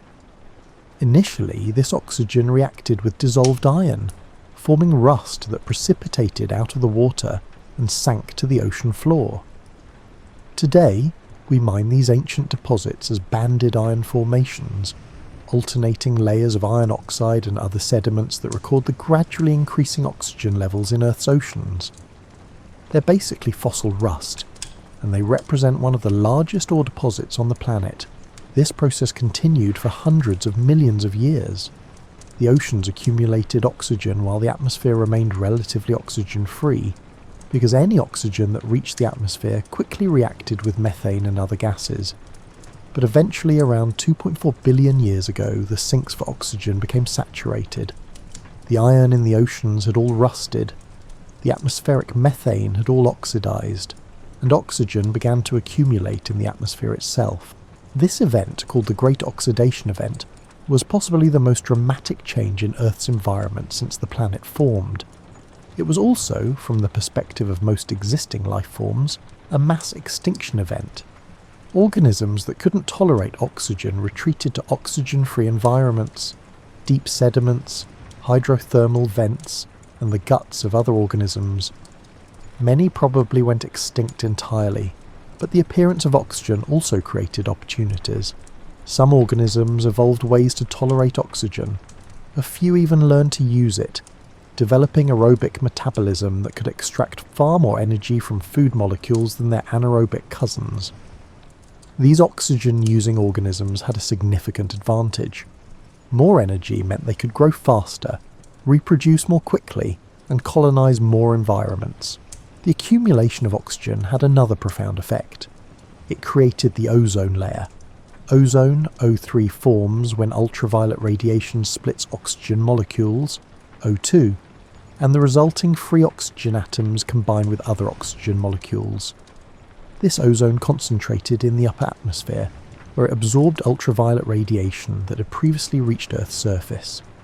The ozone layer effectively gave Earth a sunscreen, protecting surface-dwelling organisms from the genetic damage caused by intense UV radiation. But then something strange happened. Around 2.4 billion years ago, shortly after oxygen began accumulating in the atmosphere, Earth experienced what geologists call the Huronian glaciation, the first, and possibly longest, of several snowball Earth events. For hundreds of millions of years, ice may have covered most or all of Earth's surface from pole to pole, extending even to the equator. How does a planet that had been warm enough for liquid oceans suddenly freeze solid? The culprit was probably the Great Oxidation Event itself. Remember all that methane in the atmosphere? Methane is a powerful greenhouse gas. When oxygen reacted with and removed atmospheric methane, it dramatically reduced the greenhouse effect. Without methane trapping heat, Earth's temperature plummeted.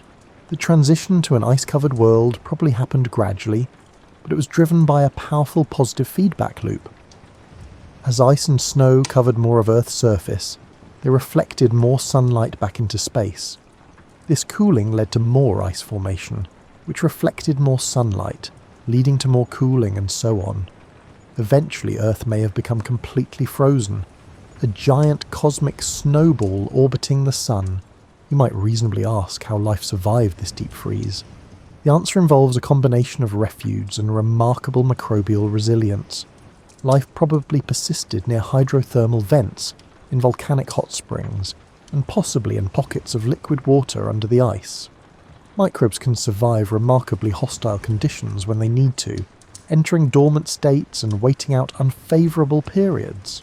The end of Snowball Earth required another feedback mechanism. Volcanic activity continued even under the ice, steadily pumping carbon dioxide into the atmosphere. Normally, this CO2 would be removed by weathering of rocks and dissolved in the oceans. But with Earth's surface frozen, these processes essentially stopped. CO2 accumulated for millions of years until the greenhouse effect became strong enough to begin melting the ice. Once melting started, the same feedback loop that had frozen the planet now worked in reverse. Less ice meant less reflection of sunlight, which meant warming, which meant more melting, and so on. The transition from snowball Earth to greenhouse conditions might have been relatively rapid, perhaps only a few thousand years, which is the blink of an eye in geological terms. When the ice melted, it revealed a planet transformed. The long freeze had been a severe test, and many lineages probably didn't survive, but those that did emerged into a world with new possibilities. The stage was being set for the next great evolutionary innovation, the complex cell. For more than 2 billion years after life first appeared, Earth remained a planet of prokaryotes, simple cells without internal membrane-bound structures. These cells accomplished remarkable things, developing photosynthesis, nitrogen fixation, and various forms of metabolism. But they remained fundamentally simple in their architecture. Then, somewhere around 2 billion years ago, something unprecedented happened. A larger prokaryote engulfed a smaller one, perhaps intending to digest it for food.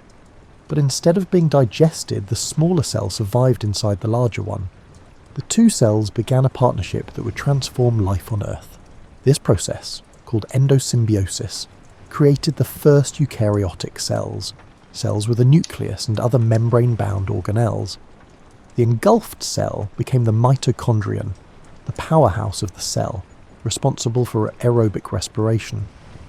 This partnership was spectacularly successful because it combined the larger cell's ability to move and acquire resources with the smaller cell's efficient, oxygen-based metabolism. Later, some of these early eukaryotes engulfed photosynthetic cyanobacteria, which became chloroplasts. This second endosymbiotic event created the first algae, and eventually led to all photosynthetic eukaryotes, including the plants that would eventually colonize land. The eukaryotic cell was like upgrading from a studio apartment to a mansion with multiple specialized rooms. Mitochondria handled energy production. The nucleus protected genetic material and controlled gene expression. Various other organelles specialized in protein synthesis, waste processing, and other functions. This specialization allowed eukaryotes to become much more complex than their prokaryotic ancestors. With this new complexity came new possibilities. Eukaryotic cells could be larger, sometimes much larger, than prokaryotes. They could develop new structures and capabilities, and crucially, they could eventually do something prokaryotes couldn't. They could aggregate into multicellular organisms where different cells specialized in different functions. The first multicellular eukaryotes probably appeared around 1.5 to 2 billion years ago, though the exact timing is debated. These early multicellular forms were simple, perhaps just clusters of similar cells that offered advantages like increased size and some protection from predators, but they represented a new strategy for life, one that would eventually lead to all the complex organisms we see today. For a long time, possibly a billion years or more, these early multicellular organisms remained relatively simple. Life during this era, sometimes called the boring billion, proceeded without dramatic changes.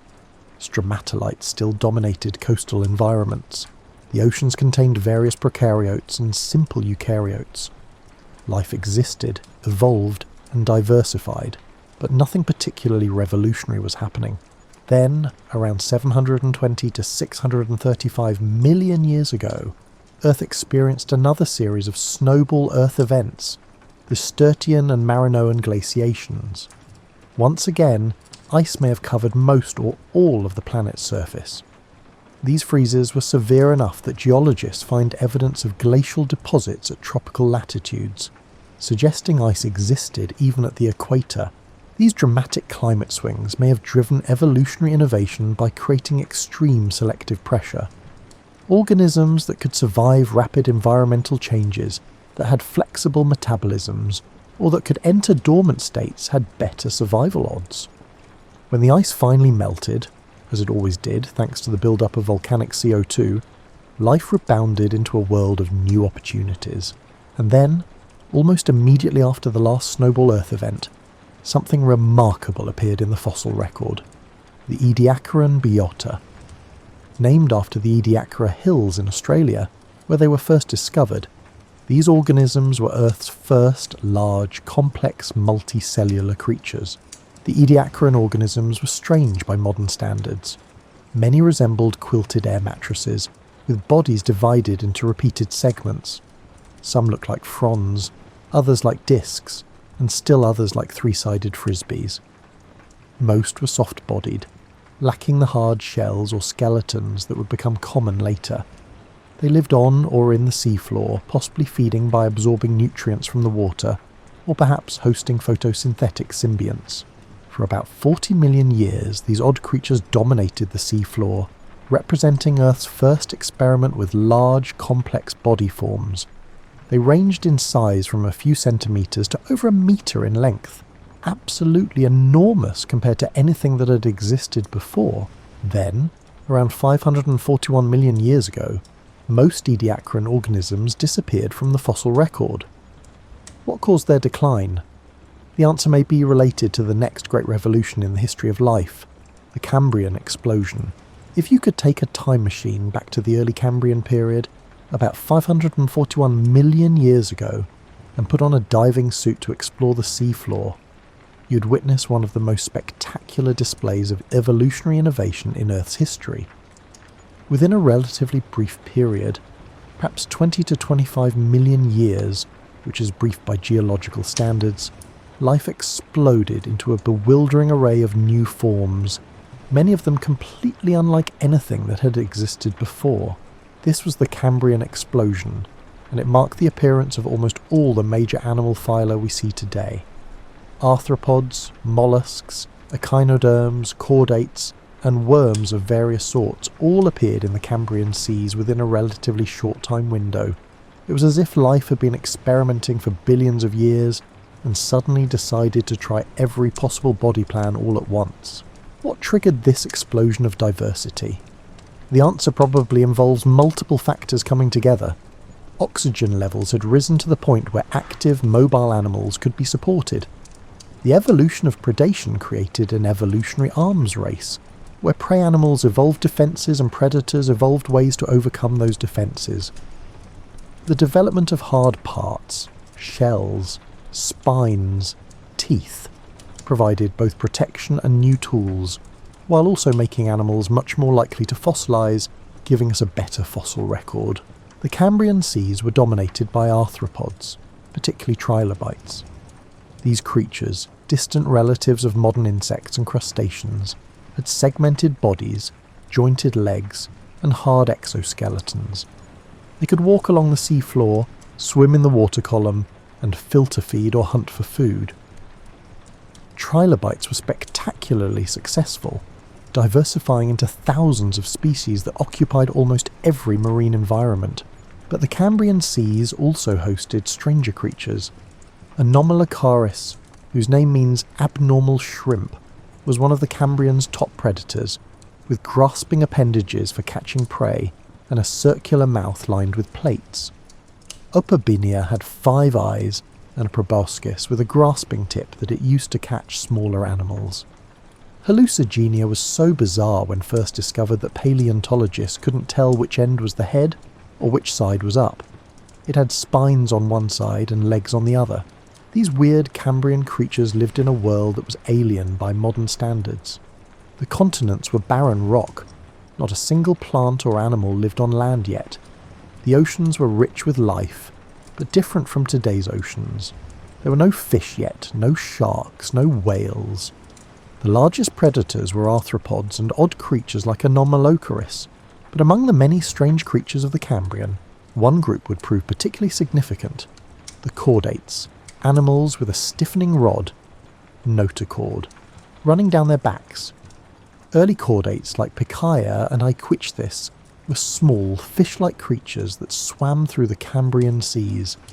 They weren't impressive compared to the armoured trilobites or the grasping Anomalocaridids, yet they carried within their body plan the basic architecture that would eventually give rise to fish, amphibians, reptiles, birds, mammals, and eventually you. The Cambrian period established patterns that would shape life for the next 500 million years.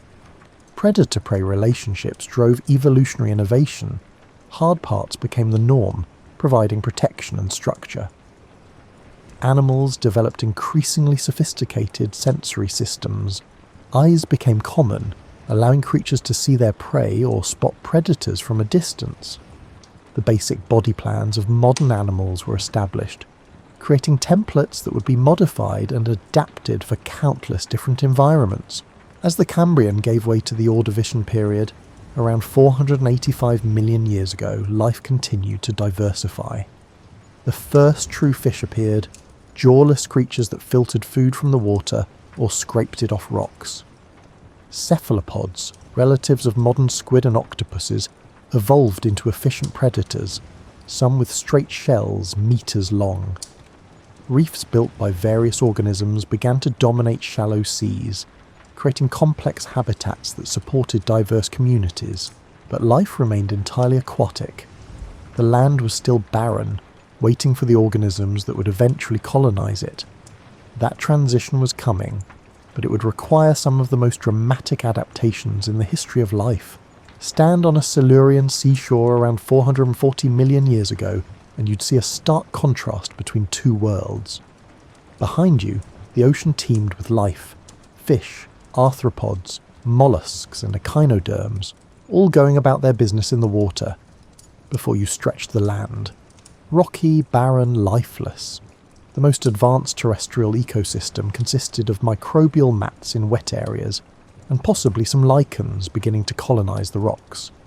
There were no trees, no grass, no flowers, no insects, no birds, and no mammals. Just bare rock weathering under the sun. But in the shallow waters and tidal zones, something revolutionary was beginning.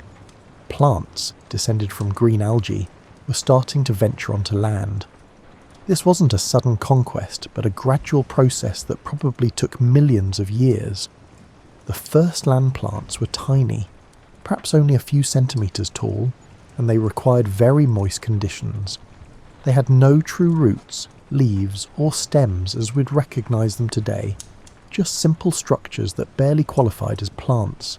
The challenge of living on land was immense. In the water, organisms are supported by buoyancy, surrounded by moisture, and protected from temperature extremes. On land, gravity pulls harder, the air is dry, temperatures fluctuate wildly, and UV radiation is more intense. To survive on land, organisms needed to solve all these problems simultaneously. Early land plants developed several crucial innovations. They evolved a waxy coating called a cuticle to prevent water loss. They developed simple conducting tissues to transport water from the ground to their growing tips. They formed associations with fungi that helped them extract nutrients from the thin soils developing on weathered rock. These plant-fungal partnerships, called mycorrhizae, were so successful that they persist in most modern plants today. By the Devonian period, around 420 million years ago, land plants had diversified dramatically. Some developed true roots that could penetrate deeper into the soil, anchoring larger plants and accessing more water. Others evolved vascular tissue, specialized cells for conducting water and nutrients that allowed them to grow taller. The race for sunlight had begun, and plants responded by reaching upward. The first forests appeared during the Middle Devonian, though they would have looked alien to modern eyes. They were dominated by tree-sized club mosses, horsetails and ferns, groups that today are mostly small plants. These early trees could reach heights of over 30 meters, creating the first complex terrestrial ecosystems. Their roots broke up rock, accelerating weathering and soil formation. When they died and fell, they created habitats for other organisms. Life was transforming the landscape, but plants didn't colonize land alone. They were followed, or perhaps accompanied, by animals. The first terrestrial animals were probably arthropods, millipedes and centipedes, and possibly early arachnids. These creatures likely began as coastal or semi-aquatic organisms that gradually adapted to terrestrial life. They had advantages for land living. Their exoskeletons provided structural support and protection from drying, and their jointed legs worked well for walking on irregular surfaces. By the late Devonian, around 375 million years ago, insects had appeared and were beginning to diversify. Some evolved wings, becoming the first animals capable of powered flight. This innovation opened new dimensions of terrestrial space, allowing insects to disperse widely, escape predators, and eventually pollinate plants. But the most dramatic transition to land was being made by a group of fish. In the shallow waters and swamps of the Devonian, some fish had evolved muscular, lobed fins that could support their weight and lungs that could extract oxygen from air. These lobe-finned fish could haul themselves out of the water and move across land, possibly to reach new water bodies or escape predators. Creatures like Tiktaalik represented an intermediate stage between fish and tetrapods, four-legged vertebrates. They had fins with bones that corresponded to our upper arm, forearm, and something resembling a wrist. They had lungs and gills, a flat head that could support the weight when out of water, and a flexible neck. Tiktaalik could do push-ups with its front fins, lifting its head above water to breathe air or look around. Over millions of years, these fish-like creatures gave rise to true tetrapods, animals with four limbs rather than fins. Early tetrapods like Acanthostega still spent most of their time in water, but they had digits, fingers and toes, rather than fin rays. They represented a commitment to the new lifestyle that land offered, even though they weren't yet fully terrestrial. By the Carboniferous period, around 350 million years ago, tetrapods had fully transitioned to land. Amphibians diversified into numerous forms, from small salamander-like creatures to massive beasts several meters long. These early amphibians still required water for reproduction. Their eggs had no shell and would dry out in air, but they could live entirely on land as adults. The Carboniferous world would have been a strange place to visit. The forests were dominated by enormous club mosses and horsetails, creating swampy environments where dead plant material accumulated faster than it could decay.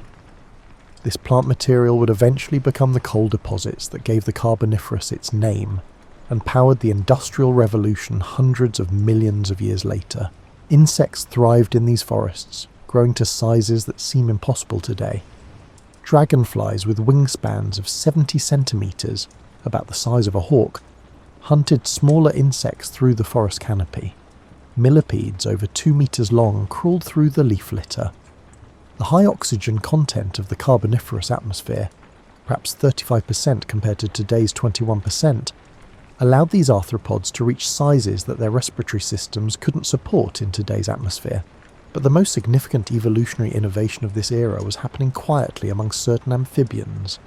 Some lineages were developing eggs with shells, eggs that could be laid on land rather than in water. This amniotic egg, with its protective shell and internal membrane, freed vertebrates from their dependence on water for reproduction. The animals that developed this innovation would give rise to all reptiles, birds and mammals. As the Carboniferous gave way to the Permian period around 299 million years ago, Earth entered a new phase. The continents, which had been scattered during earlier periods, were gradually colliding to form a supercontinent called Pangaea, Greek for all Earth. This massive landmass stretched from pole to pole, surrounded by a single vast ocean called Panthalassa. The formation of Pangaea had profound effects on climate and life. With one giant continent, the interior regions were far from any ocean, creating extensive deserts with extreme temperature ranges. Coastal regions experienced monsoon patterns, with wet and dry seasons of unusual intensity. The climate overall was becoming drier and more seasonal. Amniotes, animals with shelled eggs, diversified into 2 main groups. The synapsids, which would eventually give rise to mammals, became the dominant large land animals of the Permian. Many were spectacular creatures.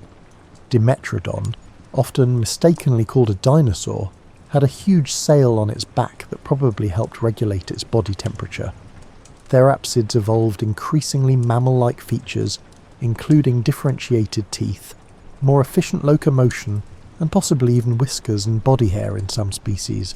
The other major group, the sauropsids, included all modern reptiles and would eventually give rise to dinosaurs and birds. These creatures were exploring different solutions to the challenges of terrestrial life, particularly the problem of regulating body temperature without the constant presence of water for cooling. But then, 252 million years ago, Earth experienced the most catastrophic extinction event in its history. The Permian Triassic extinction, sometimes called the Great Dying. Over a period that might have lasted from tens of thousands to hundreds of thousands of years, approximately 96% of all marine species and 70% of terrestrial vertebrate species went extinct.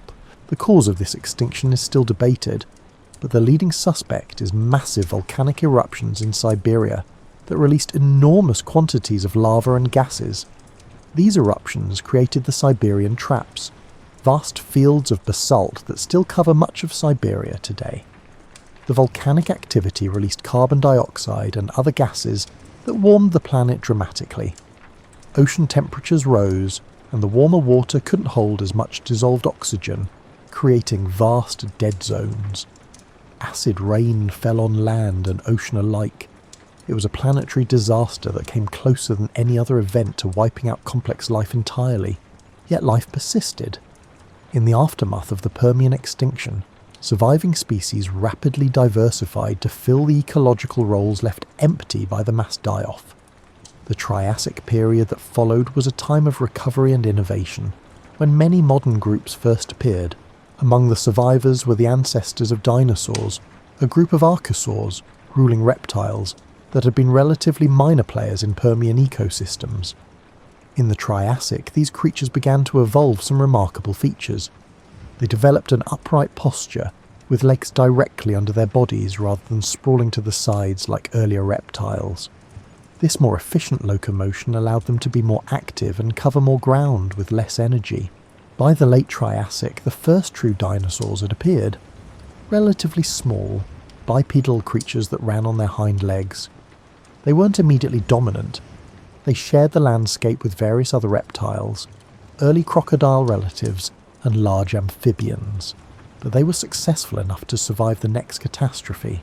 At the end of the Triassic, around 201 million years ago, another mass extinction event, probably caused by more massive volcanic eruptions, eliminated many of the groups that had been competing with dinosaurs. The dinosaurs survived and, in the Jurassic period that followed, exploded into remarkable diversity. The Jurassic and Cretaceous periods, 2 to 66 million years ago, were the age of dinosaurs, when these creatures came to dominate terrestrial ecosystems in ways no group had before or has since. They ranged in size from chicken-sized predators to the largest land animals that ever lived, sauropods like Argentinosaurus that may have weighed over 70 tons, the equivalent of about 12 elephants. Dinosaurs evolved into every conceivable ecological role. There were predators like Allosaurus and Tyrannosaurus rex, herbivores like Stegosaurus and Triceratops, omnivores, insectivores, and possibly even some that fed primarily on fish or carrion. Some ran on 2 legs, others on 4. Some were armoured with plates and spikes. Others relied on speed or size for defence. Some were solitary, others lived in herds. They adapted to environments ranging from polar forests to deserts to swamps. But dinosaurs weren't the only remarkable creatures of this era. In the Jurassic, one group of small feathered dinosaurs evolved the ability to fly, giving rise to birds. The first birds, like Archaeopteryx, retained many dinosaurian features: teeth, bony tails, clawed fingers, but they could fly, opening new ecological opportunities. In the oceans, reptiles had returned to aquatic life. Ichthyosaurs, shaped like dolphins, were fast-swimming predators that gave birth to live young in the water. Plesiosaurs, with their long necks and flippers, hunted fish and squid. Mosasaurs, which appeared in the Cretaceous, grew to lengths of over 15 metres and were apex predators of the seas. Meanwhile, mammals, descendants of those mammal-like synapsids from the Permian, were present throughout the Mesozoic era, but remained relatively small and mostly nocturnal. They had evolved fur, warm-bloodedness, and sophisticated teeth, but they couldn't compete with dinosaurs for the dominant ecological roles. For over 150 million years, mammals remained in the shadows, living in the margins of a world ruled by reptiles. The flowering plants, angiosperms, appeared in the Cretaceous around 130 million years ago and quickly became the dominant land plants. These plants had evolved flowers and fruits, structures designed to attract pollinators and seed dispersers. The partnership between flowering plants and insects, and eventually birds and mammals, created new complexity in terrestrial ecosystems. Butterflies and bees evolved to pollinate specific flowers. Trees evolved fruits to entice animals to disperse their seeds. By the late Cretaceous, Earth's ecosystems had reached a level of complexity comparable to today's. There were diverse forests, grasslands, wetlands and deserts. Food webs were intricate, with multiple trophic levels and specialised relationships between species. The planet was teeming with life, from microscopic plankton to enormous dinosaurs, from flowering plants to social insects. And then, 66 million years ago, something fell from the sky. Imagine being in what's now the Yucatan Peninsula in Mexico on a day 66 million years ago.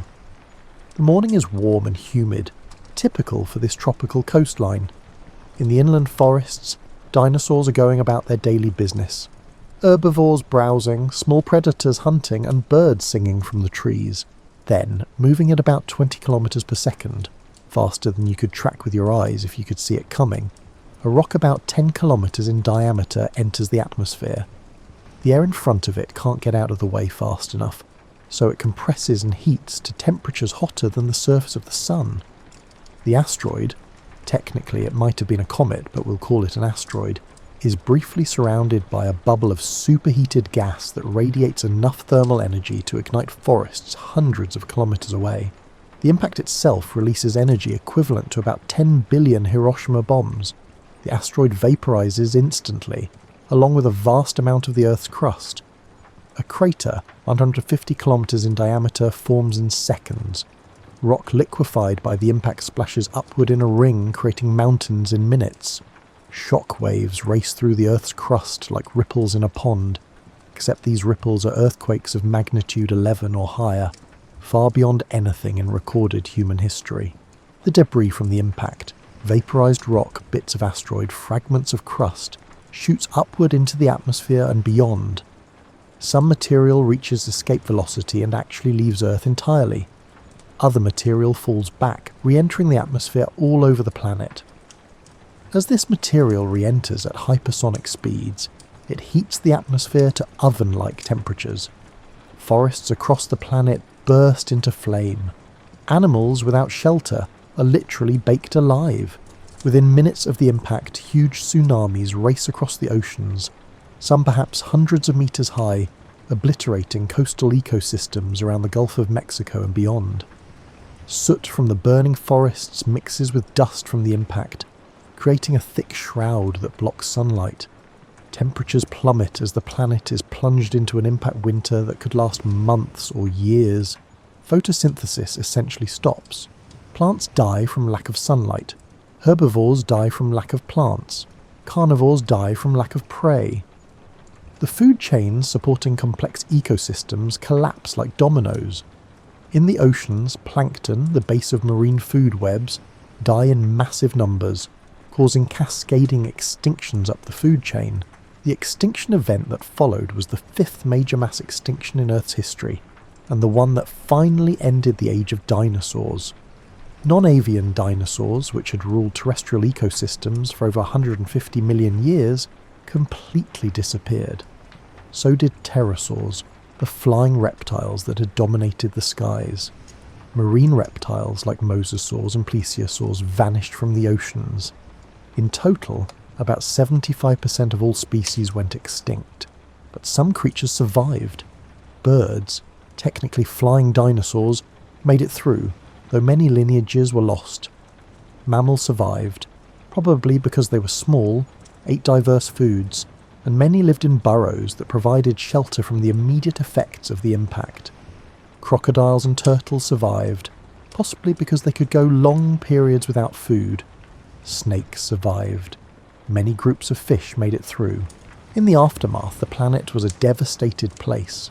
The forests were gone, replaced by vast expanses of dead trees and ash. The oceans were depleted of life. The survivors found themselves in a world with empty ecological niches and reduced competition.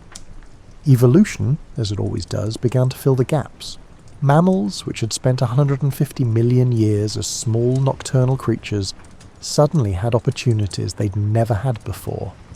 Within a few million years, a blink of an eye in geological time, they had diversified into hundreds of new forms. Some remained small, but others grew larger, filling the ecological roles previously occupied by dinosaurs. By 50 million years ago, mammals had become the dominant large animals on land. There were massive herbivores, fearsome predators, and creatures adapted for every environment from deserts to forests to oceans. Some mammals even returned to the sea, giving rise to whales and dolphins. Others took to the air, evolving into bats. The age of mammals had begun.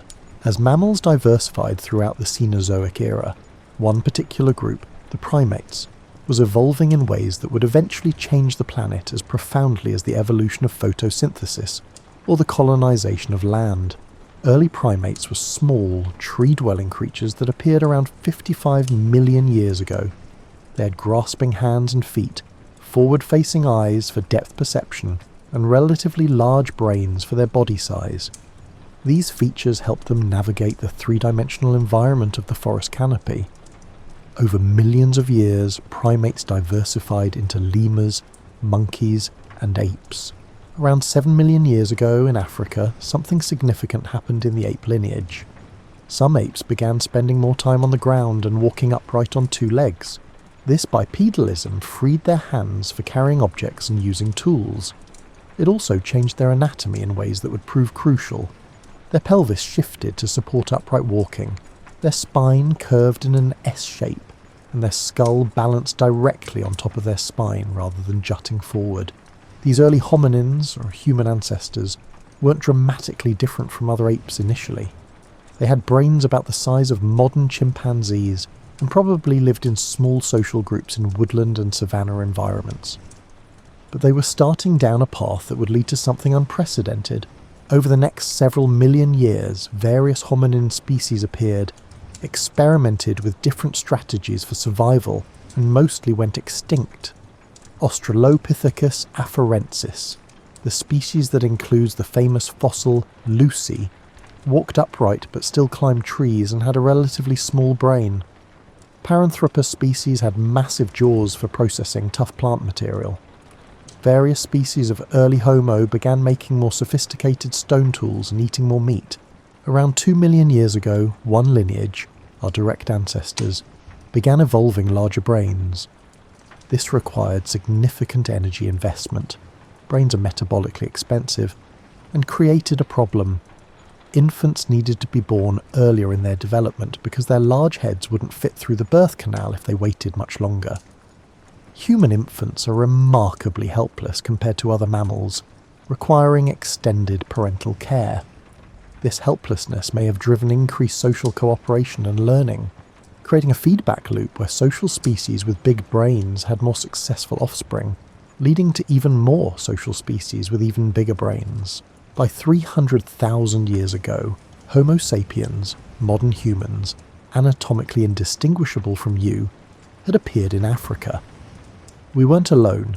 Several other human species existed, including Neanderthals in Europe and Denisovans in Asia.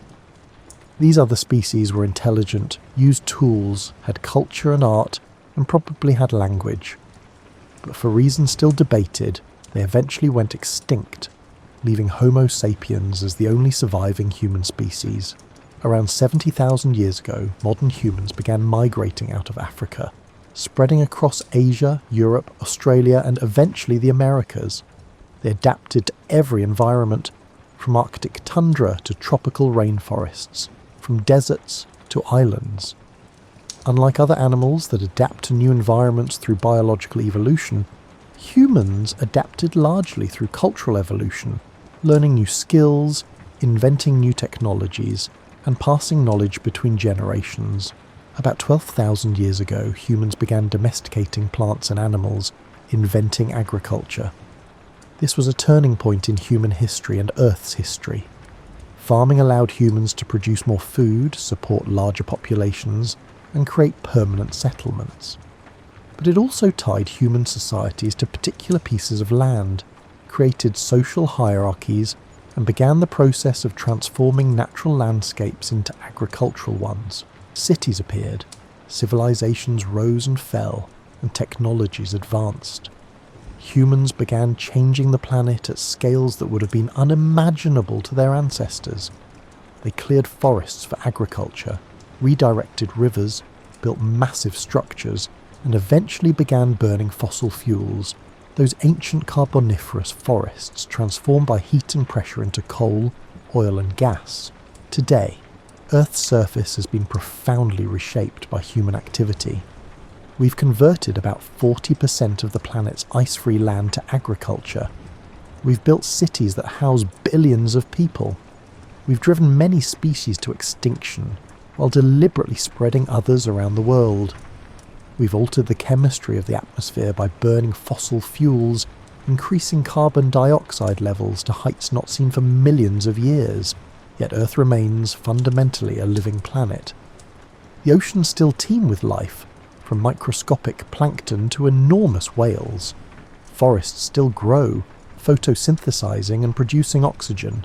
Microbes still process nutrients and decompose dead material. The rock cycle continues, slowly but inexorably recycling Earth's crust. Plate tectonics still move continents, build mountains, and create new oceanic crust. If you could somehow see Earth from space right now, you'd see the same basic features that have characterized the planet for hundreds of millions of years. Blue oceans, white clouds, and green land masses. The differences from the Cretaceous or Jurassic would be subtle from orbit. Different configurations of continents, perhaps different patterns of vegetation, but still recognizably Earth. Yet the planet is constantly changing, as it always has. Climate shifts, continents drift, and species evolve and go extinct. The Earth you're sitting on right now is not the same as the Earth of 1 million years ago, or 1 million years hence. Change is the only constant in Earth's long history. As you prepare for sleep, consider the extraordinary journey we've traced tonight. From a molten ball of rock to a living planet teeming with complexity. 4.5 billion years is a span of time that defies human comprehension. If Earth's entire history were compressed into a single year, with Earth forming on January 1st, the first life would appear in February, but complex animals wouldn't show up until mid-November. Dinosaurs would rule for about a week in December. All of human history, from the first civilizations to today, would occur in the last few minutes before midnight on December 31st. This perspective can make our individual lives seem insignificant, but perhaps that's not quite right. Every atom in your body was forged in the heart of a star or in the violent collision of the neutron stars. The calcium in your bones, the iron in your blood, and the oxygen you breathe all have cosmic origins stretching back billions of years. You're quite literally made of stardust, assembled through processes that have taken the entire age of the universe to unfold. The water you drank today might have fallen as rain on Jurassic dinosaurs, flowed through Carboniferous forests, or existed in the first oceans that formed when Earth's surface cooled. Water cycles through Earth's systems, evaporating, condensing and flowing, being recycled endlessly. Every glass of water contains molecules that have been part of countless living things throughout Earth's history. The air you breathe is the product of billions of years of biological and geological processes. The nitrogen came from volcanic outgassing and cosmic dust. The oxygen was produced by cyanobacteria and plants over billions of years. The trace of carbon dioxide connects you to every plant currently photosynthesizing, every animal currently breathing, every volcano currently erupting, and every vehicle currently running. You exist because of an unbroken chain of survival and reproduction stretching back to those first replicating molecules in Earth's primordial oceans. Every one of your ancestors, from bacteria to fish to mammals to primates, successfully survived long enough to reproduce. You are the product of 4 billion years of evolutionary success, the latest chapter in the greatest story ever told. But you're also part of something larger than your individual story. You're a temporary arrangement of atoms that Earth has assembled, atoms that will eventually return to the planet's cycles when you die. Your body will decompose, releasing nutrients that will be taken up by plants and microbes, continuing the great recycling that has characterized Earth for billions of years. Nothing is truly lost. Everything is transformed and reused. This perspective on deep time can be oddly comforting. Your worries and stresses, the things that keep you awake at night, are real and valid in the moment, but they're also temporary, fleeting concerns in the vastness of geological time. Mountains rise and erode, oceans open and close, continents drift, life persists, adapts and changes, Earth endures. The planet beneath you has survived asteroid impacts, volcanic super-eruptions, snowball glaciations and mass extinctions. It has transformed from a lifeless ball of rock to a world where microscopic organisms can evolve, over billions of years, into creatures capable of understanding their own evolutionary history. That's perhaps the most remarkable thing of all, that the universe can, through processes we're still working to understand, create entities capable of contemplating the universe itself. Tomorrow morning, when you wake up, you'll be one day older. But Earth will be older by a day too. A day in which its continents will have drifted fractions of a millimetre. A day in which millions of organisms will have been born and died. A day in which rock weathered and soil formed and water cycled and life continued. You're a participant in this ongoing story, contributing your own small chapter to Earth's biography. The choices you make, the things you create, and the people you influence all become part of the planet's history, however briefly. You're not just living on Earth, you're part of Earth, a temporary expression of the planet's capacity to organise matter into self-aware forms. Sleep now, and dream of deep time if you wish. Dream of ancient oceans and Cambrian seas, of forests that became coal, of continents drifting like slow ships on the mantle. Dream of your ancestors stretching back through mammals and reptiles and fish, and simple cells to the very beginning of life itself. Dream of a planet that has been patient for 4.5 billion years, slowly becoming a world where creatures like you could exist to tell its story. And when you wake tomorrow, remember that you're living on the surface of a living planet, one day in a story that began billions of years ago and will continue long after you're gone. That's not diminishing, it's connecting. You're part of something vast and ancient and ongoing, a participant in the grandest story ever told. Rest well, child of stardust, descendant of the first replicating molecules, beneficiary of 4 billion years of evolution. Earth will still be here when you wake, continuing its slow dance through space, carrying you and billions of other organisms through another day of the longest story ever told.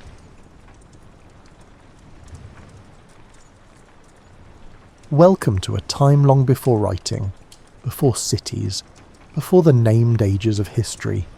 You're stepping into a world shaped by sunlight and seasons, where routines are older than memory, and the land itself is your calendar. Here, in these quiet millennia, daily life unfolds in patterns so familiar they feel like breathing. You wake as light filters through the shelter opening. The air is cool but softening. Others are already stirring, adjusting coverings, and checking baskets from yesterday. No one announces plans. Everyone already knows what the day requires. You reach for your gathering bag, woven from plant fibres, your hands know intimately. The weight of it across your shoulder feels correct. Your feet understand the path before you choose it. This route has been walked for generations, worn smooth by countless footsteps moving toward the same resources. The ground tells you what season this is. Certain plants have vanished, others are everywhere. You do not need to search for what grows where. Your memory holds maps more detailed than any drawing could capture.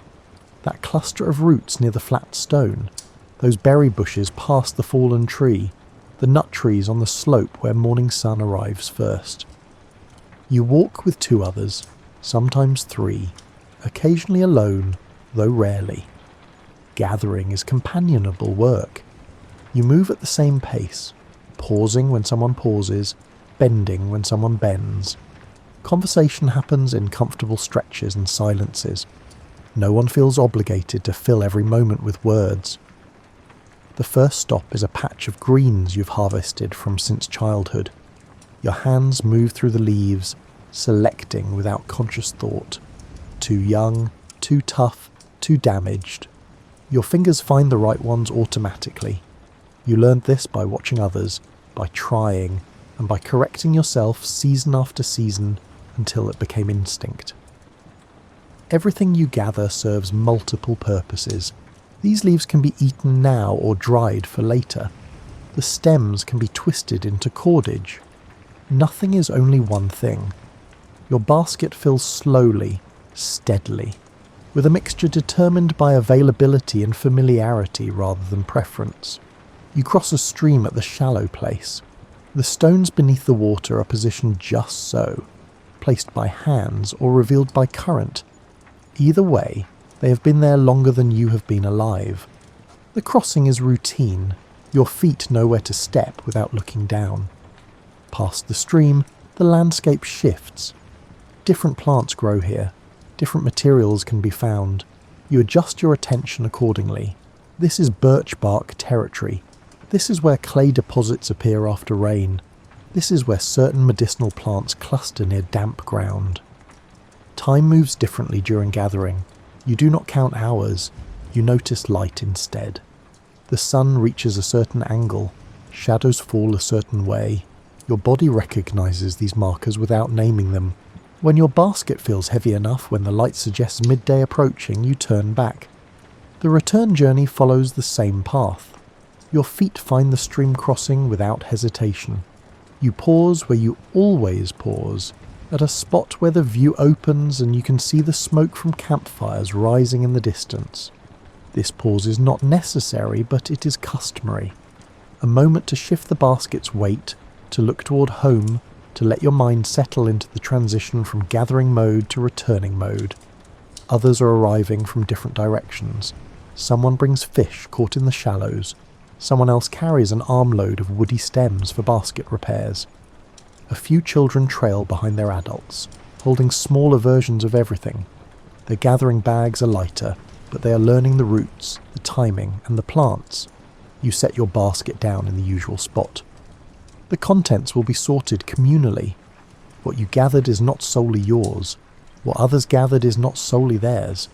Everything becomes a shared resource, distributed according to need and custom rather than individual claim. Some of the greens will be eaten today. Some will be spread on flat stones to dry in the sun.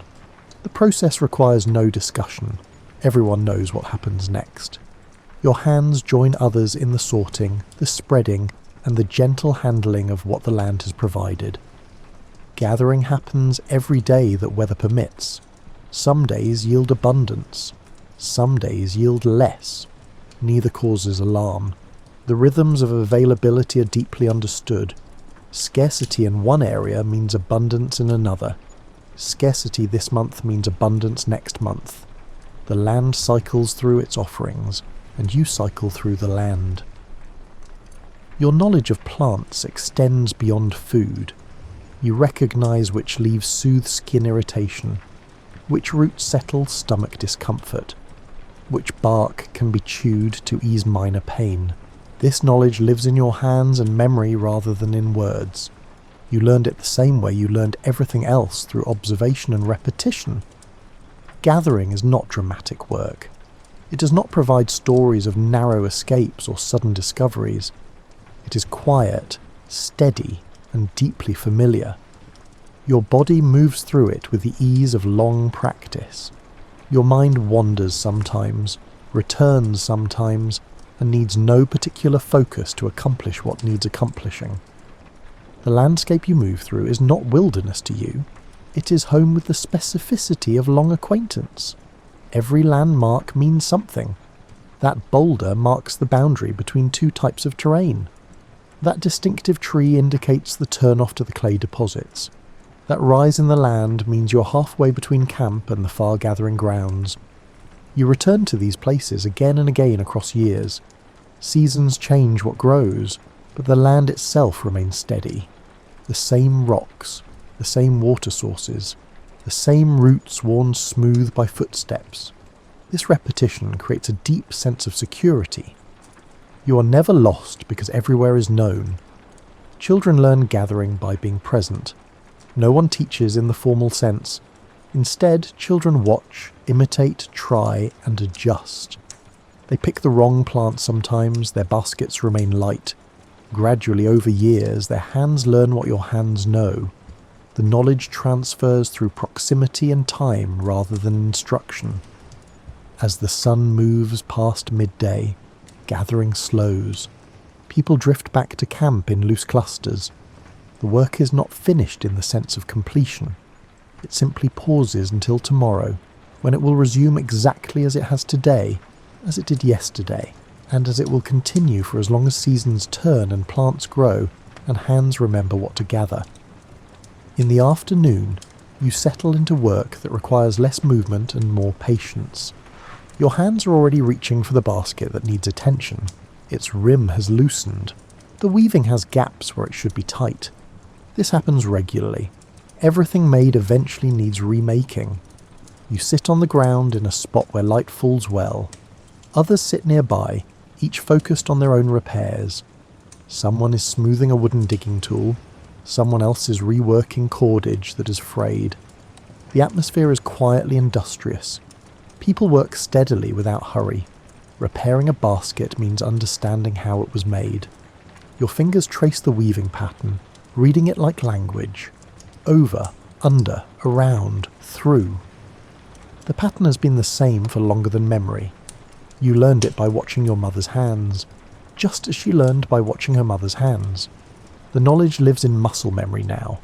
You separate the damaged fibres carefully. Nothing is discarded that can be saved. Even worn pieces might be useful elsewhere. Waste is not a concept that exists here. Everything serves until it truly cannot serve anymore, and even then its materials often become something else. New fibres have been soaking in water since morning. They need to be pliable. Your hands test their flexibility, knowing exactly how much give the material should have. Too dry and it will crack. Too wet and it will stretch incorrectly. The The proper stage is something you recognise by feel. Reweaving requires complete attention but not tense concentration. Your hands know what to do. They have done this many times. The work becomes meditative. Over, under, around, through. The rhythm is soothing.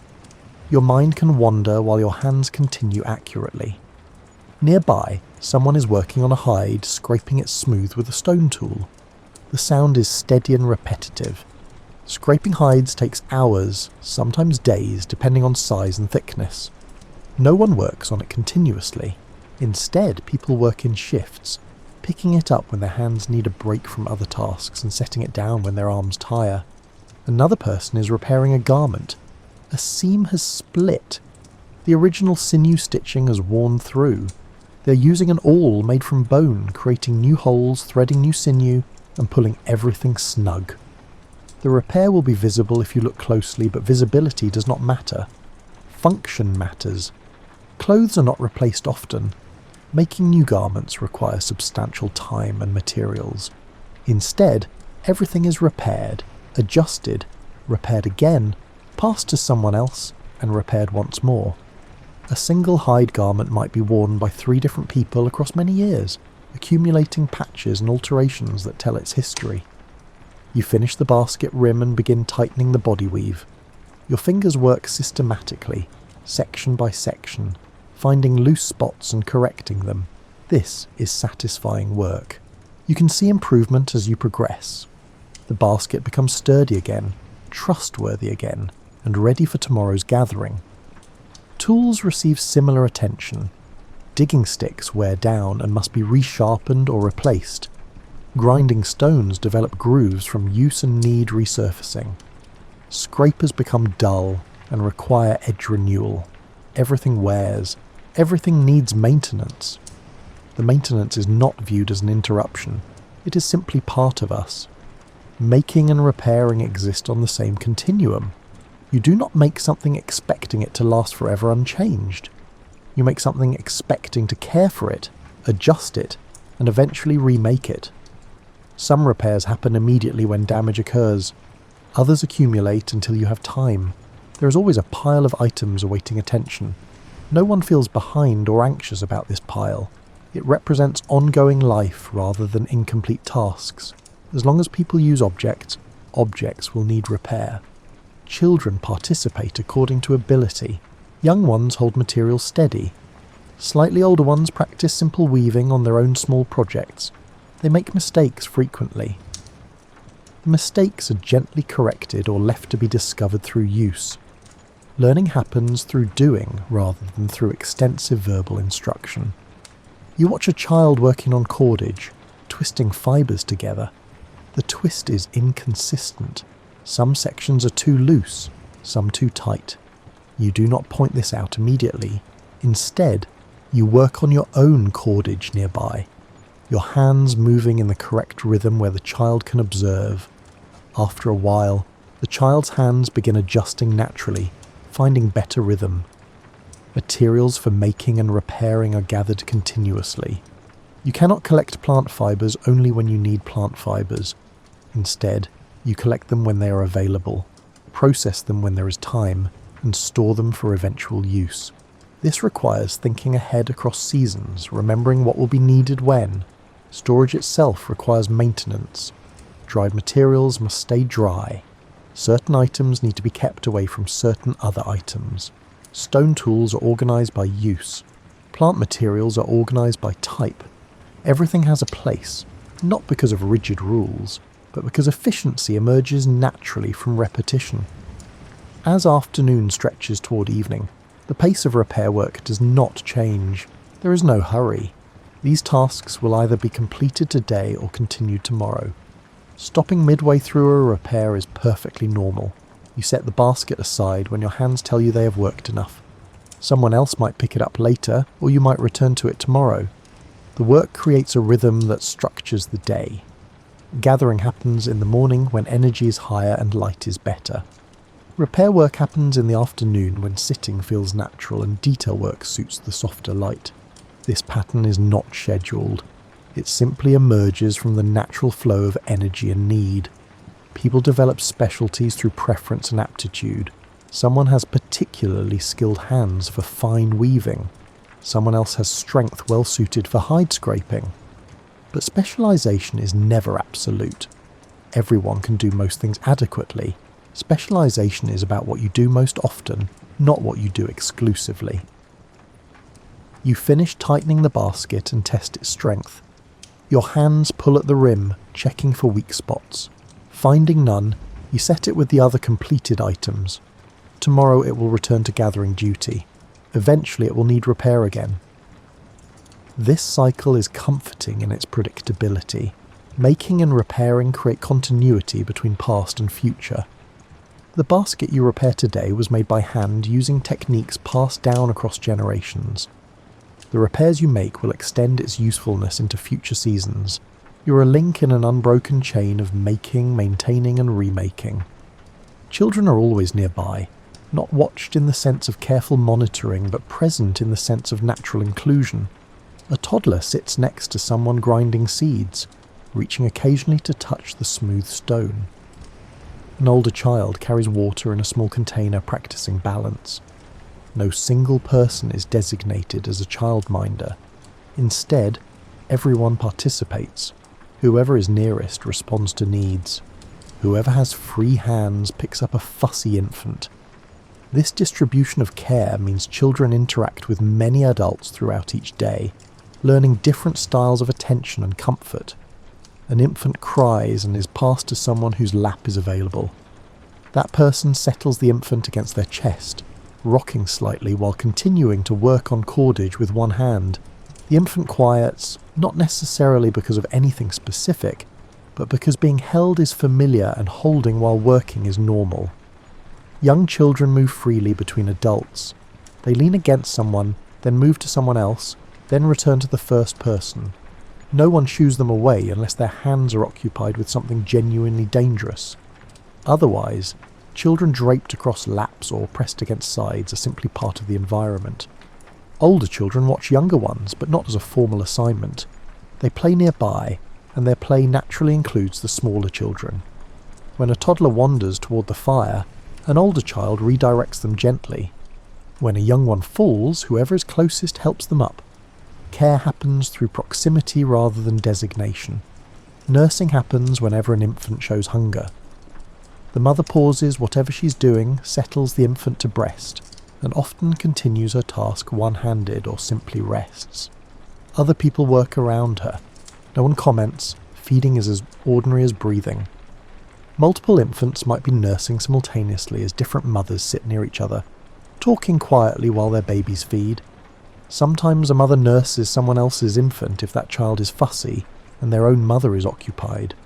Milk is a shared resource like everything else.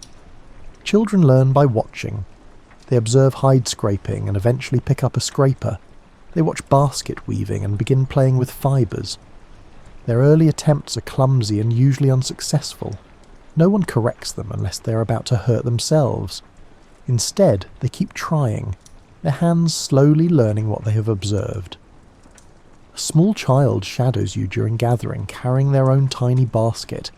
They pick random plants, not yet discriminating between useful and useless. You let them pick. Occasionally you show them something specific, not through words but by picking it yourself, examining it, and placing it deliberately in your basket. They notice. Sometimes they imitate, sometimes they do not. Either is acceptable. Children's work gradually becomes real work. A 6-year-old carries water that adults actually use. An 8-year-old weaves cordage that actually holds things. A 10-year-old gathers plants that actually feed people. There is no ceremony marking these transitions. Capability emerges through practice, and practice is simply what children do while being present. Discipline is gentle and infrequent. Most boundaries are maintained through redirection rather than scolding. A child reaching for something sharp is handed something else to hold. A child running too close to the fire is quietly moved farther away. Serious misbehaviour is rare, perhaps because children are so consistently included that they have little reason to seek attention through disruption. When correction is necessary, it comes from whoever witnesses the behaviour rather than waiting for a parent. This means children learn that expectations are communal rather than individual. Every adult has some authority. Every adult also has some responsibility to guide. Older children mind younger ones during camp moves. A 12-year-old might carry a toddler on their hip, while adults carry heavier loads. The older child is not burdened. This is simply what older children do. They remember being carried themselves, and they will eventually watch their own children be carried by the next generation of older children. Play happens constantly, but is rarely separate from work. Children play at grinding seeds while seated next to adults who are actually grinding seeds. They play at hunting with small sticks while adults prepare real hunting tools. Play is practice, and practice is play. The boundary between the two is barely visible. Children are rarely bored. There is always something to watch, something to try, and someone to follow. The richness of daily life provides constant engagement. They do not need organised activities because unorganised life is already full. Crying children are comforted, but not with urgency or alarm. Someone picks them up, checks for obvious problems, offers breast milk or water, or simply holds them. If the crying continues, they are passed to someone else. Eventually the child settles. Sometimes crying has a clear cause, sometimes it does not. Either way, the response is calm presence rather than anxious fixing. Children sleep when they are tired. Sometimes this happens at odd times. A child might curl up in afternoon sunlight while others continue working around them. No one moves them to a specific sleeping area unless evening has arrived. Sleep is allowed to happen naturally rather than being scheduled. Nighttime care is distributed just like daytime care. When an infant wakes, whoever is sleeping nearest responds. Sometimes this is the mother, sometimes it is someone else. The infant is nursed or rocked or simply held until sleep returns. Then that person settles back into their own sleep. As children grow older, they begin taking on caregiving themselves. A 5-year-old might hand a toy to a fussy toddler. A 7-year-old might fetch water for a tired younger child. These actions are not praised extensively. They are simply noticed and appreciated as part of what people do for each other. Children learn emotional regulation through observation. They see adults remain calm during small frustrations. They watch people share limited resources without conflict. They notice how disagreements are resolved through quiet discussion rather than raised voices. These patterns become their own patterns. The result is children who are deeply integrated into daily life, rather than separated into a child world. They know what adults do because they watch adults doing it. They learn what adults know because they absorb it through constant proximity. Teaching happens continuously without being called teaching. Rest is not earned. It is not a reward for work completed. It simply arrives throughout the day, a natural punctuation between activities. You sit when sitting feels right. You stand when standing becomes more comfortable than sitting. Midday often brings a collective pause. The sun is high and hot. Energy naturally dips. People drift toward shade and settle there. Some close their eyes. Some simply stare at nothing in particular. No one apologizes for resting or explains why they need it. You lower yourself to the ground and lean against a convenient rock. Your body relaxes section by section. Shoulders drop. Jaw loosens. Hands unfold from whatever shape work had required. This unwinding happens automatically when you stop moving. Others rest nearby. Someone is lying flat on their back, eyes closed, breathing deeply. Someone else sits with knees drawn up, chin resting on folded arms. A few people talk quietly, their voices soft and unhurried. The content of conversation does not matter much. The companionship is what matters. Children rest too, though their rest looks different. They sprawl in heaps, limbs tangled together, still touching even in sleep. Occasionally one wakes, blinks, shifts position, and returns to dozing. They seem to drop into sleep and emerge from it with equal ease. Rest during the day feels different from sleep at night. It is lighter, briefer, and less complete. You remain partly aware of your surroundings. If something required your attention, you would notice, but nothing requires your attention, so you float in the pleasant space between waking and sleeping. Time passes unmeasured. You do not know if you've been resting for moments or much longer. It does not matter. When your body feels ready to resume activity, you will move. Until then, you remain still. The shade you sit in shifts gradually as the sun moves. Eventually the warmth finds you again. That warmth is part of what prompts you back into motion. Not uncomfortably hot, but warm enough to make sitting less appealing than standing. You rise slowly. No sudden movements. Your body needs time to transition from rest to activity. Others are also stirring, stretching, and looking around as if remembering where they are.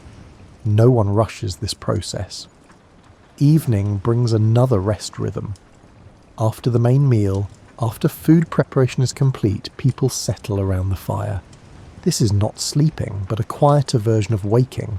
Postures soften, movements become minimal, conversation continues but grows simpler and more repetitive. You sit with your back against someone else. This is comfortable for both of you. Their breathing is steady behind you. Your breathing matches theirs without conscious effort. Paired breathing happens automatically when people rest together. The fire is hypnotic. Flames move in patterns that your eyes follow without purpose. You're not thinking about the fire or analysing its behaviour. You're simply watching because watching is restful. Someone is working on a small repair nearby, but slowly, with long pauses between actions. Their hands move, then stop. Move, then stop. The work provides something to do with hands that want gentle activity without providing enough challenge to interrupt the restful mood. Children are quieter now, but not necessarily asleep. They sit close to adults, leaning heavily, their eyes half closed. Some are still playing, but their play has slowed to a drowsy version of daytime energy. They push small objects around, building and unbuilding tiny arrangements. Rest is permitted to last as long as it lasts. There is no pressure to resume activity. Work that remains undone will still be there tomorrow. This moment is for sitting, for warm proximity, for thoughts that drift rather than focus. Sometimes rest includes drowsing while sitting upright. Your eyes close. Your head might nod forward and then jerk back. This half-sleep is perfectly acceptable. No one minds. No one wakes you unless something genuinely needs your attention. The transition from evening rest to nighttime sleep is gradual and blurry. At some point, you realise you're more asleep than awake. You shift into a lying position without fully waking. Someone pulls a hide over you, or perhaps you do it yourself. Either way, the action is automatic. Rest happens in layers throughout each day.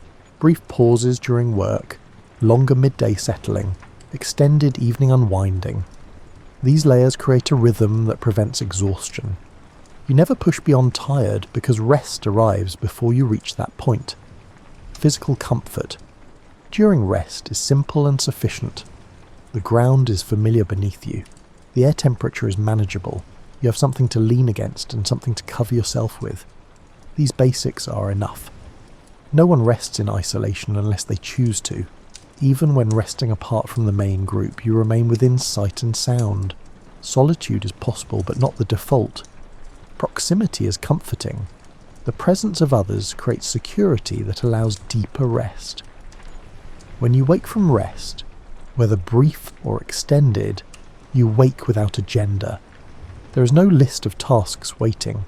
There is simply the next thing, whatever that might be. Perhaps gathering, perhaps repair work, perhaps more rest. The day unfolds according to need and energy rather than plan. Food preparation begins with sorting what has been gathered. Plant materials spread across a flat area. Hands move through them, grouping by type. Leaves here, roots there, seeds in a separate pile. The sorting requires no discussion. Everyone knows what goes where. You sit near the sorting area and begin processing greens. Some leaves need stems removed, some need washing in the stream. Your hands work steadily, accumulating a pile of prepared leaves that someone else will eventually collect. Nearby, someone is grinding seeds between two stones. The grinding creates a rhythmic sound, stones sliding against stone in repeated strokes. The motion looks simple, but requires specific pressure and angle. Too much force cracks the stones.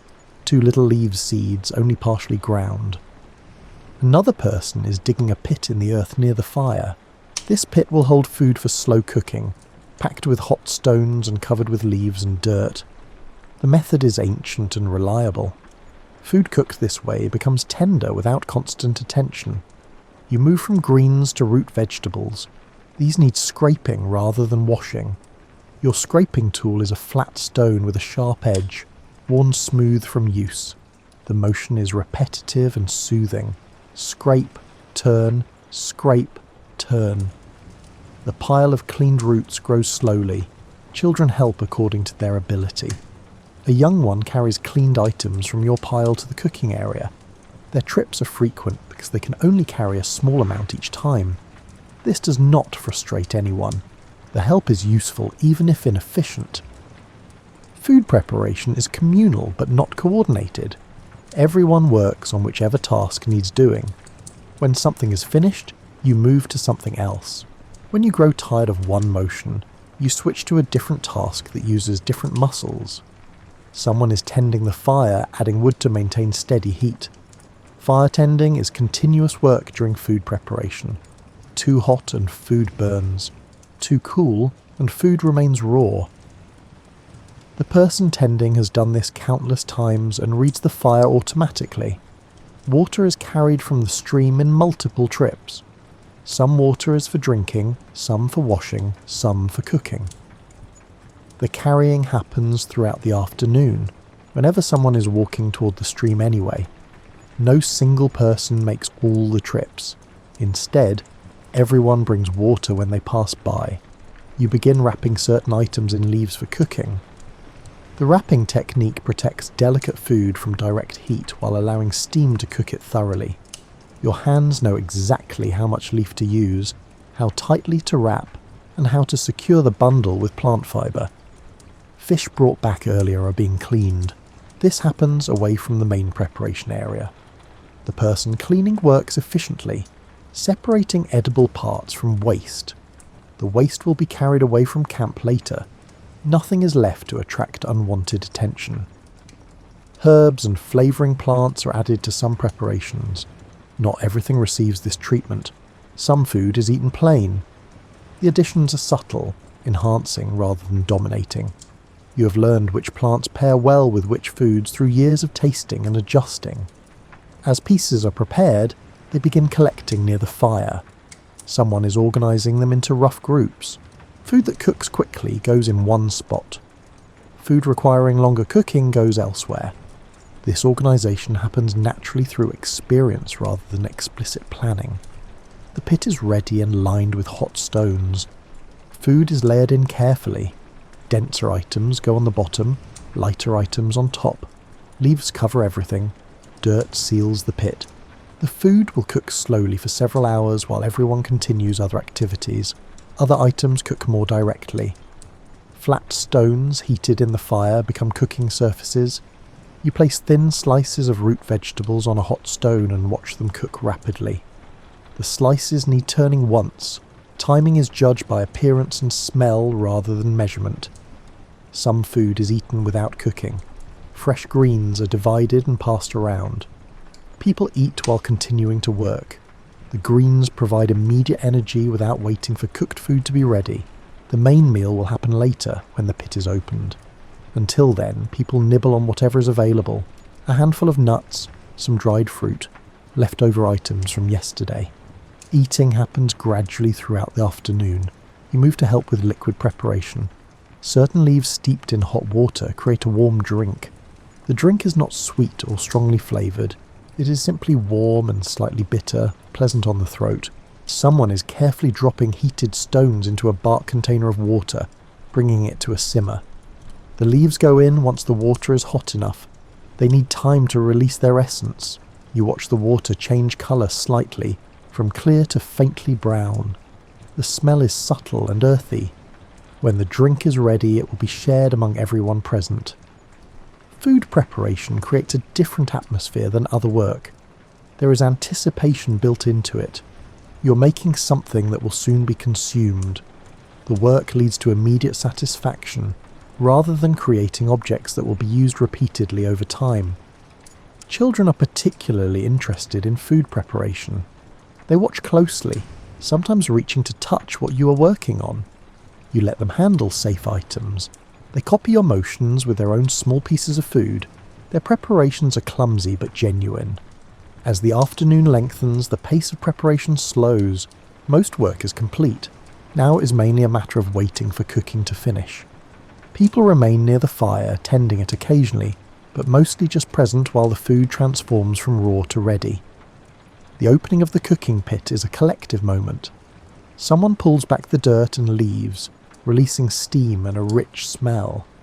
The food inside is tender and thoroughly cooked. People gather closer, drawn by the scent and the promise of shared eating. Food is removed from the pit carefully to avoid burns. It is divided onto flat surfaces for distribution. The division is not mathematical. Some people receive more because they are larger or hungrier. Some receive less because they are smaller or already satisfied by earlier nibbling. The distribution feels fair through custom rather than measurement. You eat sitting down, using your fingers, and occasionally a flat piece of wood as a scoop. The eating is not rushed. You chew thoroughly and rest between bites. Conversation happens around eating rather than during it. People's attention is on the food and the warmth and the satisfaction of hunger becoming fullness. Cleanup begins while some people are still eating. Someone carries scraps away from the immediate area. Someone else rinses sticky items in the stream. The cleanup is minimal because the preparation was simple. There are no complex dishes or elaborate tools to wash. As eating winds down, people disperse gradually. Some return to repair work. Some settle into evening rest. Some tend to children who have grown drowsy after their meal. The transition from eating to other activities is smooth and unhurried. Food preparation and eating have structured this portion of the day. The work provided focus. The meal provided satisfaction. Now, with both complete, the evening can unfold into quieter rhythms.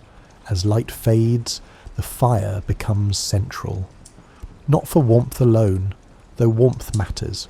The fire is a focal point, a reason for people to gather, and a source of gentle activity that does not demand much energy. You settle near the fire, but not too close. The heat is pleasant at this distance. Closer would be uncomfortable, farther would lose the benefit. Everyone finds their preferred distance naturally through small adjustments. The fire has been burning since morning, tended continuously but without fuss. Now, in the evening, it receives more attention. Someone adds wood deliberately, placing pieces to create steady heat rather than dramatic flames. The goal is duration rather than spectacle. Others arrange themselves around the fire in a loose circle. Some sit directly on the ground. Some use hides or woven mats for slight cushioning. A few lean against rocks or logs that have become familiar seating over time. The arrangement is casual but stable. People return to the same spots evening after evening. Children are still awake but moving slower. They stay close to adults, sometimes sitting between knees, sometimes sprawling across laps. Their play continues but has become quieter. They push small objects around in the dirt, creating temporary patterns they will abandon before sleep. You hold your hands toward the fire, feeling the heat on your palms. The sensation is pleasant and slightly hypnotic. Your eyes follow the flames without really seeing them. This is the kind of watching that requires no thought. Someone is working on a small task, something that can be done with minimal light. They are not hurrying. Their hands move occasionally, then pause while they stare into the fire. The pauses grow longer as evening deepens.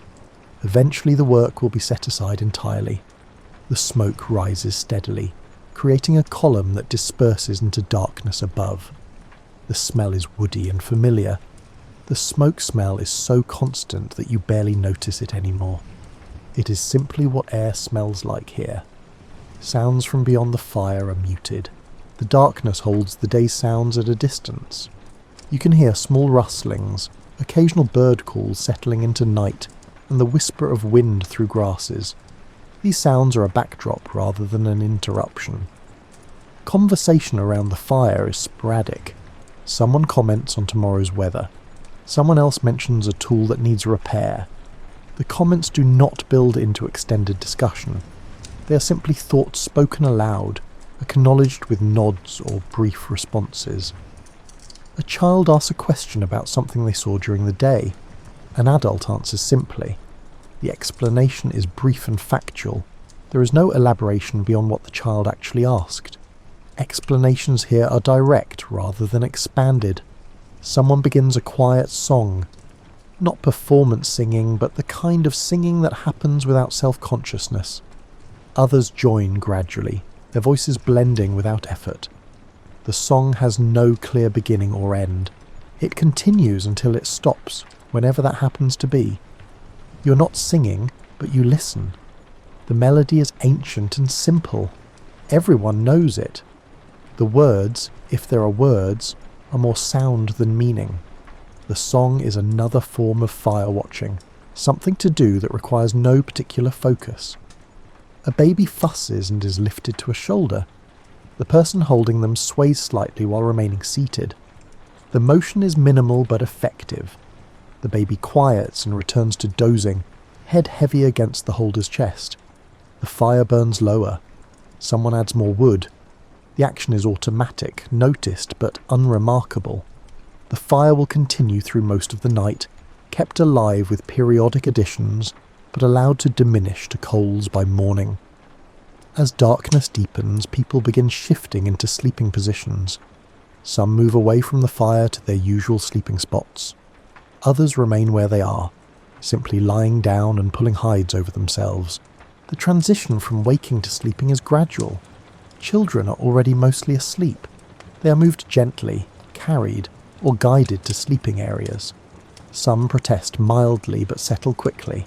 Their resistance is minimal, more reflex than genuine objection. You remain by the fire a while longer. Your body is not quite ready for sleep. You're comfortable in this in-between state, too relaxed for activity, but not yet drowsy enough for lying down. The fire makes small sounds as it burns. Wood pops occasionally. Flames whisper. These sounds are comforting in their regularity. The fire is almost alive in its constancy, always present, always requiring some attention but never demanding.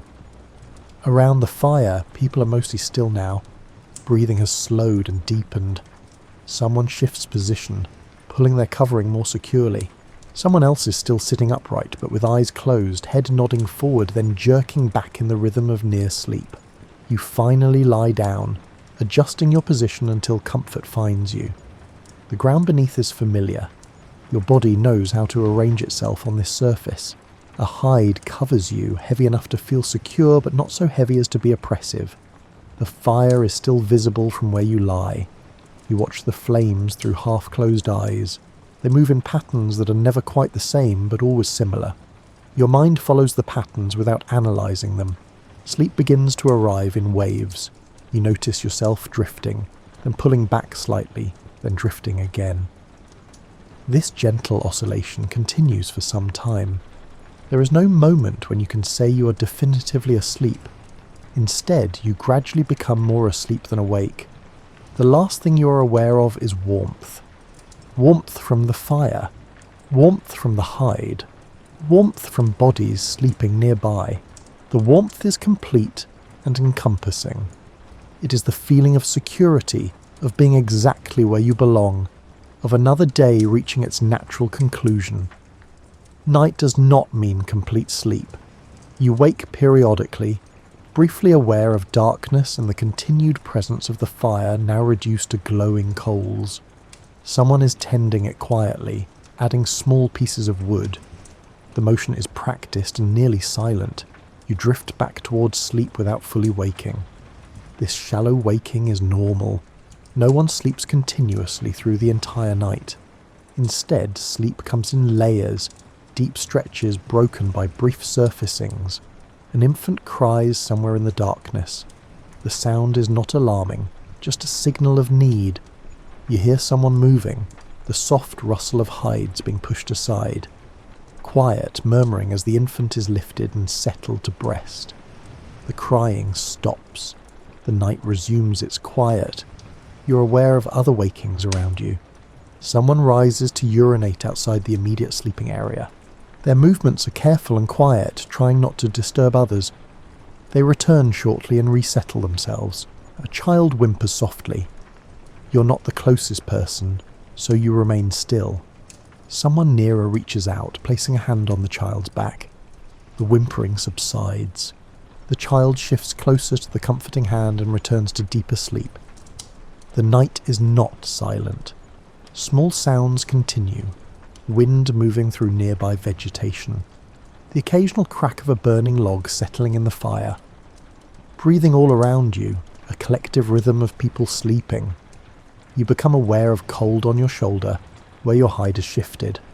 Still mostly asleep, you adjust the covering without opening your eyes. Your hands know where the hide is and how to pull it back into place.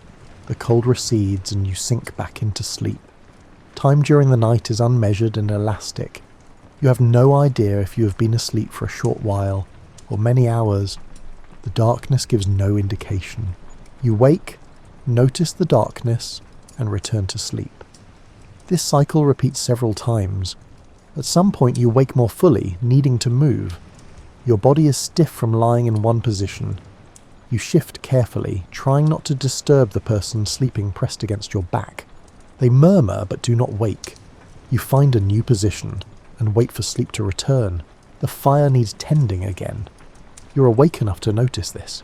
Someone else notices too and rises to add wood.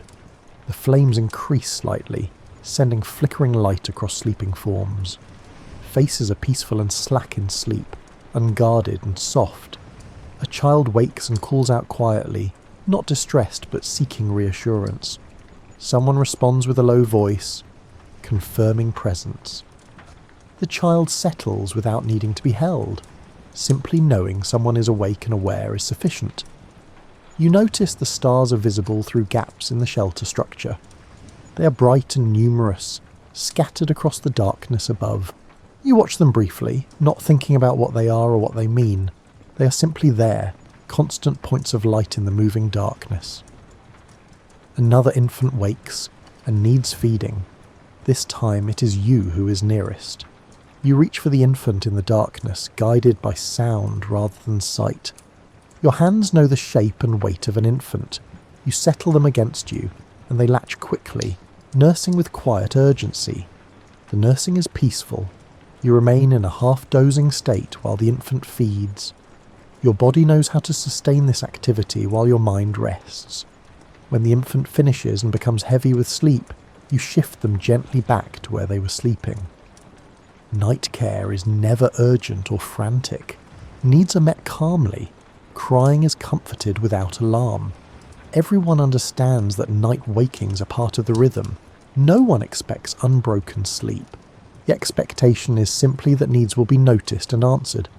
As the night progresses, the intervals of deep sleep grow longer. The brief wakings become less frequent. Your body has adjusted to a more restful state. The initial frequent position changes settle into longer periods of stillness. Eventually you notice the darkness changing. Not lighter yet, but less complete. The quality of blackness shifts towards something that will become dawn. This change is subtle and gradual. You notice it more through a feeling than through anything visible. Birds begin calling before true light arrives.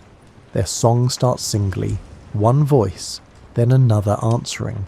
Soon the calls overlap and multiply. This bird chorus is as reliable as any timekeeper. When it begins, dawn is approaching. You do not rise immediately when you wake to birdsong. You lie still, listening, letting your body complete its transition from sleep to waking.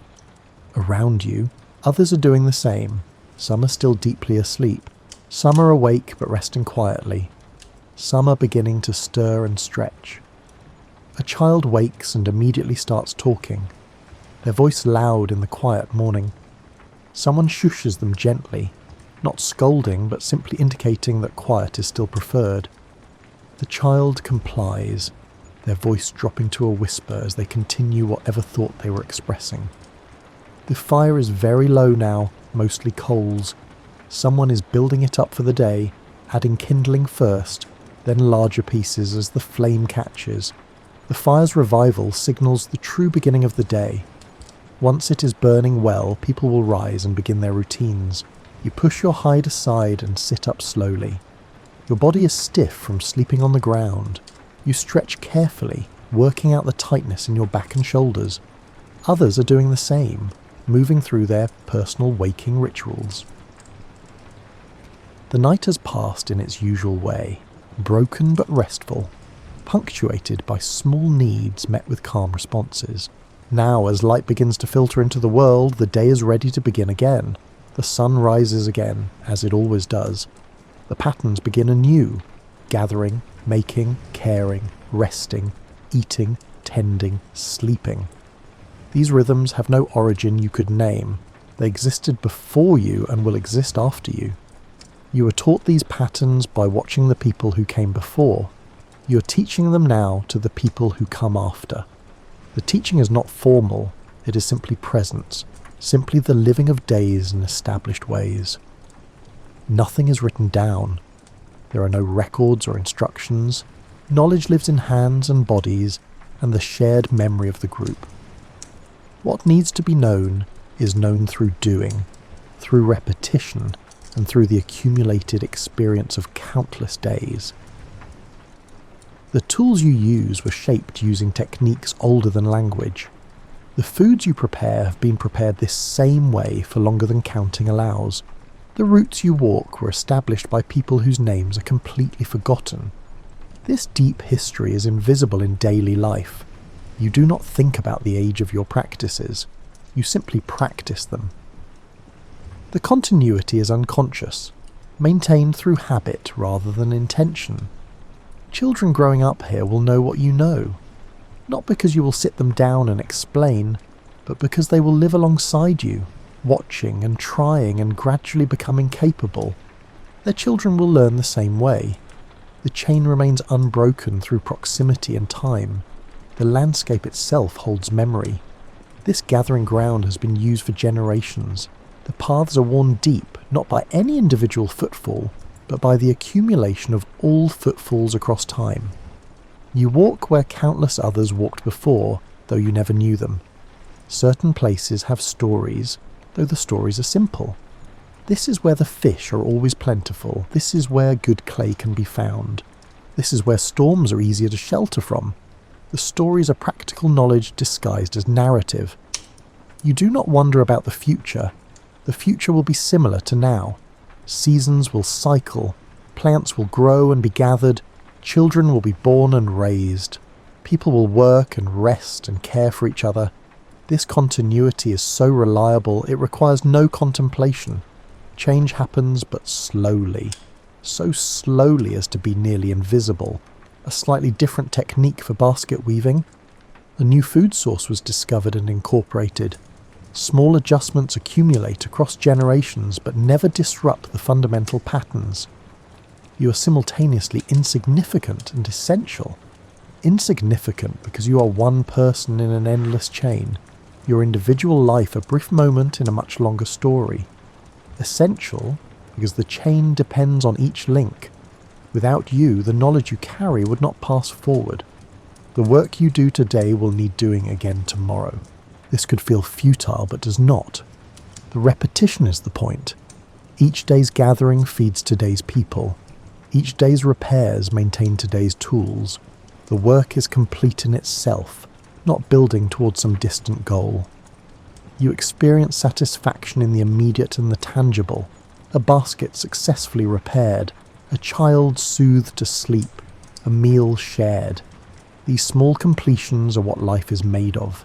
There is no larger narrative required. Evening arrives again. You return to the fire. The flames are as hypnotic as always. People settle around you in familiar positions. Children lean heavily, their eyes already closing. The day ends as days end. quietly and without ceremony. You lie down in your usual place. The hide covers you. The ground beneath is known and comfortable. Your body arranges itself automatically. Sleep begins its gentle approach. Tomorrow will bring gathering again. The same plants in the same places, changed only by season. Your hands will move through familiar motions. Your feet will walk familiar paths. This repetition is not a burden. It is structure. It is security. It is the deep continuity that connects you to all who came before and all who will come after. The story has no ending, because it is not a story in the traditional sense. It is simply life, continuing as it has continued, one day following another in patterns worn smooth by time. The fire burns low. Breathing around you deepens into sleep. The night settles over everything, warm and dark and safe. You're exactly where you have always been. You're doing exactly what has always been done. In this deep sameness, there is profound peace. Your eyes close. Your breathing slows. The day releases you into sleep. Tomorrow, when light returns, you will wake and begin again. The cycles will continue. The patterns will hold. The quiet continuity will remain unbroken, carrying forward into a future that looks remarkably like the past, which looks remarkably like now. And in that endless, gentle repetition, humanity has always found its rhythm, its meaning, and its rest.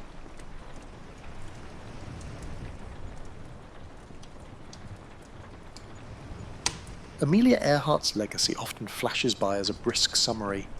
Bold pilot, lost at sea, yet behind that outline sits a life shaped by tumult, restless curiosity, and unorthodox choices. Long before she took the pilot's seat, she navigated a zigzag childhood moulded by her father's struggles, her own fierce independence, and an unrelenting search for something that matched her hunger for exploration. Born in 1897, Amelia Mary Earhart arrived during an age of rapid technological shifts, horses giving way to automobiles, electric lights replacing oil lamps. While society clung to rigid ideas about women's roles, she already sensed that convention would never satisfy her. Her father, Edwin, faced recurring employment issues and a battle with alcoholism, pushing the family from one Midwestern town to another. Her mother, Amy, tried to soften these disruptions, but instability became a constant companion. Even as a child, Amelia bristled at traditional expectations for girls. She climbed trees, collected insects, and roamed outside with an irrepressible sense of adventure. Some saw the behaviour as a lack of etiquette. Amelia viewed it as following her instincts. In 1908, her father took her to an air show in Des Moines.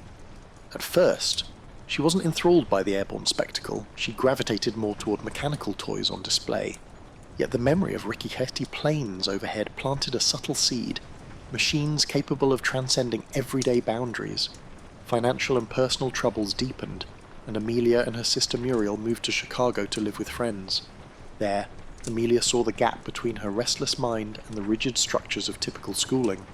She was competent in her classes, but captivated by SEV's science labs and sports fields, places where she could experiment physically and mentally.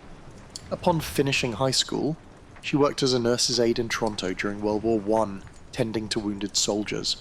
This glimpse of wartime grit and sacrifice gave her a new perspective on courage. She encountered airmen who spoke of the sky as a place of both danger and liberation, an idea that lingered in the back of her mind. After the war, Amelia briefly studied at Columbia University, flirting with a path in medicine. But she felt caged by the academic routine. She yearned for movement, for experiences that unsettled her comfort zone.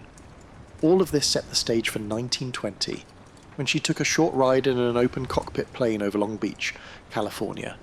The frigid wind slapped her face. The engine's roar rattled her bones.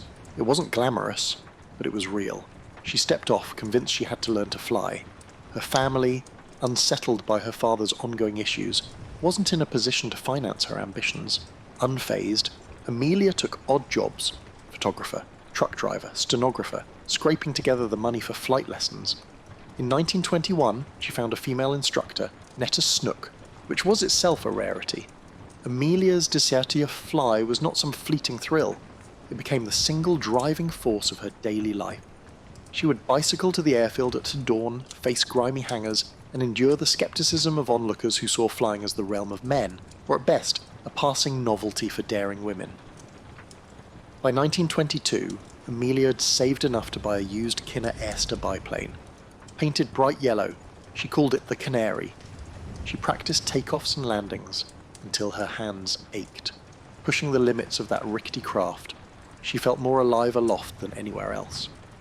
The year 1923 brought her pilot's license from the Fédération Aéronautique Internationale. That piece of paper symbolised not merely achievement but independence from the confining norms she had chafed against since childhood. During these early chapters, Earhart was still something of an unknown in public life. Yet her determination was unwavering. People around her noted a quiet resolve rather than a trumpeted sense of ambition. She was also a tireless self-promoter when necessary, skillfully networking to support her dream. Even then, adversity followed her, money woes, mechanical breakdowns, and persistent gender barriers. But that persistent spark refused to dim. In these formative years, Amelia Earhart discovered the two threads that would define her life: the power of flight to break social boundaries, and the will to confront whatever hurdles appeared. She was no stranger to precarious landings, literal or metaphorical. Each forced landing taught her a new lesson about survival, and each time she took off again, as she inched closer to rewriting what the world expected from a woman who refused to stay grounded. She refused to accept limits. Amelia's aviation career pivoted in 1928. Though she'd set a women's altitude record, she was not widely known. That changed when publisher George Putnam invited her on a transatlantic flight, not as a pilot, but as a passenger to record flight data. Many doubted a woman could duplicate Charles Lindbergh's feat. She saw the publicity potential, despite the limited role. The Fokker friendship left Trepassey Harbour, Newfoundland, in June 1928. Pilots Wilma Stultz and Louis Gordon flew the plane. Amelia sat in the cabin, both thrilled and frustrated. After 20 hours, they landed in Wales. Lady Lindy, the press crowed, a nickname she disliked. She was proud but uneasy. She hadn't actually piloted the plane. Still, she harnessed the attention. Working with Putnam, who became her husband, Amelia realised fame could spotlight women's capabilities. She gave talks, wrote articles, and pushed against the belief that women belonged in narrow roles.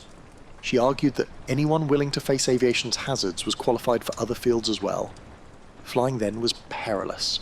Planes were primitive, navigation uncertain, crashes frequent.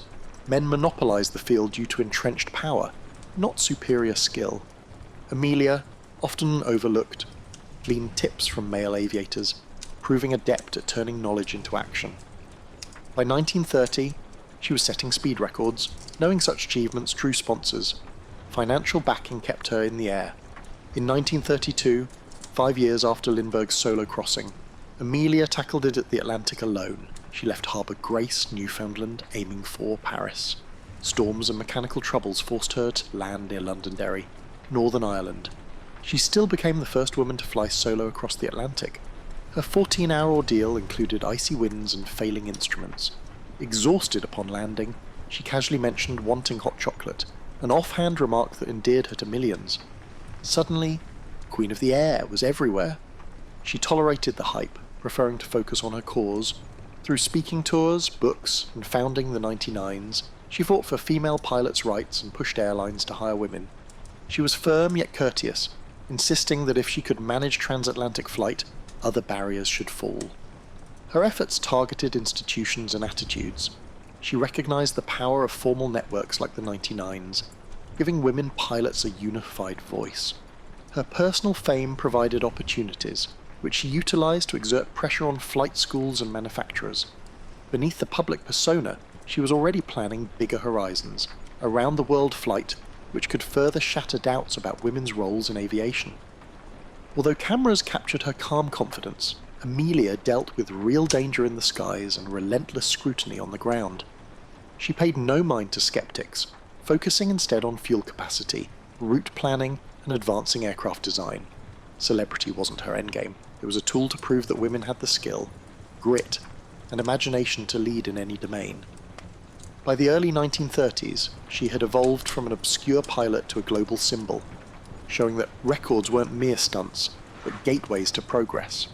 Every new achievement underscored her core belief that barriers were illusions, begging to be dismantled. And the more she accomplished, the more the world saw her courage as a call for transformation. Each success hinted that she, and all women, were only beginning to test the limits of possibility. Her schedule became relentless. She juggled flying demonstrations, interviews, and writing commitments that funded her daring pursuits.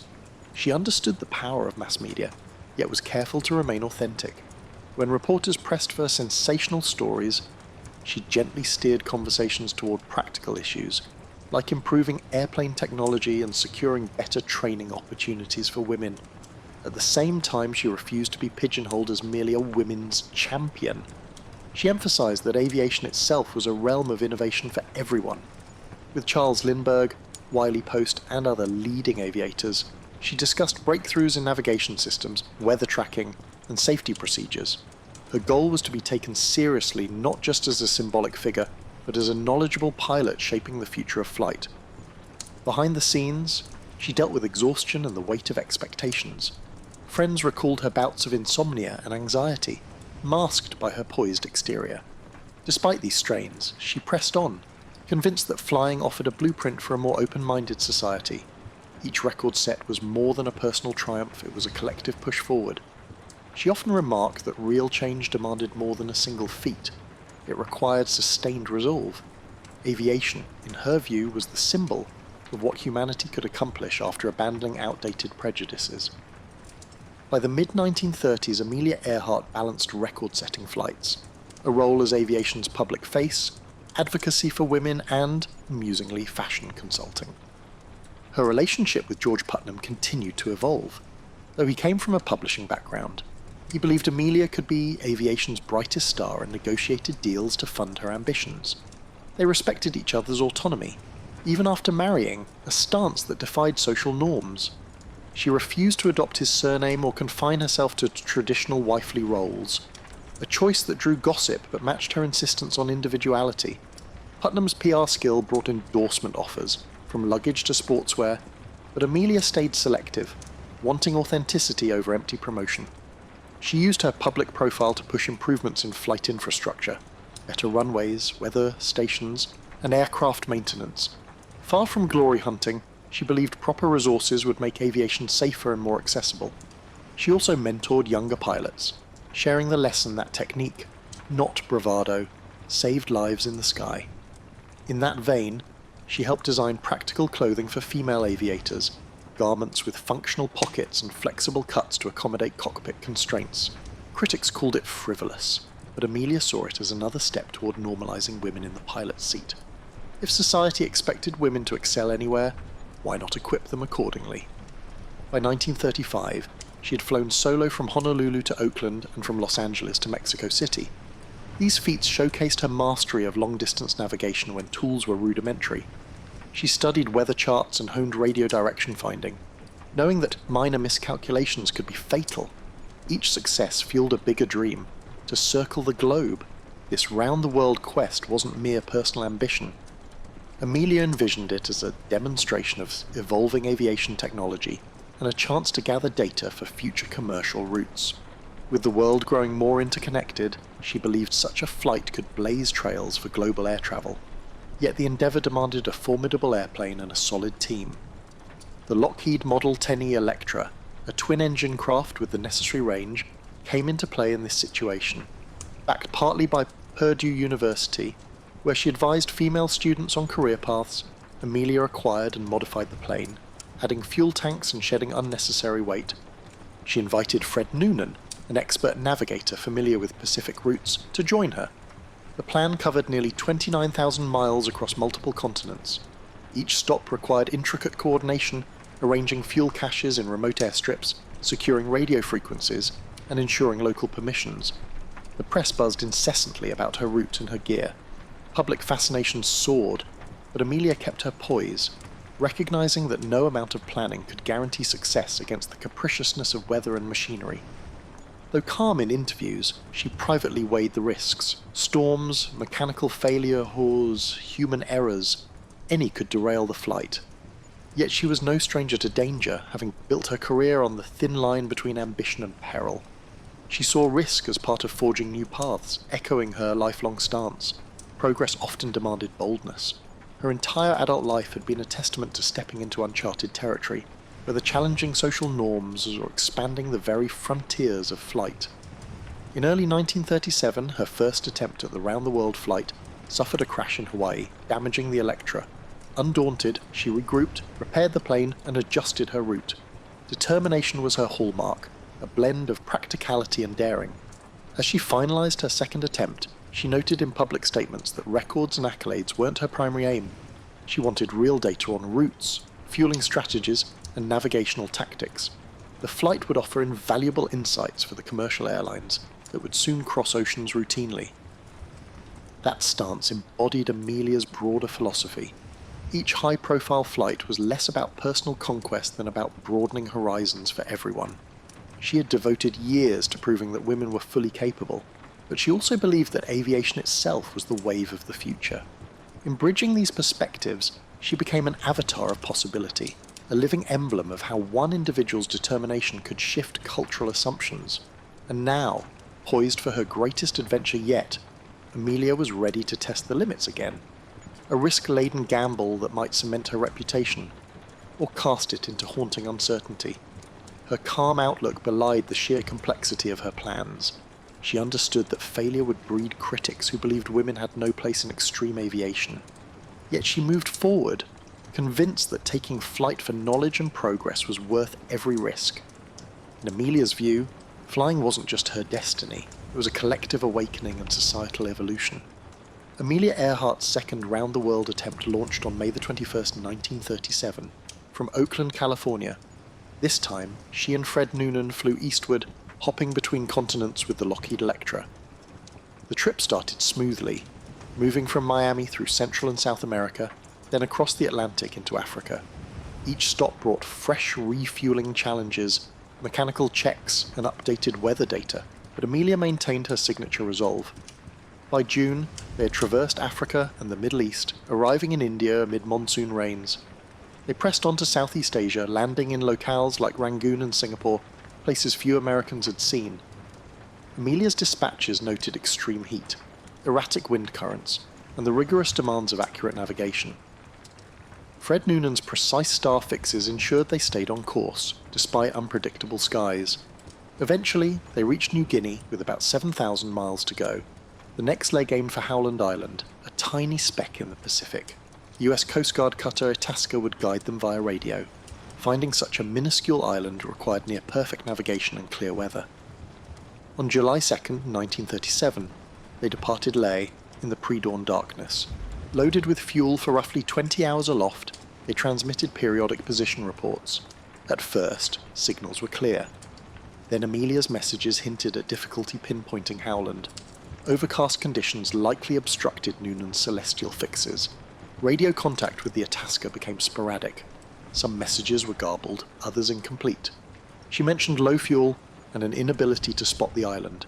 Their final known transmission: "We are on line 157, 337, running north and south."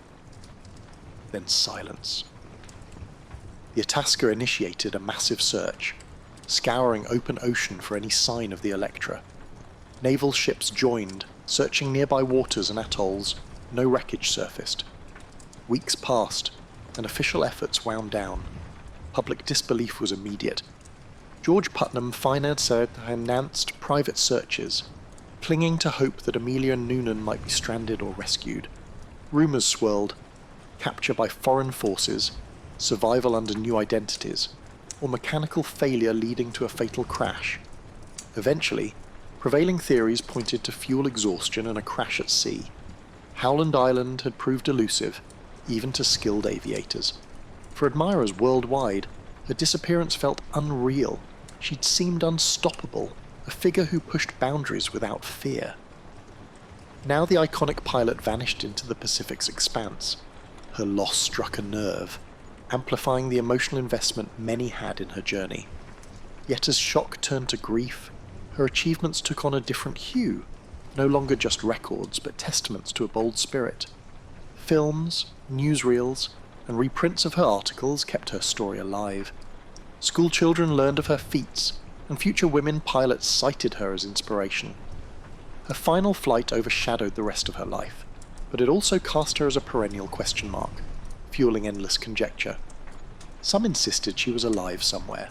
Others believed the crash was certain, but uncovered no physical proof. Still others proposed exotic scenarios, each more elaborate than the last. None provided definitive evidence. Ultimately, most accepted that she and Noonan perished at sea, undone by the navigational complications, changing winds, or plain bad luck. Yet Amelia's legacy was strangely enhanced by the mystery. She had championed possibility, and the idea that she might be out there, unfound, kept that possibility alive in people's minds. The line between myth and history blurred. She had become more than a pilot. She was an avatar of human daring. Her story infused with both triumph and tragedy. If anything, the unsolved nature of her final voyage cemented her place in public consciousness. Institutions named in her honour sprang up. Researchers kept pursuing leads on remote islands, pointing to castaway remains or scattered debris, each new fragment reigniting debates. The fascination endured, crossing generations and continents. In the wake of her loss, the aviation community pushed for better safety measures, improved radio technology, and refined navigation techniques. Governments funded more comprehensive maps and placed greater emphasis on weather forecasting. Ironically, Amelia's demise accelerated the very reforms she'd long advocated. If she could have witnessed the progress, she might have nodded quietly, pleased that even in absence. She was moving aviation forward, and so the world mourned, searched, and eventually accepted its heartbreak. Amelia Earhart, whose smiling face had adorned magazines and whose gritty determination broke barriers, was gone, but rather than diminishing her impact, her disappearance etched her into the global consciousness. Hers became a story of possibility cut short, yet also eternal, a reflection of how high humanity can climb and how unforgiving the frontier can be, undeniably. In the immediate aftermath of Amelia Earhart's disappearance, the public learned the scope of the desperate search underway. The Coast Guard cutter Itasca had already been combing the waters around Howland Island, but the US Navy soon mobilized, launching one of the most extensive rescue efforts in peacetime history. Over several weeks, ships and airplanes fanned out across the Central Pacific, scanning for any sign of wreckage or survivors. Military personnel interviewed islanders, contacted passing vessels, and monitored all radio frequencies for stray signals that might lead them to the missing plane. George Putnam, distraught but resolute, organised private expeditions of his own. He poured personal funds into hiring search craft, offering rewards for credible information. Messages from psychics, adventurers, and self-appointed investigators flooded his office.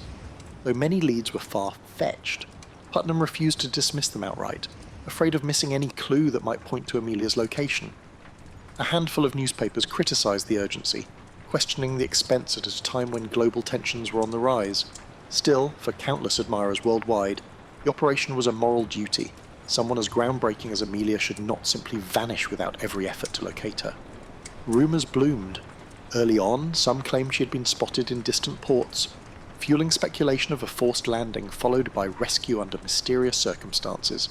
Others pointed to unconfirmed transmissions that briefly crackled over shortwave radios in the days following her disappearance. Could it be Amelia, calling for help?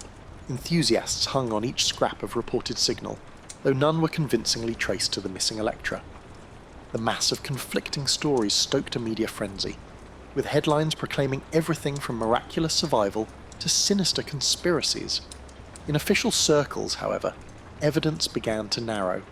Reports from the Itasca indicated that Amelia's last radio messages had grown increasingly urgent. Low on fuel, uncertain of her coordinates, she was racing against time in a vast expanse of ocean. Naval commanders, though moved by her bravery, understood the grim odds. Even if Earhart and Noonan had survived a water landing, floating in the Pacific's punishing heat without an adequate raft or supplies would be a daunting ordeal. Within a month, the military scaled back the large-scale search. Having spent millions of dollars and covered an enormous swath of the Pacific, they found no trace of the Electra. While certain remote atolls and reefs remained unexamined, the probability of finding survivors dwindled by the day. Public statements struck a balance between honouring Amelia's accomplishments and reconciling with the increasingly likely outcome. George Putnam refused to give up. For many months, he funded private efforts to investigate scattered leads. Small vessels sailed to the Forgotten Islands, examining debris that never matched Amelia's plane. Tire tracks in the sand, bits of metal, and rumours of castaways all turned out to be dead ends or unrelated artefacts. As the search continued, public opinion split between mournful acceptance and stubborn hope. The iconic pilot had carried the aspirations of countless fans who believed she symbolised limitless possibility. Now, they wrestled with her apparent demise. At the same time, her disappearance captured the imagination of those who preferred a more dramatic explanation. Could foreign powers have seized her, suspecting espionage? Could she have orchestrated a disappearance to evade recognition? Each guess, no matter how wild, found at least a small chorus of believers. Meanwhile, tributes poured in from every corner. Schools held ceremonies, newspapers published retrospectives, and radio stations aired stories of her earlier triumphs. Letters expressing admiration flooded the offices of aviation clubs. Numerous individuals highlighted Amelia's contribution to paving the way for women. If she could challenge the skies, they reasoned, then others could challenge entrenched social barriers. Politicians, too, invoked her legacy in calls for expanded roles for women in the workforce, hoping to harness the public's admiration for her accomplishments. By early 1938, the official verdict leaned heavily toward a crash at sea. Within another year, Amelia Earhart would be declared legally dead. George Putnam, exhausted and grieving, continued to write about her life, ensuring her name stayed in the public consciousness. Having travelled alongside her in countless ways, he refused to let a silent ocean claim the last word on her story. Photographs of Amelia, smiling in front of her plane, goggles perched on her forehead, remained pinned to his walls, reminders that her spirit, daring and unbreakable, transcended whatever fate had befallen her. In the public eye, she had already entered a realm where myth and memory intertwined. In the years after Amelia Earhart's disappearance, her story wove itself deeply into the culture, shaping discussions of exploration, gender roles, and national identity. While the global press initially focused on the sudden void left by her vanishing, attention soon shifted toward analysing what she had embodied. She had shown that an American woman could stand shoulder to shoulder with prominent male aviators, forging a path in a field still dominated by men. Her example lingered in the minds of young women contemplating fields traditionally closed to them, not just in aviation but in science, technology, and beyond. Institutions bearing her name sprang up. Elementary schools in the United States adopted the moniker Earhart to honour her daring spirit. Scholarships were established to support aspiring women pilots, sometimes endowed by contributors who had followed her final flight with bated breath. Though these gestures varied in size and scope, each underscored a collective drive to keep her influence alive. The 99s, the organisation for female pilots that Amelia had helped found, continued to recruit members, nurturing a new generation unafraid to push boundaries. Beyond formal commemorations, Earhart's disappearance fueled research aimed at preventing similar tragedies. Early radio equipment had proven unreliable. Post-1937 advances focused on refining both hardware and communication protocols. Governments funded studies of weather patterns, leading to better forecasting. Aviation experts developed more rigorous standards for navigation, ensuring that future pilots received advanced training in celestial fixes and radio direction finding. Some historians argue that the spotlight on Amelia's disappearance hastened these improvements, whether intentionally or not. She prompted an acceleration of aeronautical progress. Meanwhile, the theories about her fate refused to fade. Self-styled detectives scoured archival records, analysing ship logs and rumoured sightings.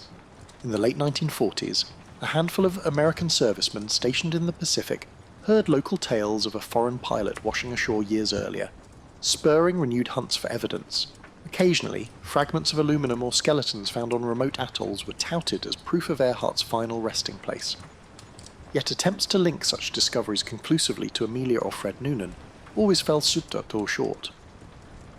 With each new claim came another wave of media coverage, keeping the question of her end alive in the public mind. Pop culture seized on the mystery, weaving it into novels, films, and radio dramas. Some portrayed her as a spy captured by hostile forces, others imagined her deliberately disappearing to live in peace. These fictional takes occasionally drew the ire of those who believed they trivialized her legacy, yet they also brought her name before audiences that might not otherwise have pondered the achievements of a woman pilot in the 1930s.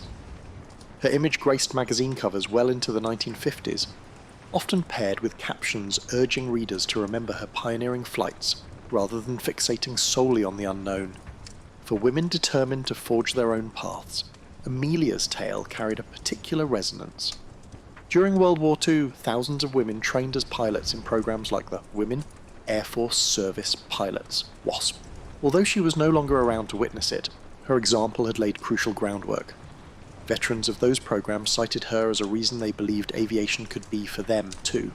They viewed her last flight as the ultimate expression of her courage, continuing until the sky itself refused her any further. Critics sometimes questioned whether her fame overshadowed the contributions of less heralded female aviators. Indeed, Earhart's photogenic presence and collaboration with George Putnam's Media Machine set her apart.